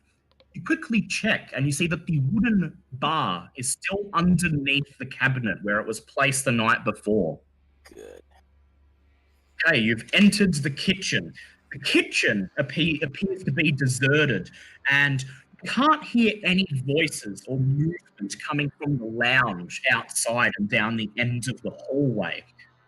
Where would you like to go from here? You could try to get into the basement, or apparently there is a third level somewhere in this building. Would you like to get upstairs and try I to think find we it? should. Yeah.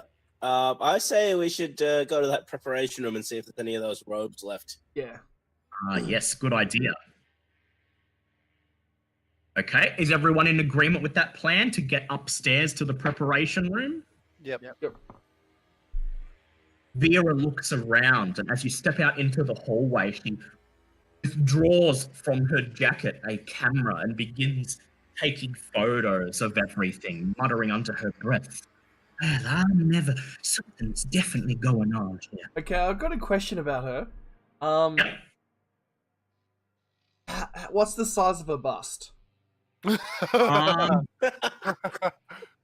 I don't know. Let's see. We'll go 12D off the top of my head. Okay, only reason I'm asking because they don't allow women. If we disguise her, there might be something Yes. giving her off, Point. and I was gonna see, like, depending on the size, if we could tape them. Maybe we shall see when you get upstairs. You all begin to lead Vera down the hallway through the empty lounge. You quickly look at the bar as you pass and find no one within, and move through the dining room towards the stairs leading up to the second floor. I'd like everyone to make stealth checks, please. Can I push that? Yes. 8. Oh wow, good one. That is a 16. Yes, 16. That's a fail. Fail. That's okay. It's still one fail. It's a group roll. Pass. Yep, that's definitely going to be a passed group roll.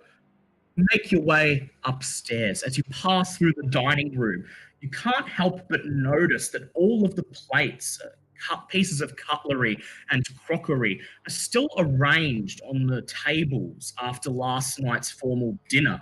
It appears that the servants were also sent home and nobody has had the time to remove them. Indeed, at the head table, the small silver stew bowl containing cold stew and the human femur poking out of it is still there. You see Vera's lips curl as she pulls out her camera, quickly sneaks over to it, and begins to take a photograph. Do you wish to stop her, or you let her? Yes, we'll stop her. She turns to you and she says, "Wow, it's a bone in a plate of stew. I've got to take photos of all this stuff so we can put it in the story." My dear, I don't think that... Sorry. I don't think you realize that this is a dark area. No one's meant to be here, and your flash might alert someone. Make an intimidate check, Yeah, that was what I said please. earlier about cameras not being too stealthy back then. Can I push that? Yes. Okay, that is a 6. So that is an extreme pass. She looks at you and she looks at you and she places her hands on her hips. She looks at you, places her hands on her hips, and says, "Well, fine." And then she starts to pout. Ooh. Yes, quite Climb up. intimidated. Brr. You climb up the stairs to the second floor and you reach the landing. And to the right, there is the archway that leads out into the meeting room. You stop in front of it and you quickly peek out into the meeting room and you see a couple of white-robed members seated in rows talking amongst one another. If you are to sneak past, and get to the preparation room, you'll need checks. Anyone who'd like to eavesdrop on their... You need stealth checks to sneak past them. Anyone who'd like to eavesdrop on their conversation may attempt a listen check. I'll try one of them, since I think I have listened on that. Alright. And I think, well, that's if our dear professor wants to use his stealth machine to get some of the ropes for us. Yes, he may do that. There's a chance that the hall is abandoned, so there is a reasonable chance that they may hear you walking past. It's okay. Waldo and Keith want to do listen checks, so go ahead. Yeah, I failed mine. Okay, we'll see if Waldo can pass his. I think he passed his. He rolled a 25. Yeah, he did actually. Waldo passed his. So Waldo stops and places his ear up against the corner of the arch. And Waldo, you hear the two members discussing something. One of them says, "Look, last thing we need is word getting out of what happened here last night. You remember those journalists descending on this place a few weeks ago? Oh, yeah, I certainly do. Telling us that secret goings-on the third floor in the basement." The other guy says, "Basement? Yeah, I didn't even know this place had a basement. The third floor, though, well, didn't you hear? I asked I asked the noble philosopher about that once. Yeah, I asked Max. And what did he say? Same thing I expect he told you. Third floor's not moment. And until the lodge grows and gets more members, there ain't no reason to go up there." The other master shrugs and he says, sounds fair enough to me.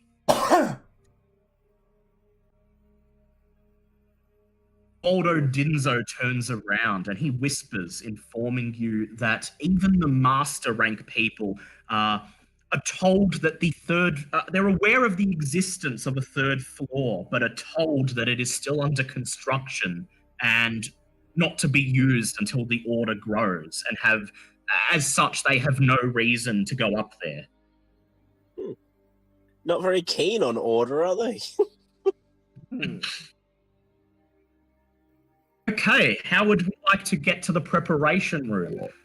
You don't all have to make it. One of you could just sneak across, grab the robes, and come back out. Okay. It's all up to you, Professor, if you want to use your device. Would you like to use your device for this? It's not far, everyone. It's only about 20 feet away, but you have to cross over a wide open archway into the meeting hall where you may be heard or seen to get to it. Okay. Yes, I will use my stealth device for this operation. No, you can't shorten the distance with your tripod. It's okay. Jesus Christ. Okay. Wilbur, describe how your stealth device works. There's no need, M1. You can save the tripod for a more useful situation. You see me do a little bit of preparation, and then I hold up this thing. So when I pull the it's basically it looks like a rigged up umbrella, and when I pull it, a basically like a ring of muslin comes down around me, so it looks like a tube around me. However, it's painted very carefully with a sort of a neutral color that kind of works the same way as like ship camouflage works. It's sort of that neutral color kind of looks like hard to see if you're looking from a distance, and I just basically run across while using that. Yep. Okay, so while it's activated, you sprint across the hall and into the preparation room.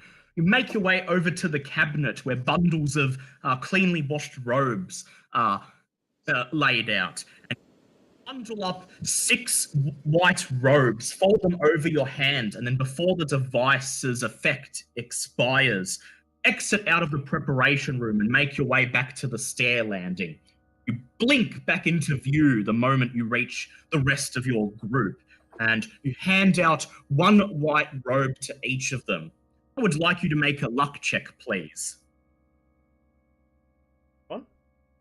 No, just Wilbur. Okay. Yeah, nah. You grab you grab the robes and quickly put them on, and they're a little, in some cases they're a little bit too tight, in other cases they're a little bit too loose, but they fit you well enough. All right. Except for... You might want to give the loose one to there. Vera? Yeah. Yes, I was going to say, as you turn and look at Vera, you see that she is wearing perhaps one of the looser robes. However, you could still just make out the bulge of her breasts underneath. Mm. I'm just also imagining, like, remember that scene in Pink Panther, Dale, where like the Steve Martin one where they're flipping across the Yeah. Yes. Yeah. God, that movie She sees you sucked. staring at it. She sees your eyes on her chest and she frowns and she says, "Well, that's unprofessional." Well, my dear, I'm only looking, because they said, there's no ladies around here, have to try to think of what to do to conceal your jubblies. She looks at you and she blushes, and then she takes a deep breath and tries to suck them in, but it's not enough. And she looks at you and she says, "Well, what exactly are you implying? What are you suggesting?" Perhaps I could invent something. Yes, the hand. Actually, couldn't you just like wrap them? Yeah, that's what I was trying. Like if we could all go in there, like maybe some duct tape or something, tape them down. I think they had tape in the Duct tape for wrapping is not ideal. And I think she could just cross her arms and conceal them. that Her would eyes- Can you imagine having layers of duct tape ripped off the nipples? Yeah. Her eyes widen as you explain this plan, and then she folds her arms in front of her chest, and she says, "Well, you are not going to sit there wrapping my chest in duct tape." Why don't you just bandage then instead? Someone is going to have to persuade her. He's not looking particularly happy I'm about like this, the least persuasive person here. right? Well, my dear, the more concealed we can be, the more chances we are of being able to get your story in the long run. And you are clearly a woman of many hidden talents. Make a Can we not persuade sexually harass our employer, please? make a persuade check, please, Edward. Technically, she's not employing us; she's just soliciting us. Oh, Yes. that's even worse. Not Oh, that's a Ooh. hard. clients then. That's a hard. Oh, She oh, pouts why once are you again. talking to her and getting a hard? Come on, professional. Well, She you know what pouts. they say. She pouts once again and she says, "Well, fine. But I want the gentleman to do it." She looks at Edward. What do you Well- say, Edward? I will make sure the captain is far, far away from you during this process. The Yeah, two of you walk says to the Mister. preparation. I want a private boat tour. Couldn't just let her do it herself. You lead her to the preparation room. She looks at you each in turn and then opens the door and shuts it behind you. Edward stands in front of it, his arms crossed, and he just waits. Inside, you hear her groaning and breathing and huffing and puffing as she sets to work, followed by the click and whir of a camera several times. Oh my god. Well, while this is happening, I'm just like absentmindedly like jotting down a blueprint for an instant chest wrapper. I would like Keith to please make a luck check with advantage. Okay. I'm just happy it's not me this week. 8. Oh, nice. Good. A few minutes later, there's a knock on the preparation room door, and you step aside, and Vera comes out again. Her chest now much flatter. Aside from her short stature and her general body shape, she could pass for a man at a distance. You just hope that nobody comes close enough to see her face. Very good. Where would you like to go now? You can head to the basement. Is she wearing a hat or? She's not, but her red hair is visible. Her red hair is just visible under the hood, and anyone who looks close enough will recognize that that's a female face. Okay. So you can head down into the basement, or while you're here, you can search the meeting room and the library and see if you can find the entrance to this third floor that supposedly exists. Alright, Gain, it's time we split up. Let's split up and search for clues. You Let's sure? reconvene at the back door in 10 minutes. I feel like this is a terrible idea. I think we should move to the library first. All right. My language there, Captain. Yep, you're going to search for the third floor. Okay. You look at each other, silently agreeing on your plan, and then you step into the meeting room. The moment you do, one of the two masters stands up and looks at you, and he says, looks like we're not alone tonight after all. The other master frowns, and he says, I weren't told anyone else would be coming here tonight. You guys persuade a fast talk. Wait, who are they actually looking at? Us. They're just looking at you in Oh. general. You're in the entrance of the room. They're not close enough to see anyone's face. Okay. Onto your horse. Yes, well, they didn't exactly feel inclined to tell us that we'd be working either, so. Make a persuade check, please. 17. Oh, damn. The master shrugs and he says, well, right then. You know, that'd be just like Max, I swear. He's got that mustache and acts like he was in the military, but he's so disorganized. His companion nods in agreement. He says, well, tell you what, we'll hang out in the bar downstairs. You know, keep an eye on the front entrance in case anyone turns up. You guys have got upstairs. Oh, and by the way, Max said he wants all the books in the library cataloged by tomorrow morning. So please, when you have a spare moment, they both nod to you and begin walking towards you, passing you as they leave the room. Do you all hide? Yeah, I just nonchalantly stand in front of Yeah, Vera. Meanwhile, I would like Keith to please make a luck check. No, failed. Fail. As they walk past you, one of the masters looks, and at first he sees nothing, but then he frowns and he stops. He begins scratching his chin and he says, "Hey, I haven't seen you guys around here before." His companion stops and he takes a look and he says, "Yeah, you're right. You're right, Ed." Yeah. These people. Sorry, God. He says, "I ain't seen these guys around before. He says, was going to ask if you're new, but you're wearing master robes. One of the masters folds his arms and he says, okay, you want to explain what's going on, or should I call Max?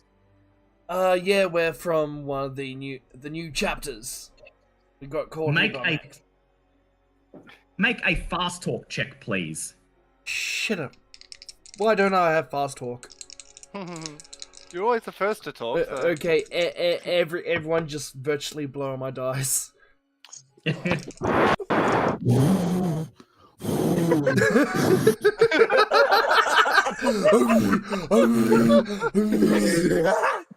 Okay, and that surprising enough, that actually worked. That's an 8.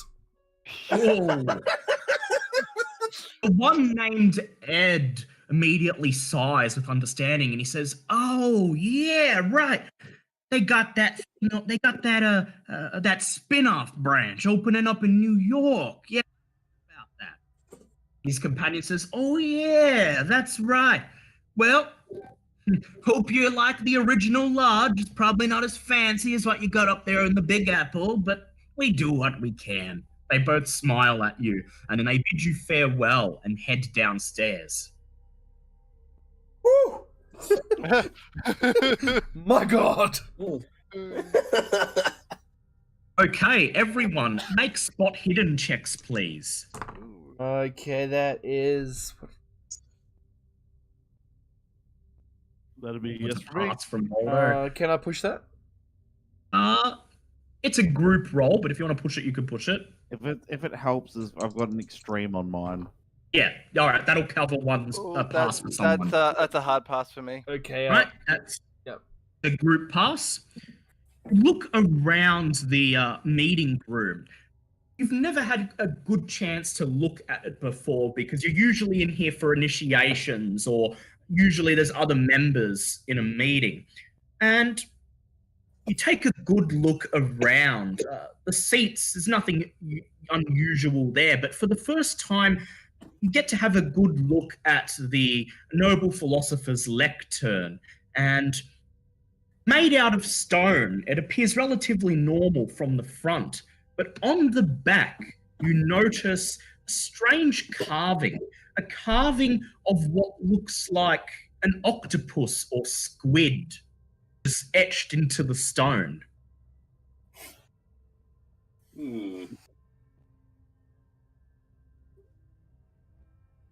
look closer and you see that the octopus is engraved into the stone, except it's no octopus. It has more than 8 legs. It seems to have numerous tentacles, and you notice at the bottom there is a carving of what appears to be a human being, although he is minuscule in comparison to this gigantic sea creature. So some kind of hydra. The creature's head appears to have a small joint at the bottom of it, indicating that you can pull it out. Who wants to volunteer? I was going to say, can I do a check to see if, like, because I've got a cult, would I recognize this from any of my studies, or? Yes. Yeah, go ahead.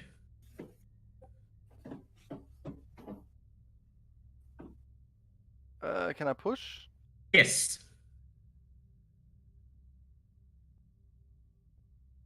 I'm going to. Can I spend 6 luck to? Yes.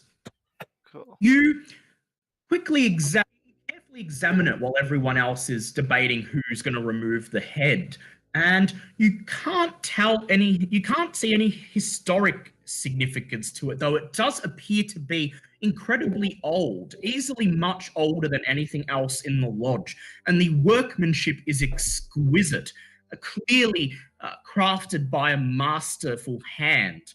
You notice a small carving under the top lip of the lectern that you didn't notice before. It's in Arabic. Make an Arabic check, please, Smithy.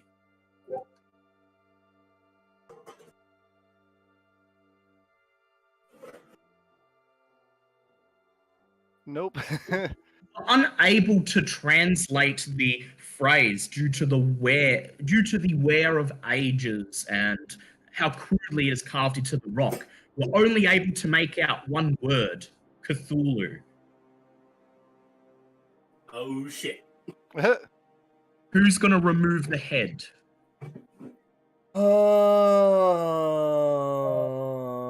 Not it. Yeah, I will. All right. You reach forward and you grab the head and you pull it. There's a click, but nothing else happens. And you discover a secret compartment inside the lectern. There is nothing in there save for an iron ring with several keys on it. Oh, okay, very well. Oh, that hubble for nothing. I take the ring. I take the it. Now that you are here behind the lectern... Oh, actually, first, Yep. I want to put the put it back so it looks like I touched it. Very well. Make a luck check, please, as you place it back where it... That is a 40. That's a pass. Yep. Place the head back into the secret compartment. You all gather around the lectern, wondering what to do next and feeling slightly unsettled by the strange carving. Then you remember the floor-to-ceiling scarlet curtain behind the lectern. You've never had a chance to see if there is indeed anything behind it. Would you like to try and pull it aside or try to get underneath?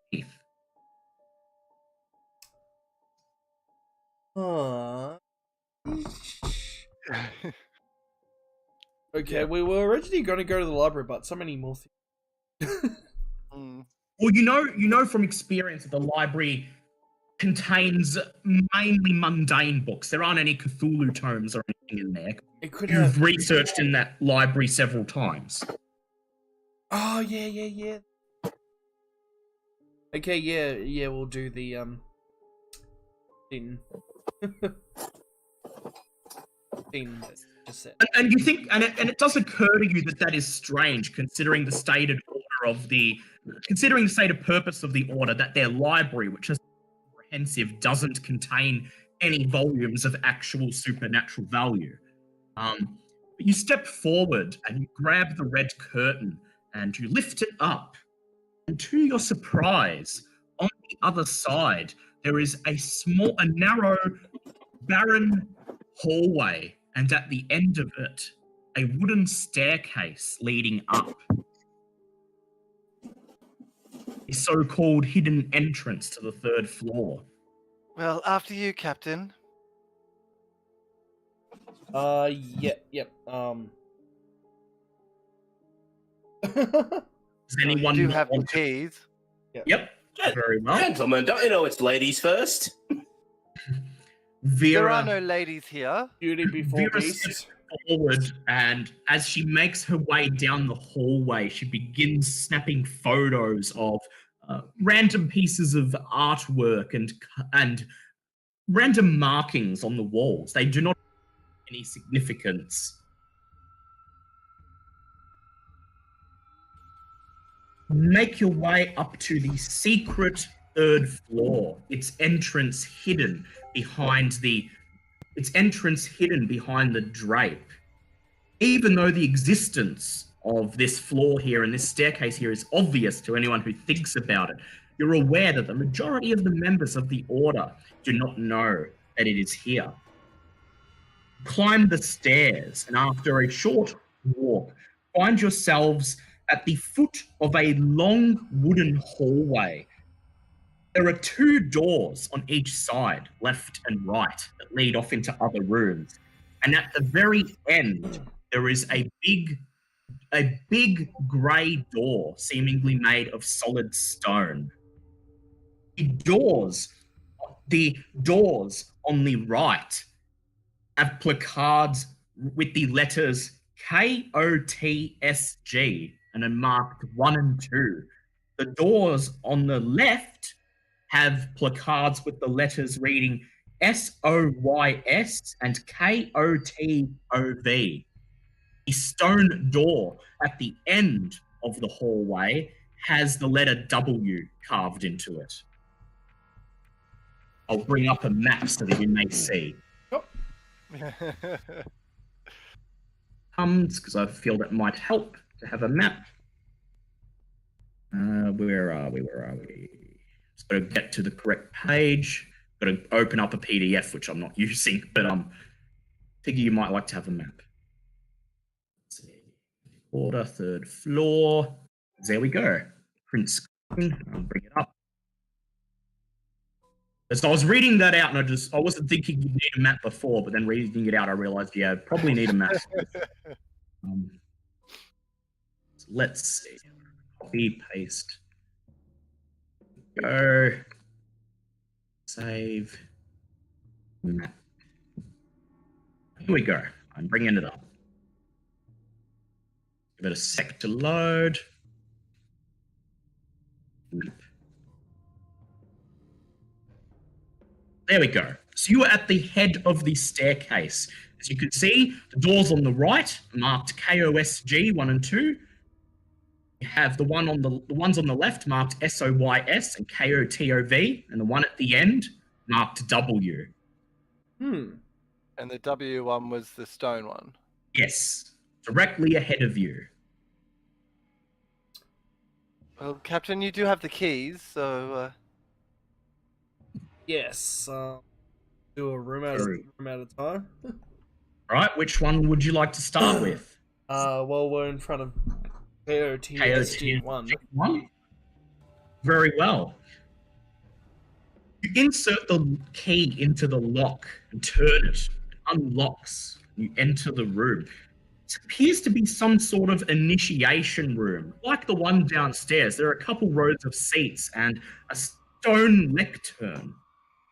As you enter, a carving on the wall behind you reveals what the letters stand for. Rank 4, Keeper of the Silver Gate. The room is... I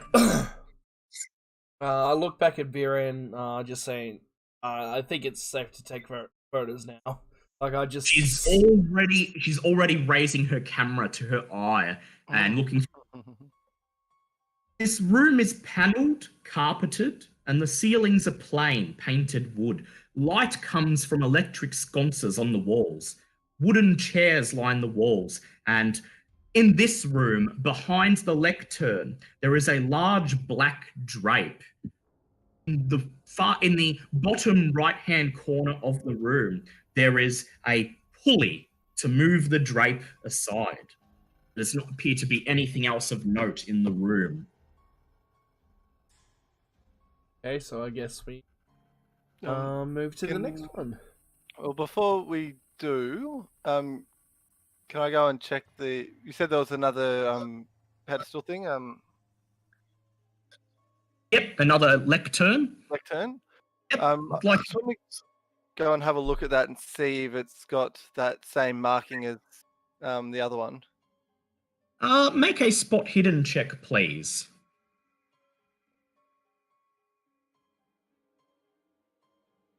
That is a hard pass. This lectern doesn't appear to have any strange markings on it. It's solid stone, and there are no secret compartments either. The only thing of note appears to be a pulley of golden rope hanging down beside it, ostensibly to move apart the black drape that covers the wall behind you.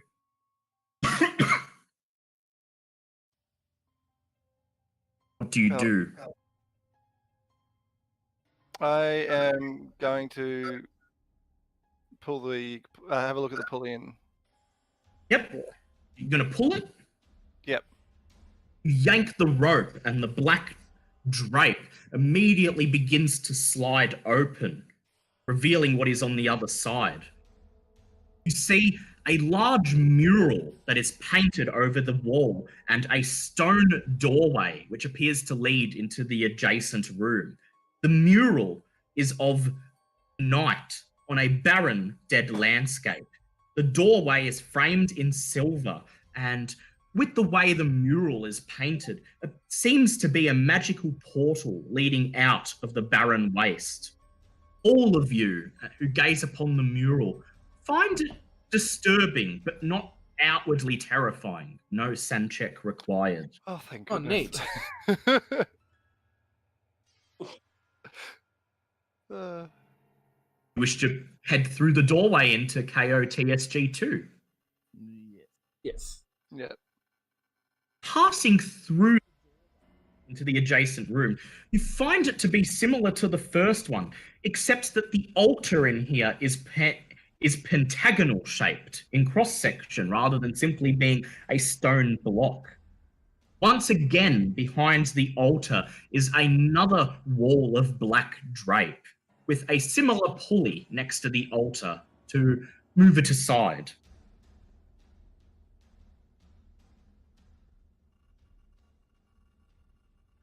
Well, do we check behind this curtain as well? I think so. And behind curtain number 2. Right? You grab the rope and yank it down. Drape shifts out of the way, and the mural behind here is different. This one shows an apparently normal landscape with hills, valleys, trees, a small stream, etc. A silhouetted human figure in the foreground faces away from you.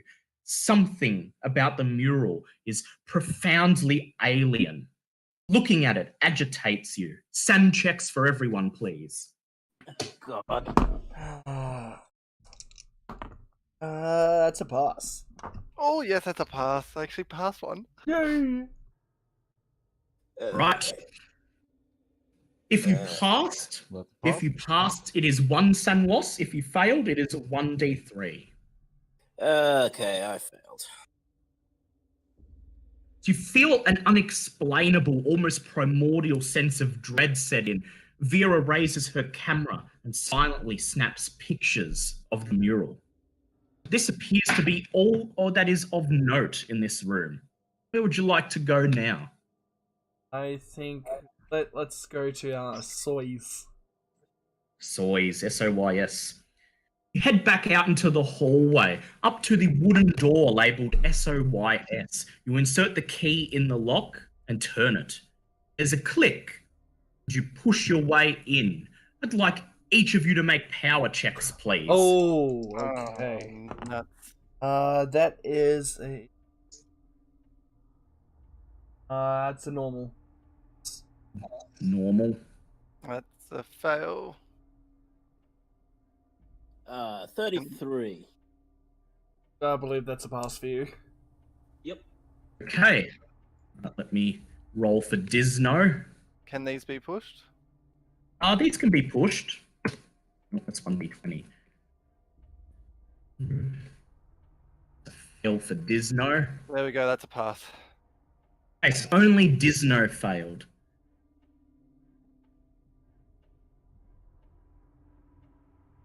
Just getting M1 to come, so I'm just letting him know that he's in danger now. I mean, oh no. Okay. Okay. As you enter, you feel a strange feeling cross over you, almost as if you're being watched by something invisible, but you quickly brush it away. Vera looks at you, her lip curled in a strange, concerned look, but then she pulls out her camera and continues taking photos. Waldo Disno follows behind you. How dark is the room? You can see inside it. Okay, cool. Looking considerably disturbed. Okay. You enter this room, and on the wall behind you, you see a label reading Rank 5, Son of Yog-Sothoth. There is no altar in this room. The floor is carpeted, the walls are panelled, and the drapes are scarlet. The only thing of note is the large scarlet drape along the left wall, once again with a pulley in the corner of the room to move it aside. There is no altar and, strangely, no seats anywhere in the room. It's a big open square room with seemingly nothing in it. Well, I do see that there's 2 curtains. Oh yes, there is. One on the left and one on the right. You may... I would like to... Wait, no, on the left. All right. Left. Walk up to the rope dangling on the left and you pull it. And the drape on the left swings aside, revealing on the other side a plain wooden door, a plain wooden wall. Set into it is a doorway leading into the adjacent room. A placard reads library. Ooh. I'd like to go inside there. All right. Once again, Vera's taking photos. I think Wilbur's excited to head into the library. Well, Edward is. You push your way into the library. It is dimly lit by an electric lamp burning away on a stone table in one of the corners. This library is nowhere near as lavish or well stocked as the public one downstairs that you have been in several times during your time with the Order. In fact, there is only one large wooden bookshelf against the back wall. Most of the books appear to be on various supernatural topics, although a couple of them have no titles on the spine. Welcome back, M1. Shit's about to hit the fan. Just try to stay with us as long as you can. I'd like to with Edward's help peruse through the books. It's the library. Yep. All right. I would like Edward to please make a library use check with advantage, please, as Christopher is helping.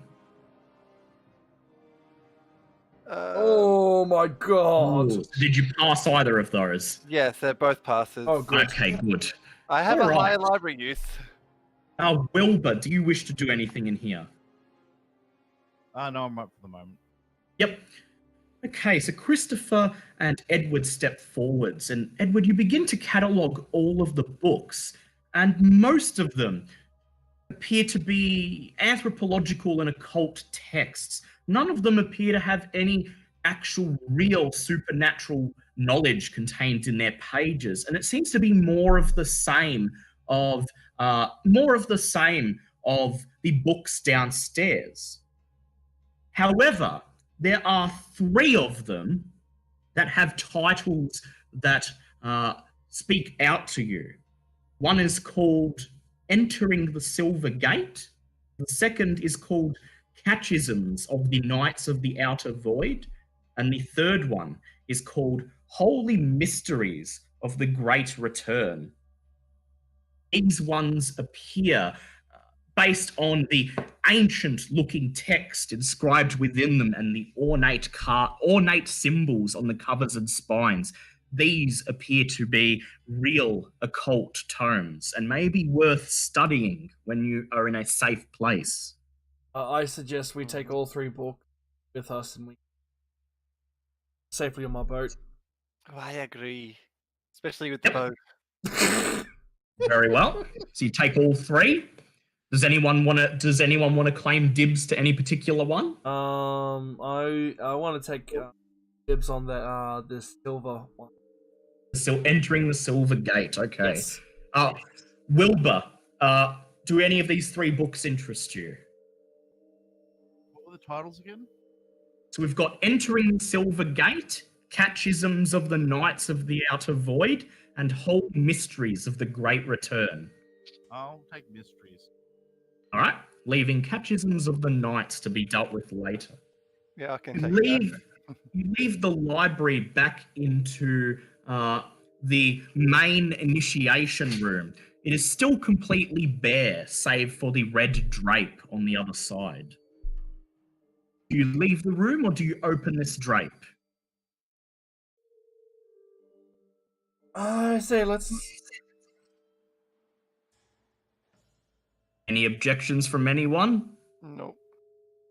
As you're about to leave, you notice Vera move towards the pulley, her camera held up against her face, and she says, "It can't walk. Can't we have to get pictures of whatever's underneath here?" Yeah, I immediately just stop her and just yank her out of the room. Saying there's no time. You grab her and she reaches out and she looks at Waldo Disno as you pull her out of the room and says, "Surely you understand, Mr. Disno?" We need to go. Yes. So let's. She Yeah, pouts. we're dealing with potentially immortal murderers, so the less time we're here, the better. She pouts. Is there any chance for us to leave her behind? No. Oh. She's your employer. Wow. She pouts as Disno tells her it's time to get going. And M1, you're coming in really clear. Yeah. And you exit back out into the hallway with her still pouting. There are 2 rooms left, the one marked W and the one marked Kotov. Yeah, let's go to Kotov. W for last something. Well, it's the only different one, so. You move up to the last door on the left. You insert the key and unlock it. You step inside and you see engraved on the wall opposite you a phrase: Rank 6, Keeper of the Silver Gate. This room, Keeper of the Outer Void. This room has a bare wood floor, stark white walls, a black ceiling, and is lit by bare electric bulbs in wall sconces. The altar, metal cylinder 2.5 feet high. When the white linen curtain blows as if in an invisible wind in front of you, you feel a tiny spasm once again that you are being watched, but it passes within a second. Is there anything you wish to do in here? Is the we've already looked at the altar. You haven't looked at it in detail. You've just had a brief look at it. Okay, yeah, I would like to, because this is a level 6, so I'd like to have a look at the altar. Say the same thing. The altar. Yep. All right. I would like you to please make spot hidden checks. That is a 5. And that is a fail on my part. Walk up to the altar, a large metallic cylinder, and it appears to be smooth with no markings, but then you run your hand across it and you find a little indentation on the top which you can lift up. You lift it up and inside there is a paper scroll. Who would like to read it? I will paper scroll.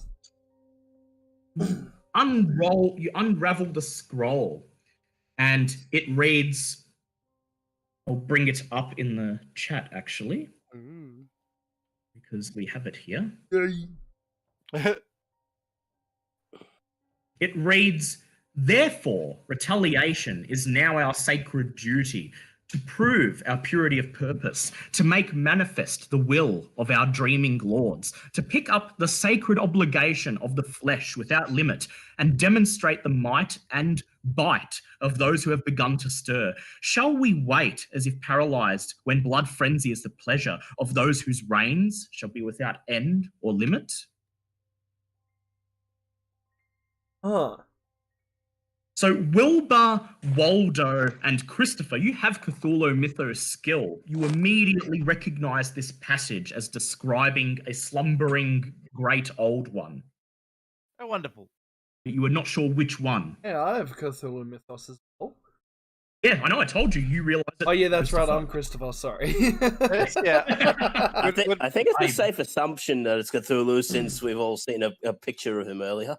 It would Yes. buy 5. Yeah, Mythos. yeah, well, Oh yeah, you recognize it too, yes. well, Keith, in this you really can't be too sure. Yeah. In Lots the of things it in could the be. Gangsters and Ghoulies campaign, we first encountered Nyarlathotep. Nyarlathotep and Yog-Sothoth. it was Azathoth who ended up baddie. Oh, okay. You notice Vera once again making her way towards the rope pulley. Just stop. Just I stare. just walk to the door.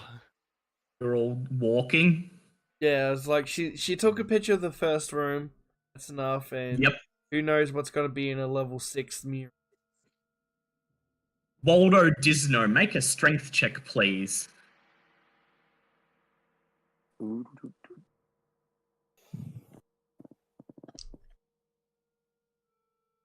Ooh.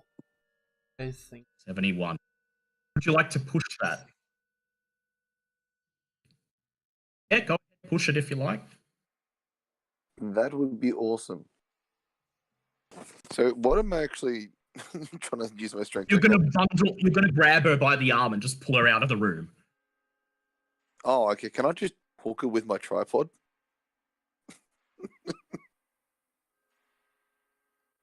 Oh shit! And so Do I'm you trying want to type it do in. that?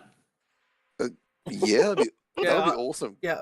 My multi Just- tool. Just do your Alright. strength check first. Oh god, no.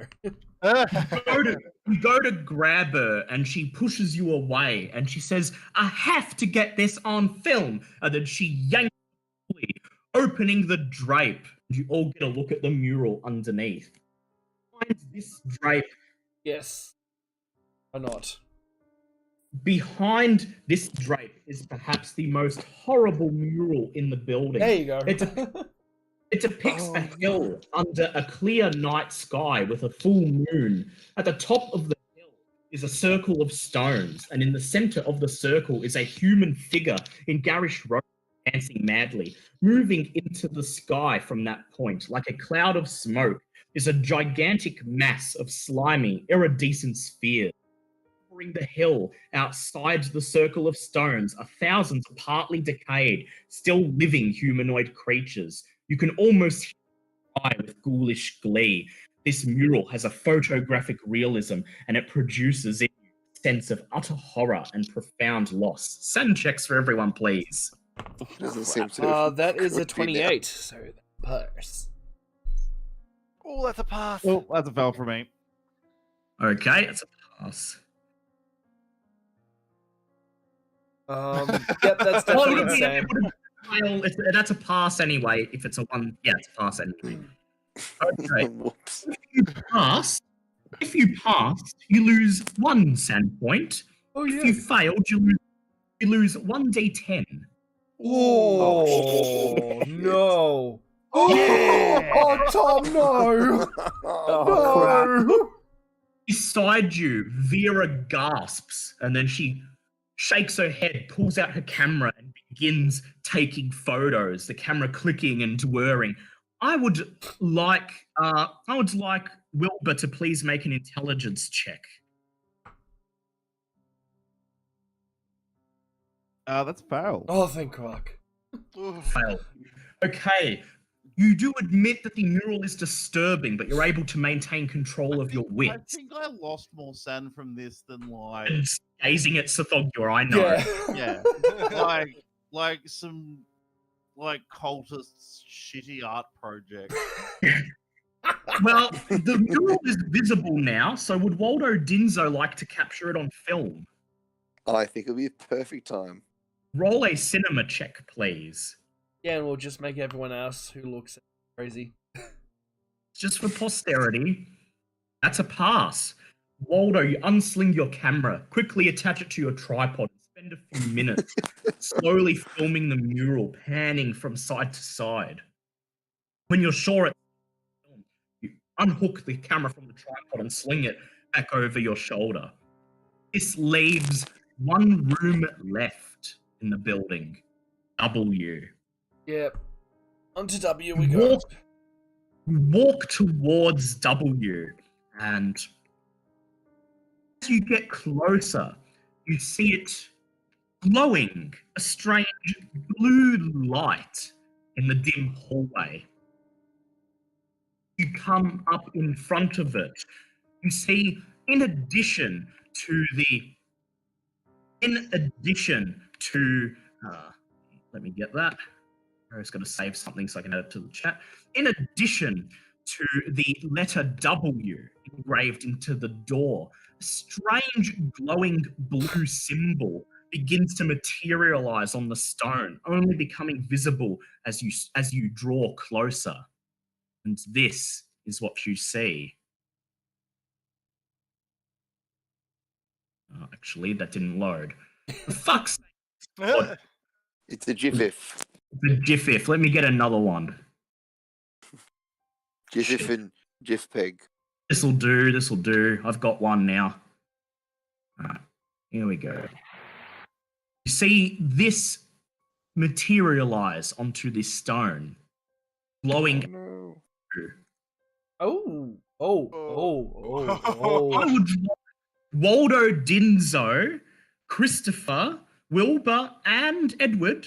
Please make Cthulhu Mythos checks. Okay, that is Was a that editing text, did you say? Cthulhu Cthulhu Mythos. Mythos check. And that's a 10, so that's a pass for me. A fail for me. 50, I think that's a fail. Yep, that's okay. It's a pass for me. Christopher and Wilbur, you recognize this symbol. It is what they call an elder sign, intended to ward away evil. Fundibar. Out and push open the door. Yep. Inside, you see carved into the door, on the inside of the door frame, the word wizard. This room is restricted specifically to John Scott. The door bears an elder sign inset in gold on the inside, also glowing blue. Inside, the most remarkable feature of the room is its lack of sharp corners. All the corners of the room are rounded and smoothed out with plaster. The bare wood. Yep. Yeah, no, I know. Yeah. Yeah. The bare wood floor bears the smudges of many chalk signs that have been drawn and erased. And yet, there is nothing in this room. Pet doggies. Did you say that there was an elder sign just hanging on the inside of the door, or was it like attached? Like Side and one set in the inlay of the door on the inside, and the room has no sharpened edges. Everything is rounded off for some reason. Hey? Page in my book. In fact, you may make Cthulhu Mythos checks. Oh, good. Crap. No, nope. That's a pass for me. The rounded edges tell you that this room is designed to be a safe haven from something that can access other parts of the lodge. Oh, good. I know. God damn it. Yeah, Tom knows what it is out of character. Oh, Yeah. good. Something to do What with would you like to? something to do what would with the you- dog, I'm guessing. What would you like to do?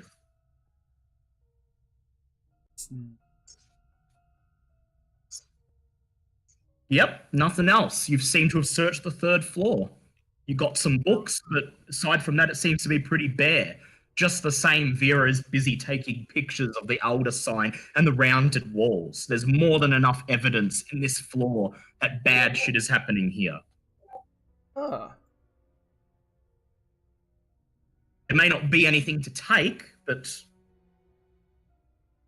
So did we get told that this was a safe room? Yes. you tell, yes. Whilst we're in here, can I pull out the book and just have a quick glance at it?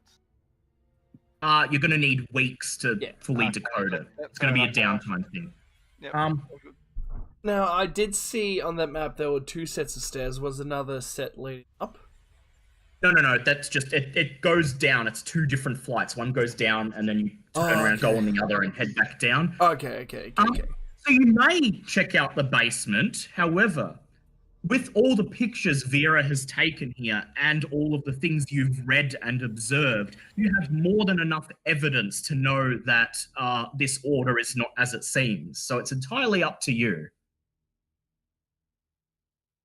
Has there anyone got anything that we can do Operation Fire? I do. Nope. I've got my. It's the flamethrower. He does yeah, have the you flame. do I too. do have a flamethrower, yes, but I don't know.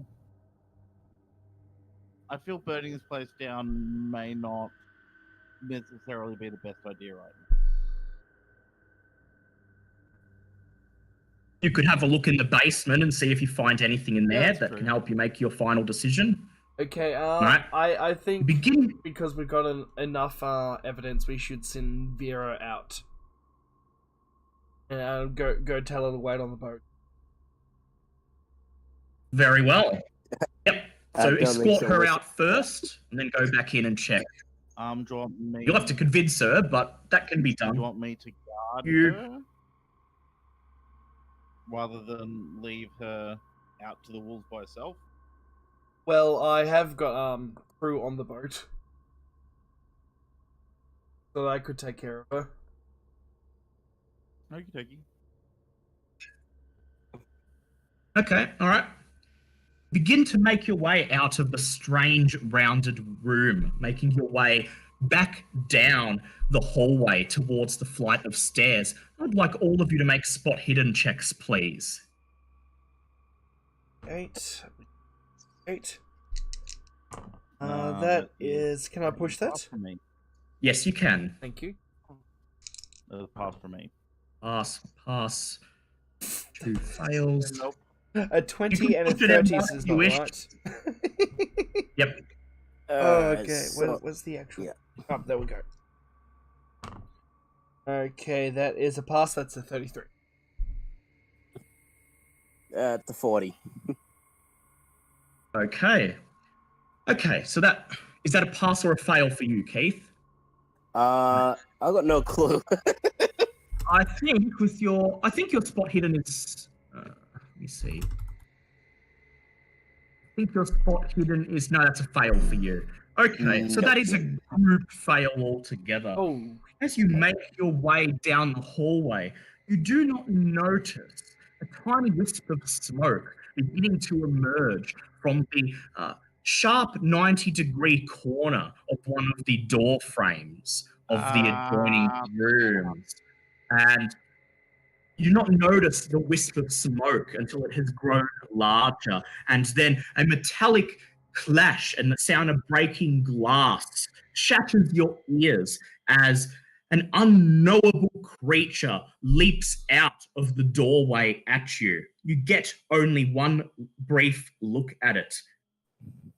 It does not look like any living creature you have seen. It appears to be some form of alien terror, razor-sharp teeth and claws, burning eyes, and pulsated blue-tinged skin, vaguely in the shape of a four-legged animal, but comprised almost entirely of sharp, geometric angles. Because you didn't see it coming, it gets to go first. It leaps out, and the person who it goes after first is Waldo Dinzo, who failed his power check before. oh no! Oh, that's right. Yeah, he did too. Waldo Dinzo, please make a fighting brawl or dodge check, whichever one you like.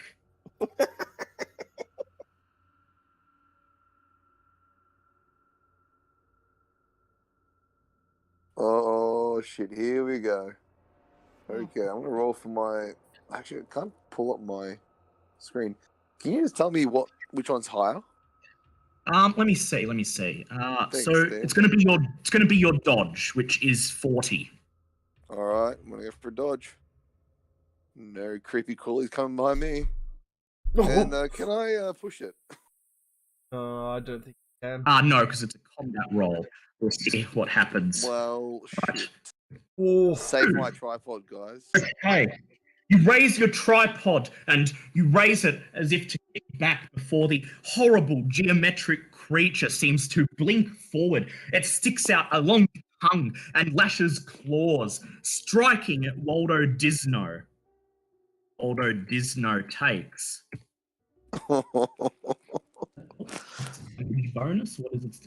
Okay, so that's the words bonus doesn't ring very well. 3d6. Oh no! 14 points of damage, which I believe kills Waldo, instantly tearing him to shreds, reducing Waldo's body into a shower of blood, gore, and pieces Never of made that hit flesh. movie.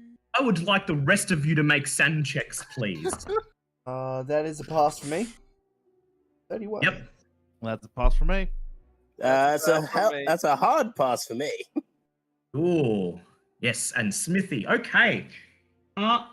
If you passed, you lose 1d3, and if you failed, you will lose 1d10.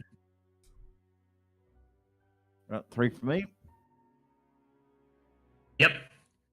His tripod with the rifle still attached in its leg clatters harmlessly to the ground, covered in blood. Ooh, Smithy, make an intelligence check, please. Oh no! Oh no! Oh yeah! Oh no! Oh, okay. First of all, as Waldo Dinzo is torn to shreds, Vera opens her mouth in a blood-curdling scream and then sinks to the floor unconscious in a dead faint. Edward follows up her scream as soon as it ends with one of his own, grabbing and rushing towards the terrifying creature. Make a fighting brawl check, please. God damn it!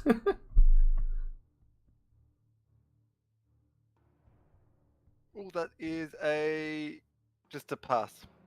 Just a pass, okay. Still good roll. Close.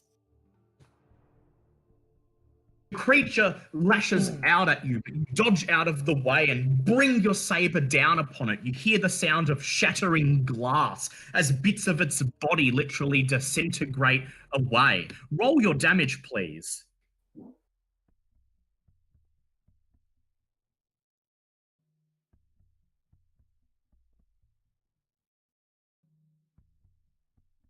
Four. Do you have a damage? Do you have a... No damage bonus. Oh, 4 is fine. Okay. As you draw your sword away, one of the random geometric shards lashes out and slashes your arm, dealing to you 3 points of damage. You begin bleeding profusely. Okay. Wilbur, it is your turn. All right. I would like to. I'll load an acid round for the moment, and I'll see what effect this has on it. I'll take a. All right. Make a firearms check, please. Oh, it's a miss. You fire an acid round. The creature blinks and then appears about half a meter away as the acid round slams into the wall and begins melting the wallpaper. Okay, Christopher, Not it's the your artwork. turn. I would like to cast Ooh, good choice. Okay, spend your 2 magic points. There is no sanity cost. As you raise your hands towards the creature, and a cloud of impenetrable mist begins to fill the hallway. It's hard for either of you to see, but it should be enough cover to run away. Okay, it is Keith's turn. What would you like to do? Up the girl, run! You took the words right out of my mouth. Okay, I would like you to make a strength check, please. Okay. Hang on. I can't push that, can I? No, you can't. Crap. 44. That's okay. You're able to lift her up and sling her over your shoulder, but you worn down by her weight, and so you're going to suffer a penalty in a moment. Okay, Yeah, by her, everyone. yeah, I'll get a slap from her telling her that she's heavy. I would like everyone except for Keith to make a dex check, please. That's a critical path from me. Hang on, which one's mine? Is mine the first one or the second one? Yours is the second one. Yours is the yeah. Oh, okay, because on my one I went first. So. Well, Yep, on that's mine, I've okay. got- That is a pass for me. That's a I 56. failed Right. then. That's a fail, no pushing. Okay, now I would like Keith to please make a dex check with disadvantage, which is you roll 2, take whatever's highest. Yep. All right. 65. 65. That's going to be, I believe, just a pass for you. Ooh. Okay, so you've somehow passed. Okay, I would like Edward to make either a fighting brawl or a dodge check, please. Maybe that's right, because you're still insane and countering it.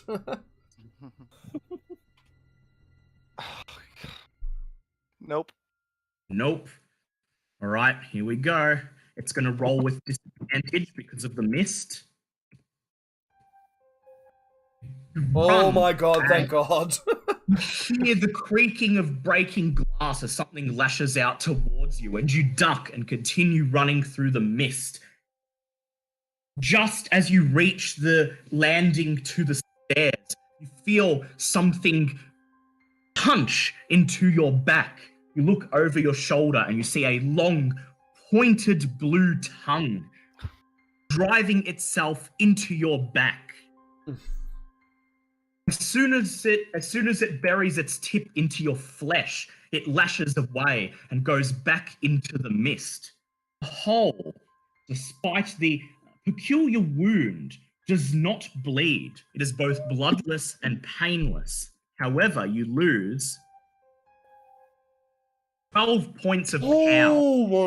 12 points of power. Okay. Yep. I was going to say. Okay.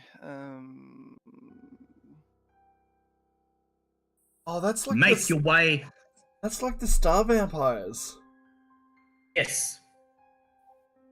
A little bit battered, you make your way downstairs and burst through the scarlet curtain back into the meeting room, bloodied and with Waldo gone, but you seem to be safe for now. The Hound of the Tinderlos will only go after a chosen target. It will only attack anyone who gets in the way. Provided you do not go back up there, you should be safe. Its target has already been killed. Its target was Disno? Because he failed his power. Oh, yeah, that's right. Oh, gee. So if he succeeded in his power, it wouldn't have arrived. It will have, but then it would have had to choose a target at random. Can I... Or, wait, so who's injured? Me. Yeah. Alright, can I use, first aid kit on, I keep going to say Waldo, no, on Yep, Edward. that'll add 20% to your roll if you use the first aid kit. Yep. That is a 3. Oh, no, sorry, not 3, that's a 4. So that's a, critical. All right. Your major wound is fixed, and you gain 1d3 HP. Oh, Edward. welcome in. Yeah. 3. You're back at full health. Okay. Oh, welcome. You take stock of your situation as you finish bandaging Edward's wound. Waldo Disno is dead. You have been attacked by an otherworldly creature in the lodge. You have 3 books and plenty of pictures, and Vera currently lies unconscious, slung over Harvey's shoulder. What would you like to do now? Get the fuck out of there. Yep. So Yeah, you'd like to... So fuck the basement, you're going to burn the lodge down? Yeah, I think it's time we legged it. Well, I don't even think we need it. Yeah, one of us is already at disadvantage carrying Vera, so I think we should go while we've got what we need. Yeah, no. I would like you all to quickly make intelligence. Wait. What are you saying, Tom? Should probably burn the place down, considering we've left evidence in the form of one of our dismembered compatriots. Yeah. Yeah. Although Waldo's- he's pretty much Pieces of paced water. now, so I don't think anybody will be. He is.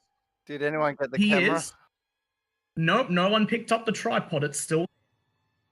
Yeah. Crud. Well, we still Alright. have what Although could he go can up- steal that, so I don't think anyone would. Well, except for the servant. You could go back upstairs to get his tripod. Fuck that. Yeah, nope. I've already had my brush in with it. yeah, we still have what Vera took. Yeah, you do. So, what is your plan? Operation Firestorm. All right. Once we're out of the building this time. We know Wilbur has some. We know Wilbur has a flamethrower, but perhaps searching the building for any more flammables might be in order. Yeah, search The bar. the kitchen and To the the- bar. To the bar. Flaming spirits. Yeah, that's right. We want 'cause they the have Aristotle moonshine. of the most Mate, ping what's pong the- tiddly in the whole nuclear sub. Yeah, they have That's a moonshine. good idea. Are accessible from the outside, like through a window? No, unfortunately. You have to go through the first floor to get to it. You are still dressed as masters, however, keep in mind that you are covered in bits of blood and glass and carrying an unconscious woman around.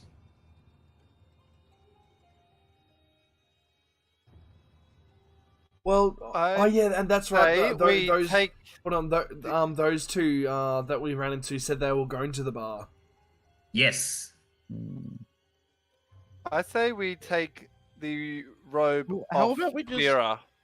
How about we You could just just go kill them. retrieve? How about we just go retrieve the tripod and then get the fuck out? I'm not going back upstairs. I've had my brushing. Yeah, you could. If you retrieve the tripod, there would be no evidence aside from those two guys who briefly saw you, and their descriptions might not be 100% accurate. But to go upstairs and get the tripod, you stand a chance of being attacked once again by the Hound.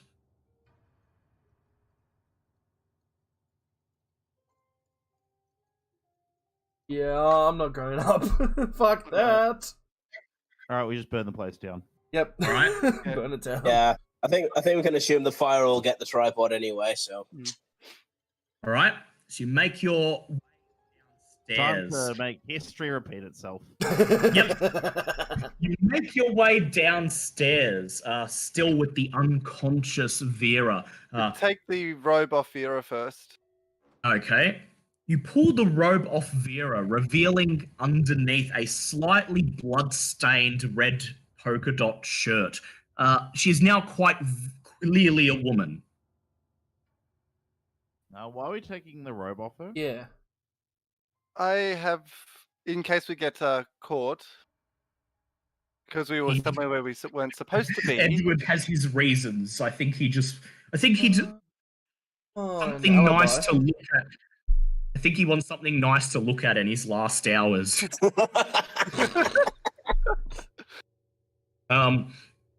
Very well. So, you're just gonna head downstairs, head into the bar, and confront the two men there?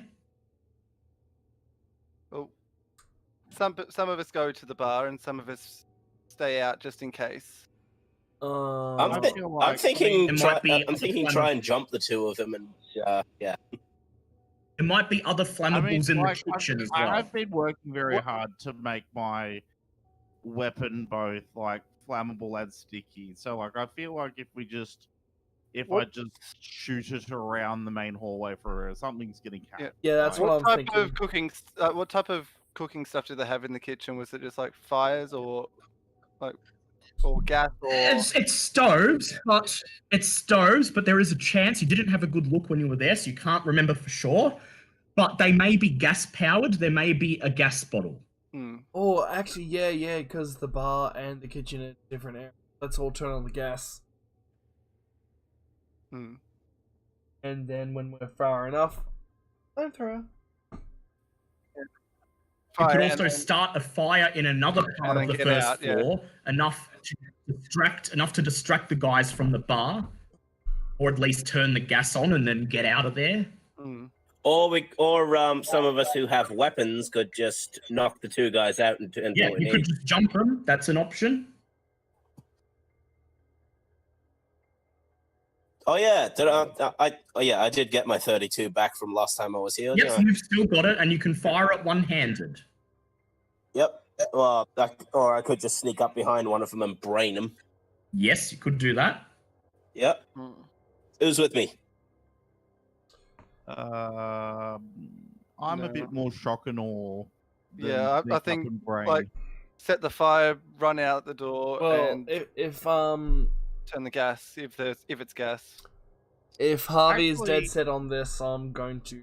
Actually, can I just see if Each of us is carrying something that would hurt if hit with it. So Yeah. Hey, Dale, can I use my mechanical repair to work out if this house has a gas line?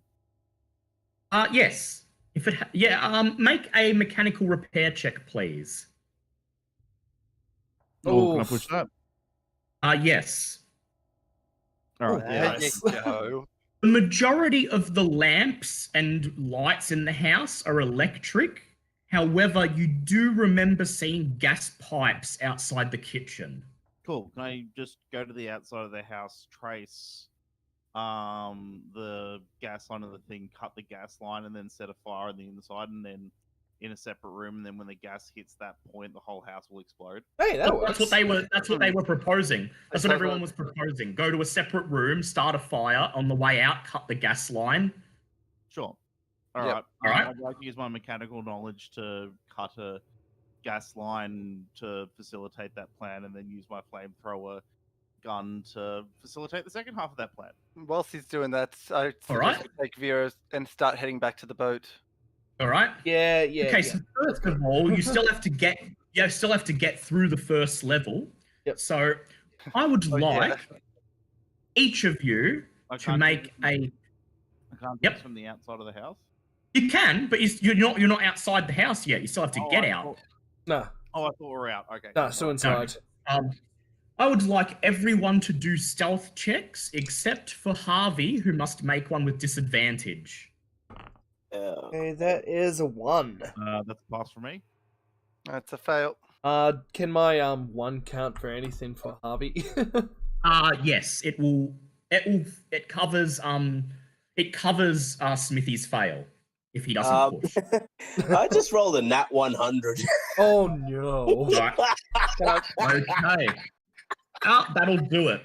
You make your way downstairs through the dining room, begin making your way through the lounge. You're quiet, you're nearly there, you're about to emerge from the hallway that leads to the kitchen. But Harvey, with Vera slung over your shoulder, you don't have much of a bearing on where you're going, and forward, accidentally knocking one of the wooden tables. The electric lamp on it tumbles over. It falls onto the ground and smashes with a loud crash. Immediately, you hear someone in the bar adjacent shout, "What the hell?" And then, before you have a chance to react, the 2 white-robed cult members emerge in the lounge, staring at you. They Okay. immediately see you covered in blood and glass, and one of you with an unconscious woman over your shoulder. You have approximately 5 seconds to try to explain yourself. Okay. So I heard a noise coming up from upstairs. We found this woman who she was unconscious, and there was blood all over the place.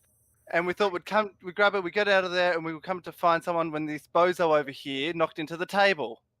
Make a hard fast talk check, please. I was hoping for a persuade, but no. Well, that's fast talk. You're making an excuse up. Yeah, no. Would you like to push it? Yeah. Oh. Nope. Okay, screw it. I'm just gonna draw my pistol and point it at them. All right, Yeah, you grab I'm your gonna gun. I'm gonna level my weapon. Actually, matter of fact, how about we just open fire? Yep, let's do it. Yeah. Just grab the finale music. Okay. Didn't have a finale last week. They grab their guns and point. Okay, Wilbur. Actually, I would like Keith to make a luck check, please. 18. 18. Okay, that's a pass. You have the drop on them. Okay, Wilbur, you're up first.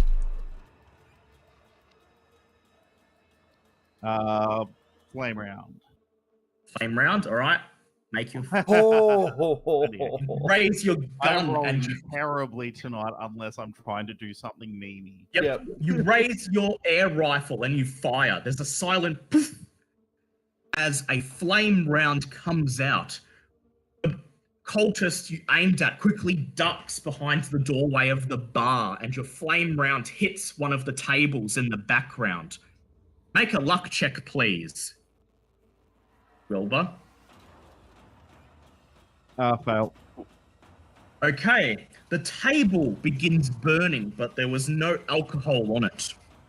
Okay, we go to the next person's turn, which is Christopher. Are they armed with guns or anything? Yes, they each have a gun. Oh, shit. Okay. Oof. Yeah, I'll try my luck. Running towards them. With the saber out. All right. First, make a dodge check. They will no doubt shoot at you as you run at them. That is a 16. 16. Yep. They both fire their guns, but they miss. You run at them with your sword drawn. Make a fighting brawl check.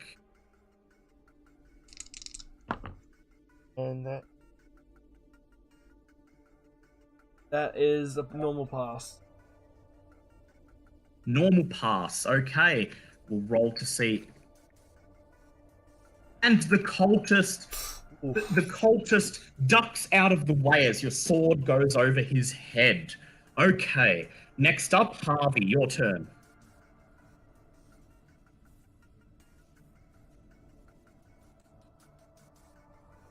Harvey's turn. Keith. Oh, Keith's yep. turn. Yep. All right. Sorry, music's That's okay. a little overpowering here. What would you like to do? Wait, hang on. I got a little lost in the dialogue because the music's kind of drowning part of you out. What's actually happening? Oh, you can turn down Right the click on music. Louis Neolathatep and turn him down to like 30%. The what? The Right click on the music thing and turn its volume down. Yeah. he's on Oh, phone. Which is Louis Neolathatep in the voice channel. Right click on him and then move the user volume down. Sorry, I should have explained that right at the start of the session. I just because everyone else has it lowered, and I forgot that you wouldn't have. Yeah. Hang on. I'm on my phone. I don't have the advantage of a right click. I see. Yeah. All right, it's okay. People have taken a couple shots at each other, and no one has landed any hits yet. So, would you just like to take a shot? Yeah, might as well. Okay. Right, make a firearms check, please. 38. Like the pistol. 38. Yep. Roll their dodge, and you score a hit. Roll your damage. Okay. Wait, what do I need for damage? 1d8, I believe, for your 38. Thank you. Alright. 4. 4. Raise your gun one-handed. You take a moment to aim, and then bang! You see a bullet land in one of the cultist's legs, appearing as a red splotch, and he kneels over in pain. Okay, Edward, your turn. Gonna pull out my rifle and give it a go. Give it a whirl. Bring out. All right. Make a firearms check, please. Oh, that is a extreme. Let me see if they can dodge or not. And no, you still score a hit. Roll your damage and double it, please.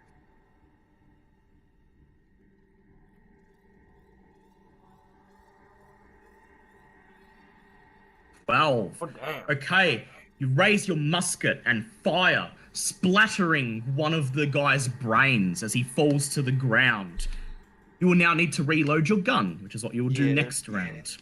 Okay, the one remaining guy raises his gun and he looks. He notices that Harvey is weighted down with Vera and he fires his gun. And you all hear a loud bang and a yelp as his gun backfires in his face. Oh my god, It's jammed. I never thought I would ever see this happen. He leans over and begins furiously trying to unjam his gun. Wilbur. I will capitalize on this and try and put a flame round between his eyes. Go ahead, firearms check, please. Miss again. Actually, do it with advantage. Do it with advantage, because he's preoccupied. Ooh, There we Well, go. okay, roll your damage, double it.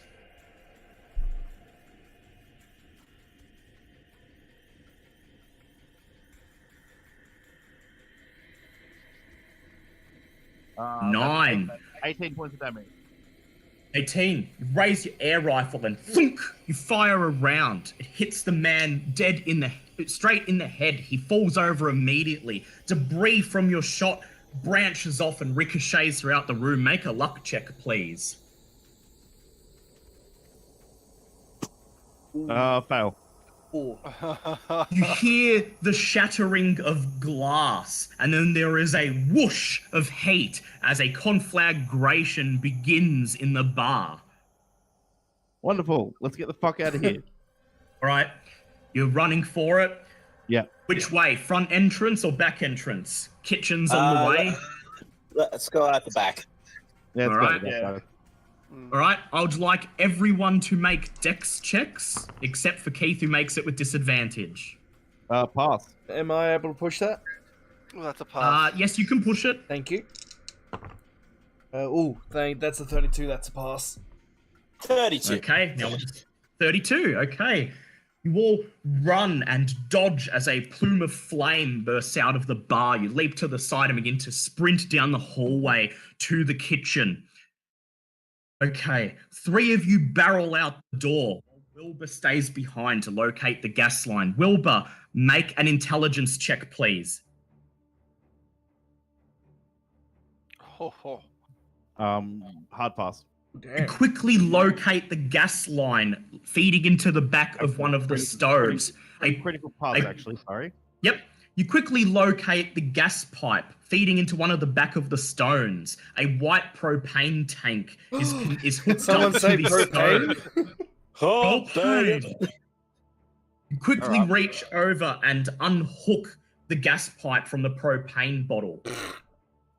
I'm sorry. I will Then- show you why they call it propane. I cannot hear propane any other way now. I'll roll. You're gonna taste the heat, not the meat. And then, Is there externally produced gas as well, like externally piped in gas? yes, there is That's one. what- There is a gas pipe leading into a large industrial-sized oven at the back of the kitchen. That's the line I want to cut and then get the fuck out of there. All right. You walk up and you deftly snip the gas pipe. You immediately smell gas and hear it hiss as it begins to leak through the room. Make a luck check, please. Pass. pass. The flames have not yet reached the kitchen. You hurry and run out of the back door.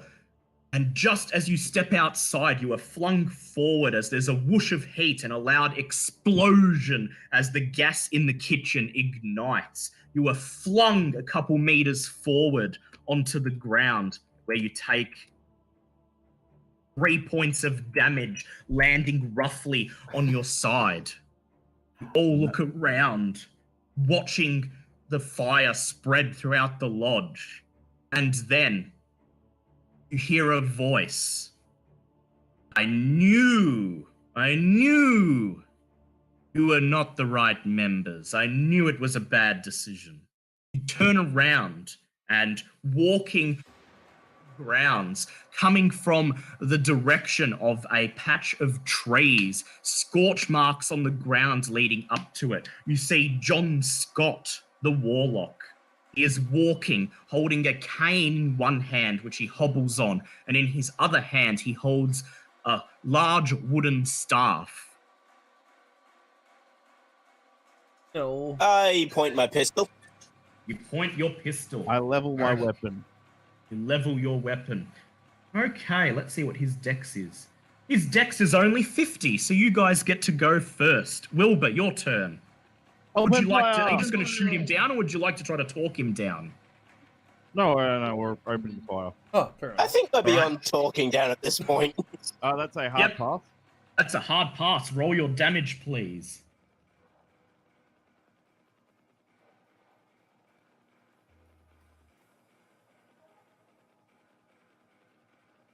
Ooh. 18 points of damage. 18. Okay, and what kind of round was that? An acid round? That was fire. Fire. Boom! You fire a round. However, as it draws near to John Scott, it explodes, seemingly colliding with an invisible wall, and flaming embers scatter onto the grass beneath. John Scott simply smiles and continues walking towards you. Okay, Christopher, it's your turn. I exactly don't want to go near him with my saber. Hey, that might be Stay back if you wish. getting past his invisible Pass your barrier. turn. Yeah, might be the best way of getting past is whatever he's defending This with. might be a Dune thing.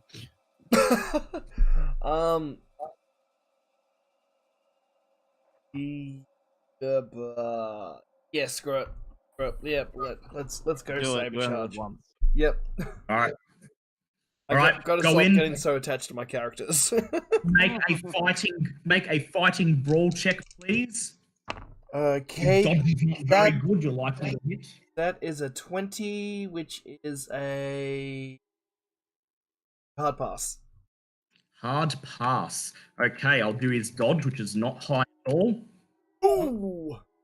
Okay. He raises his hand at you and shoots what appears to be a flame. You weave out of the way, raise your sword, and rush towards him. Roll your damage. 1d8. There's my d8. That is a 3. Is a 3. Okay. You stab with your blade. It pierces his robe and his white. Oh wait! Yep. I screwed it up. I put my build. But I didn't put my Yep. damage bonus. Alright, so it's 3 plus whatever your damage bonus is. 7. You poke your sword into his flesh. His white robe immediately begins to turn red with blood as he clutches his wound and stares at you with a look of intense hatred. Sorry. Okay. It is Heath's turn. Yeah, I'm gonna put one right between his eyes. You Alright, saw what happened last time when we shot stuff. Yeah, but that may have been enough to break the flesh ward. You don't know. Yeah, that's true. Make a hard firearms check if you are specifically aiming for his head. Otherwise, make a normal firearms check. Okay. crud. Can I push that? No, it's a combat roll. You can't push it. Unfortunately, no, it's a No, combat crud, roll. that's a fail. Raise your gun and straining onto the weight of Vera's unconscious body. You fire. Your bullet pounds uselessly into the ground. Edward, your turn. What is around? Is it sort of like just an open area, or are there There's trees? a burning lodge behind you, and then, yeah, it's like an open field, like with a couple trees and bushes. Am I near enough to a trees where I could sort of get behind one to reload? Yes, make a dex check, please.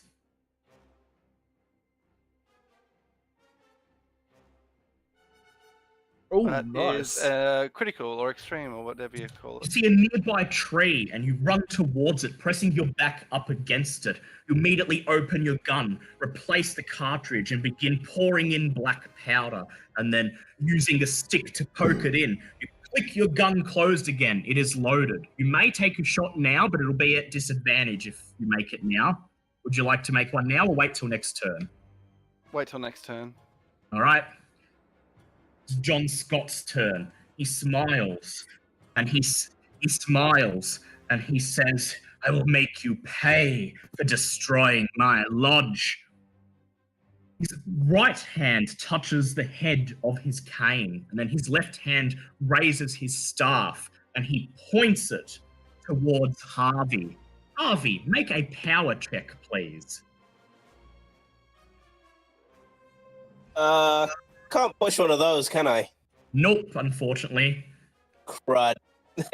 Fail. Goes to his, so we'll see how his goes. His passed. Okay. You notice his hand stroking the head of the cane that he's carrying while his staff begins to shake in his hand. He spends 20 points on shriveling, Oh. and then he points his staff at you. Immediately, in front of your eyes, Harvey's skin begins to roil and burn as if he was made of plastic and melting. He begins to scream in terrible pain. Harvey, you take 20 points of damage. Oh my god! Harvey's emaciated, burning corpse falls forwards, dropping Vera. Body rolls across the dirt and then comes to rest. Okay. It is Wilbur's turn. All right. I'm going to switch to acid round for a sense of, hopefully for a sense of cruel irony. Yep, rip Harvey. All right. Ooh. That's a hard pass. Okay, roll your damage and double it. Oh yeah.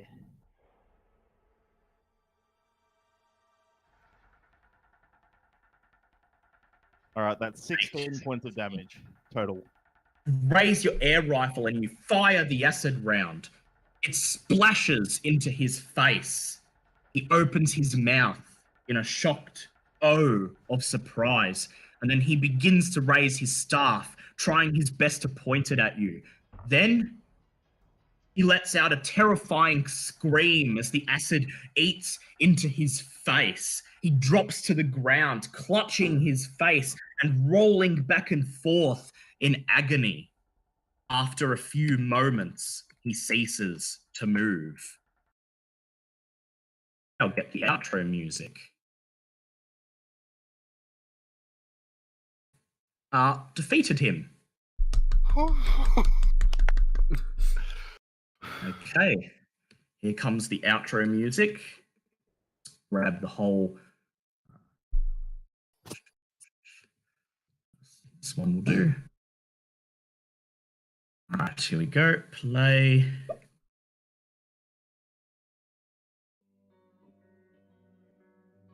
Okay. As the immortal warlock falls to the ground and ceases to move, you all breathe a sigh of relief. First, you attend to Harvey. Unfortunately, he is long gone. His heart has stopped beating. His face is barely recognizable under the damage from the warlock spell. Next, you check Vera. She is still breathing, just barely. Shake her a few times until she stirs, coughs, and opens her eyes. She looks at you and weakly says, "Please tell me we got the story." Where's my $25? Yeah, you better pay for my funeral, bitch. You have successfully destroyed the Hermetic Order of the Silver Twilight and killed its current leader, the warlock John Scott. And a monster, apparently. Yes, as promised. As Oh, promised. actually, did any of us pick up those stuff from Walking King? Because that might be worth studying. Would you like to? Yes, please. Well, do they look like antiques? Yes. And Yes, I- also because apparently immortal. So yeah, I don't want him picking up those things. In Yeah, I'll the definitely go and coming, have a look at them. you pick up his staff and his cane, and as you search his body, you see a strange leather-bound book inside his cloak, seated, tied to the inside of his coat with a golden cord. You cut the cord and you lift up the book. The title reads Necronomicon. Yeah, don't worry. Batu, Murata, Um, Victor. No. In the days that follow, you put Harvey to rest, giving him a sea. You put him and Waldo to rest, giving them a sea burial, much like you did with Joey. Although there is a corpse for Harvey to dispose of, with Waldo you have nothing. And so you merely take a poster of Mackie, the Pangean moose. I'm sure we could scrape enough off ourselves.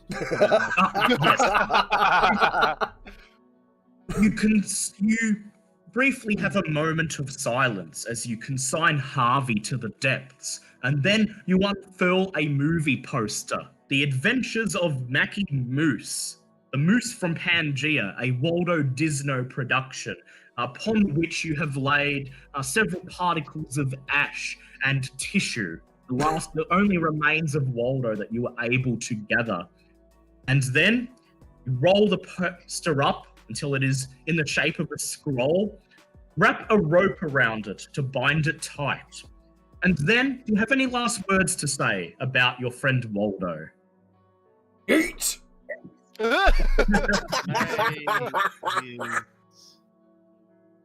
And then you hurl, and then you hurl the scroll into the water, where it lands with a splash, floating on the surface. You meet with Vera later that day. She is unharmed physically, but she tells you that she cannot get what she saw out of her head. No amount of therapy will ever fully erase the memories.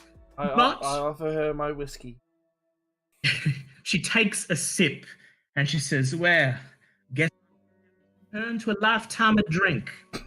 She informs you that you did indeed gather enough for a story to be published in the Globe about the Hermetic Order. Indeed, with the destruction of the Lodge House and the fact that you were able to link it to the doomed farm and catacombs of John Scott, the editor is keen to publish the story.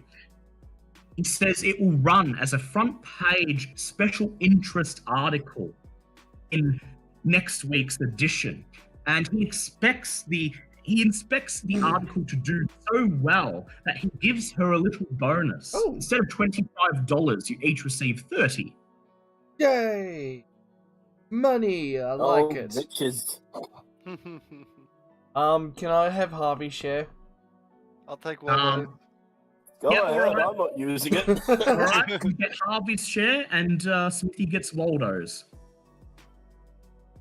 Austin reels for a week after learning of the destruction of the Hermetic Order of the Silver Twilight and the apparent death of its mysterious leader, John Scott. Although the true nature of the order was not known to most, it was known as a pillar of the community and had made several charitable donations in the past, and so it is briefly mourned, at least until Vera's article is published, which is received with a mixture of both acceptance and raucous laughter, as some buy into the scandalous tales of human sacrifices and alien gods, while others simply scoff and say it must have been a bad news day, yet more superstitious tripe. Just the same, you can't help but feel like you've done a good thing, that you have saved the world from the Order's influence, at least time. However, do not know what has become of Carl Stanford, whether he was there that night or not. And knowing that he is still out there with several projects of his own, lets you know that this is not the end. It is merely the beginning. We move to Sun rewards for discovering the true nature of the cult, true nature of the order, that it is a cult, and the fact that its leader and several high-ranking members were immortal warlocks. Gain 1d6 San. Whoa. Ugh. Oh, I'll take that. Someone's dying. Yep.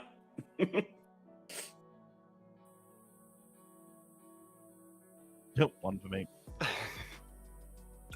Destroying the Order's lodge house, ensuring that the dangerous materials inside may never fall into the wrong hands. You gain Coolest way possible.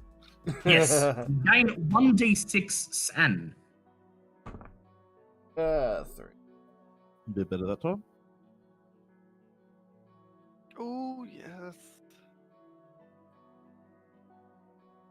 For failing to discover whatever was contained in John Scott's catacombs underneath the lodge, you lose 1d3 San. Ooh, Of course. the only good one I want. And for failing to discover the fate of the missing lawyer, Mr. Clark. Oh yeah, You lose 1d6 San. I completely forgot about him. Blown up in a cult compound. Cool. Yeah. In the weeks to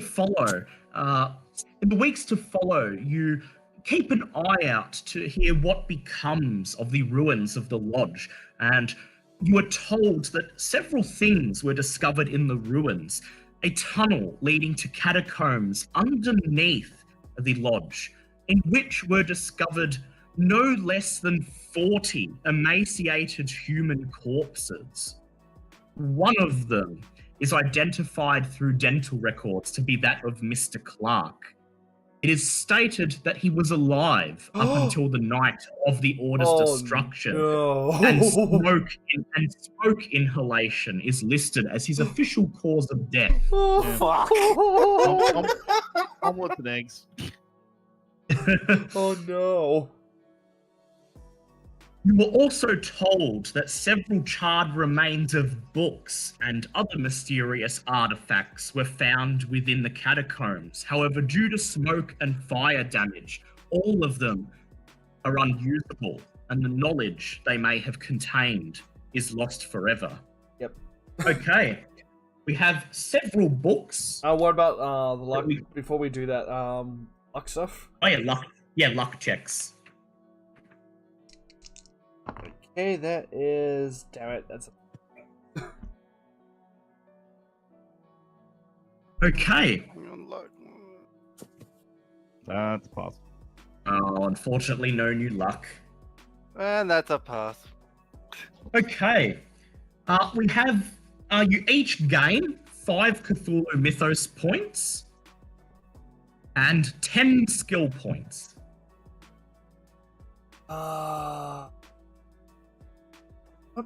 And M1's new character gets to begin with an extra 10 skill points. Because he died. And I have to keep the new characters slightly on par with the existing ones. Yep. Okay, we have several books. The first one is Entering the Silver Gate. I believe this is the one that Christopher put dibs on. Yep. Okay, Christopher, I would like you to do an own language check, Oh, yay. please. Oh my.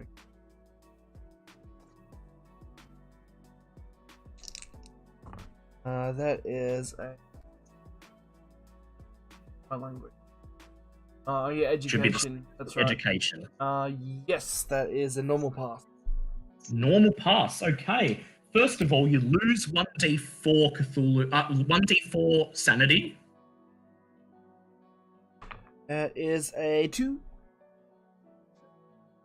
It takes you about 8 weeks to study and comprehend this book. It appears to be a handwritten account of a group of medieval crusaders making their way through something they describe as the Silver Gate and penetrating deep into the forgotten city, Irem of the Sands, and the horrors they encountered within. You increase your Cthulhu Mythos skill by 3, and in addition, you learn the spell Bless Blade. Ooh, this is me. Yes, Scaly Pete had this one. Okay, the next one is the Catechisms of the Knights of the Outer Void. Who wanted to read this one? I think that was the one I got because You? All right. Yeah, I got mysteries. Yeah. Yep. Go ahead and make an own language check, please.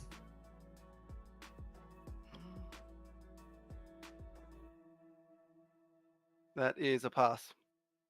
That is a pass. Okay. This is written by an unknown author. It is dated to 1924. It is a mission statement for an order called the Knights of the Outer Void, presumably one of the ranks within the Order of Hermetic Twilight. It describes their duty to act as paladins for the ancient forgotten gods, to dispel unbelievers and do everything they can to prepare the world for their arrival. It takes you about 10 weeks to study and comprehend this. You lose 1d6 sanity. Of course. But you gain 5 Cthulhu Mythos points. Oh, nice. 5. The third one is Holy Mysteries of the Great Return, the thickest looking book of the 3. Wilbur, make an own language check, please.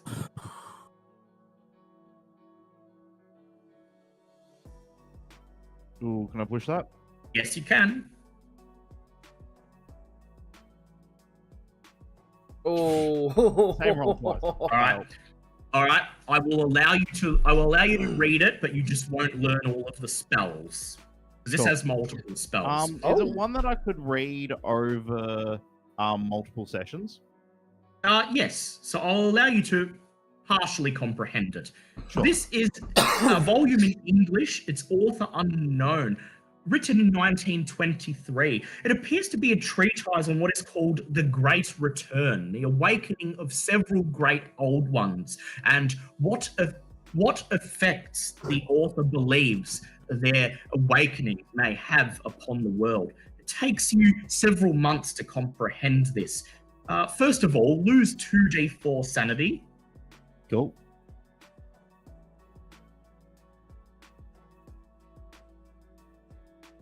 Seven. You gain 7 Cthulhu Mythos points. And you learn the spell Loud Memory. Oh, I remember that spell. Yep. There is one more book, the Necronomicon, that you took from John Scott's corpse.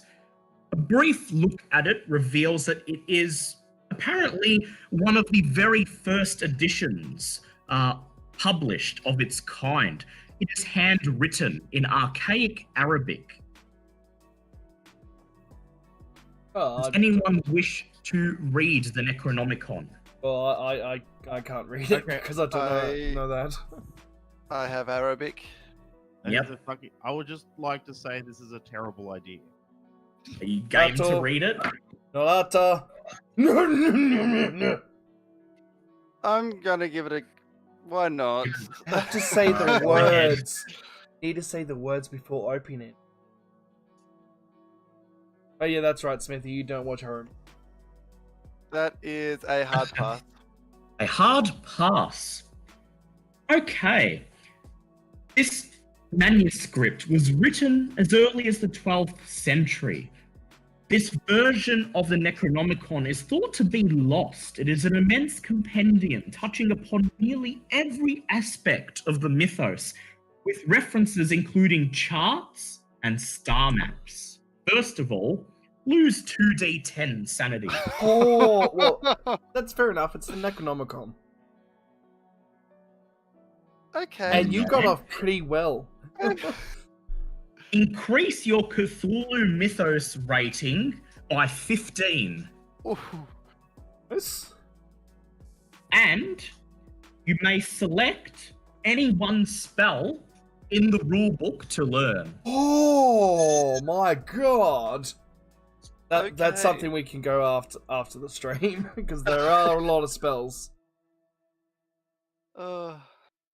As Yeah. it takes you several months to completely finish translating it, and when you're done, you feel terribly shaken to the soul, and that night you are plagued by terrible nightmares. When you wake up screaming in the middle of the night, you know for certain that these nightmares will never cease.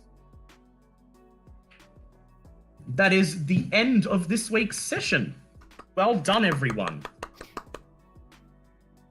Good job, Keith, surviving to the climax of that. To the final battle, yeah. Yeah. I know that feeling. Next week's episode is entitled Look to the Future, and it involves our investigators tracking down Carl Sanford, who appears to have started a strange organization of his own, where the members reportedly travel to the distant future in search of knowledge. Oh. Okay, so the title of the streams is just going to be Back to the Future. Yep, you could call it that. Oh, okay. Well, if that's it, I'll be back in a second. Yep, go ahead. Alright, there you are, guys. A lovely.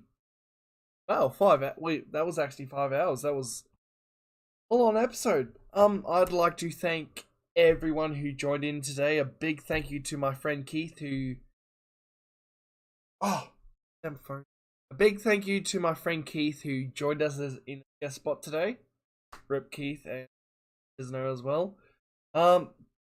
Be sure to join in next week for episode 4. And if you do like what you've seen, do not forget to hit that sub button and the like button. And come follow me on, let's say, Twitter, or that too. Come follow me on Twitch, because I might make the full jump there, but either way, I'll stream on both YouTube at the same time. So yeah, sub, like, follow, do all the things if you like what I have. Oh, sorry, my nose is really bugging me. If you like what I'm doing, oh, any face, it's your birthday in 3 days. Well, happy birthday for then. But yeah, if you like what I'm doing, like, follow, sub, and come join me on the Discord if you want to stay up to date whenever I'm streaming. Or if you just, I might be streaming a movie after this stream. I can't really say what the movie is because it's not technically out yet. But no, thank you so very much, guys. You are so awesome. And I'm so glad so many people like Call of Cthulhu Fridays. Yeah, I just love it so much, and I'm glad you guys love to interact or just like to leave it on in the background and just listen to it. Really happy. But anyway, I'm just at the moment. So yes, stay tuned afterwards for a possible stream in Discord. Until then, have a good one, guys, and I'll see you sooner rather. Bye.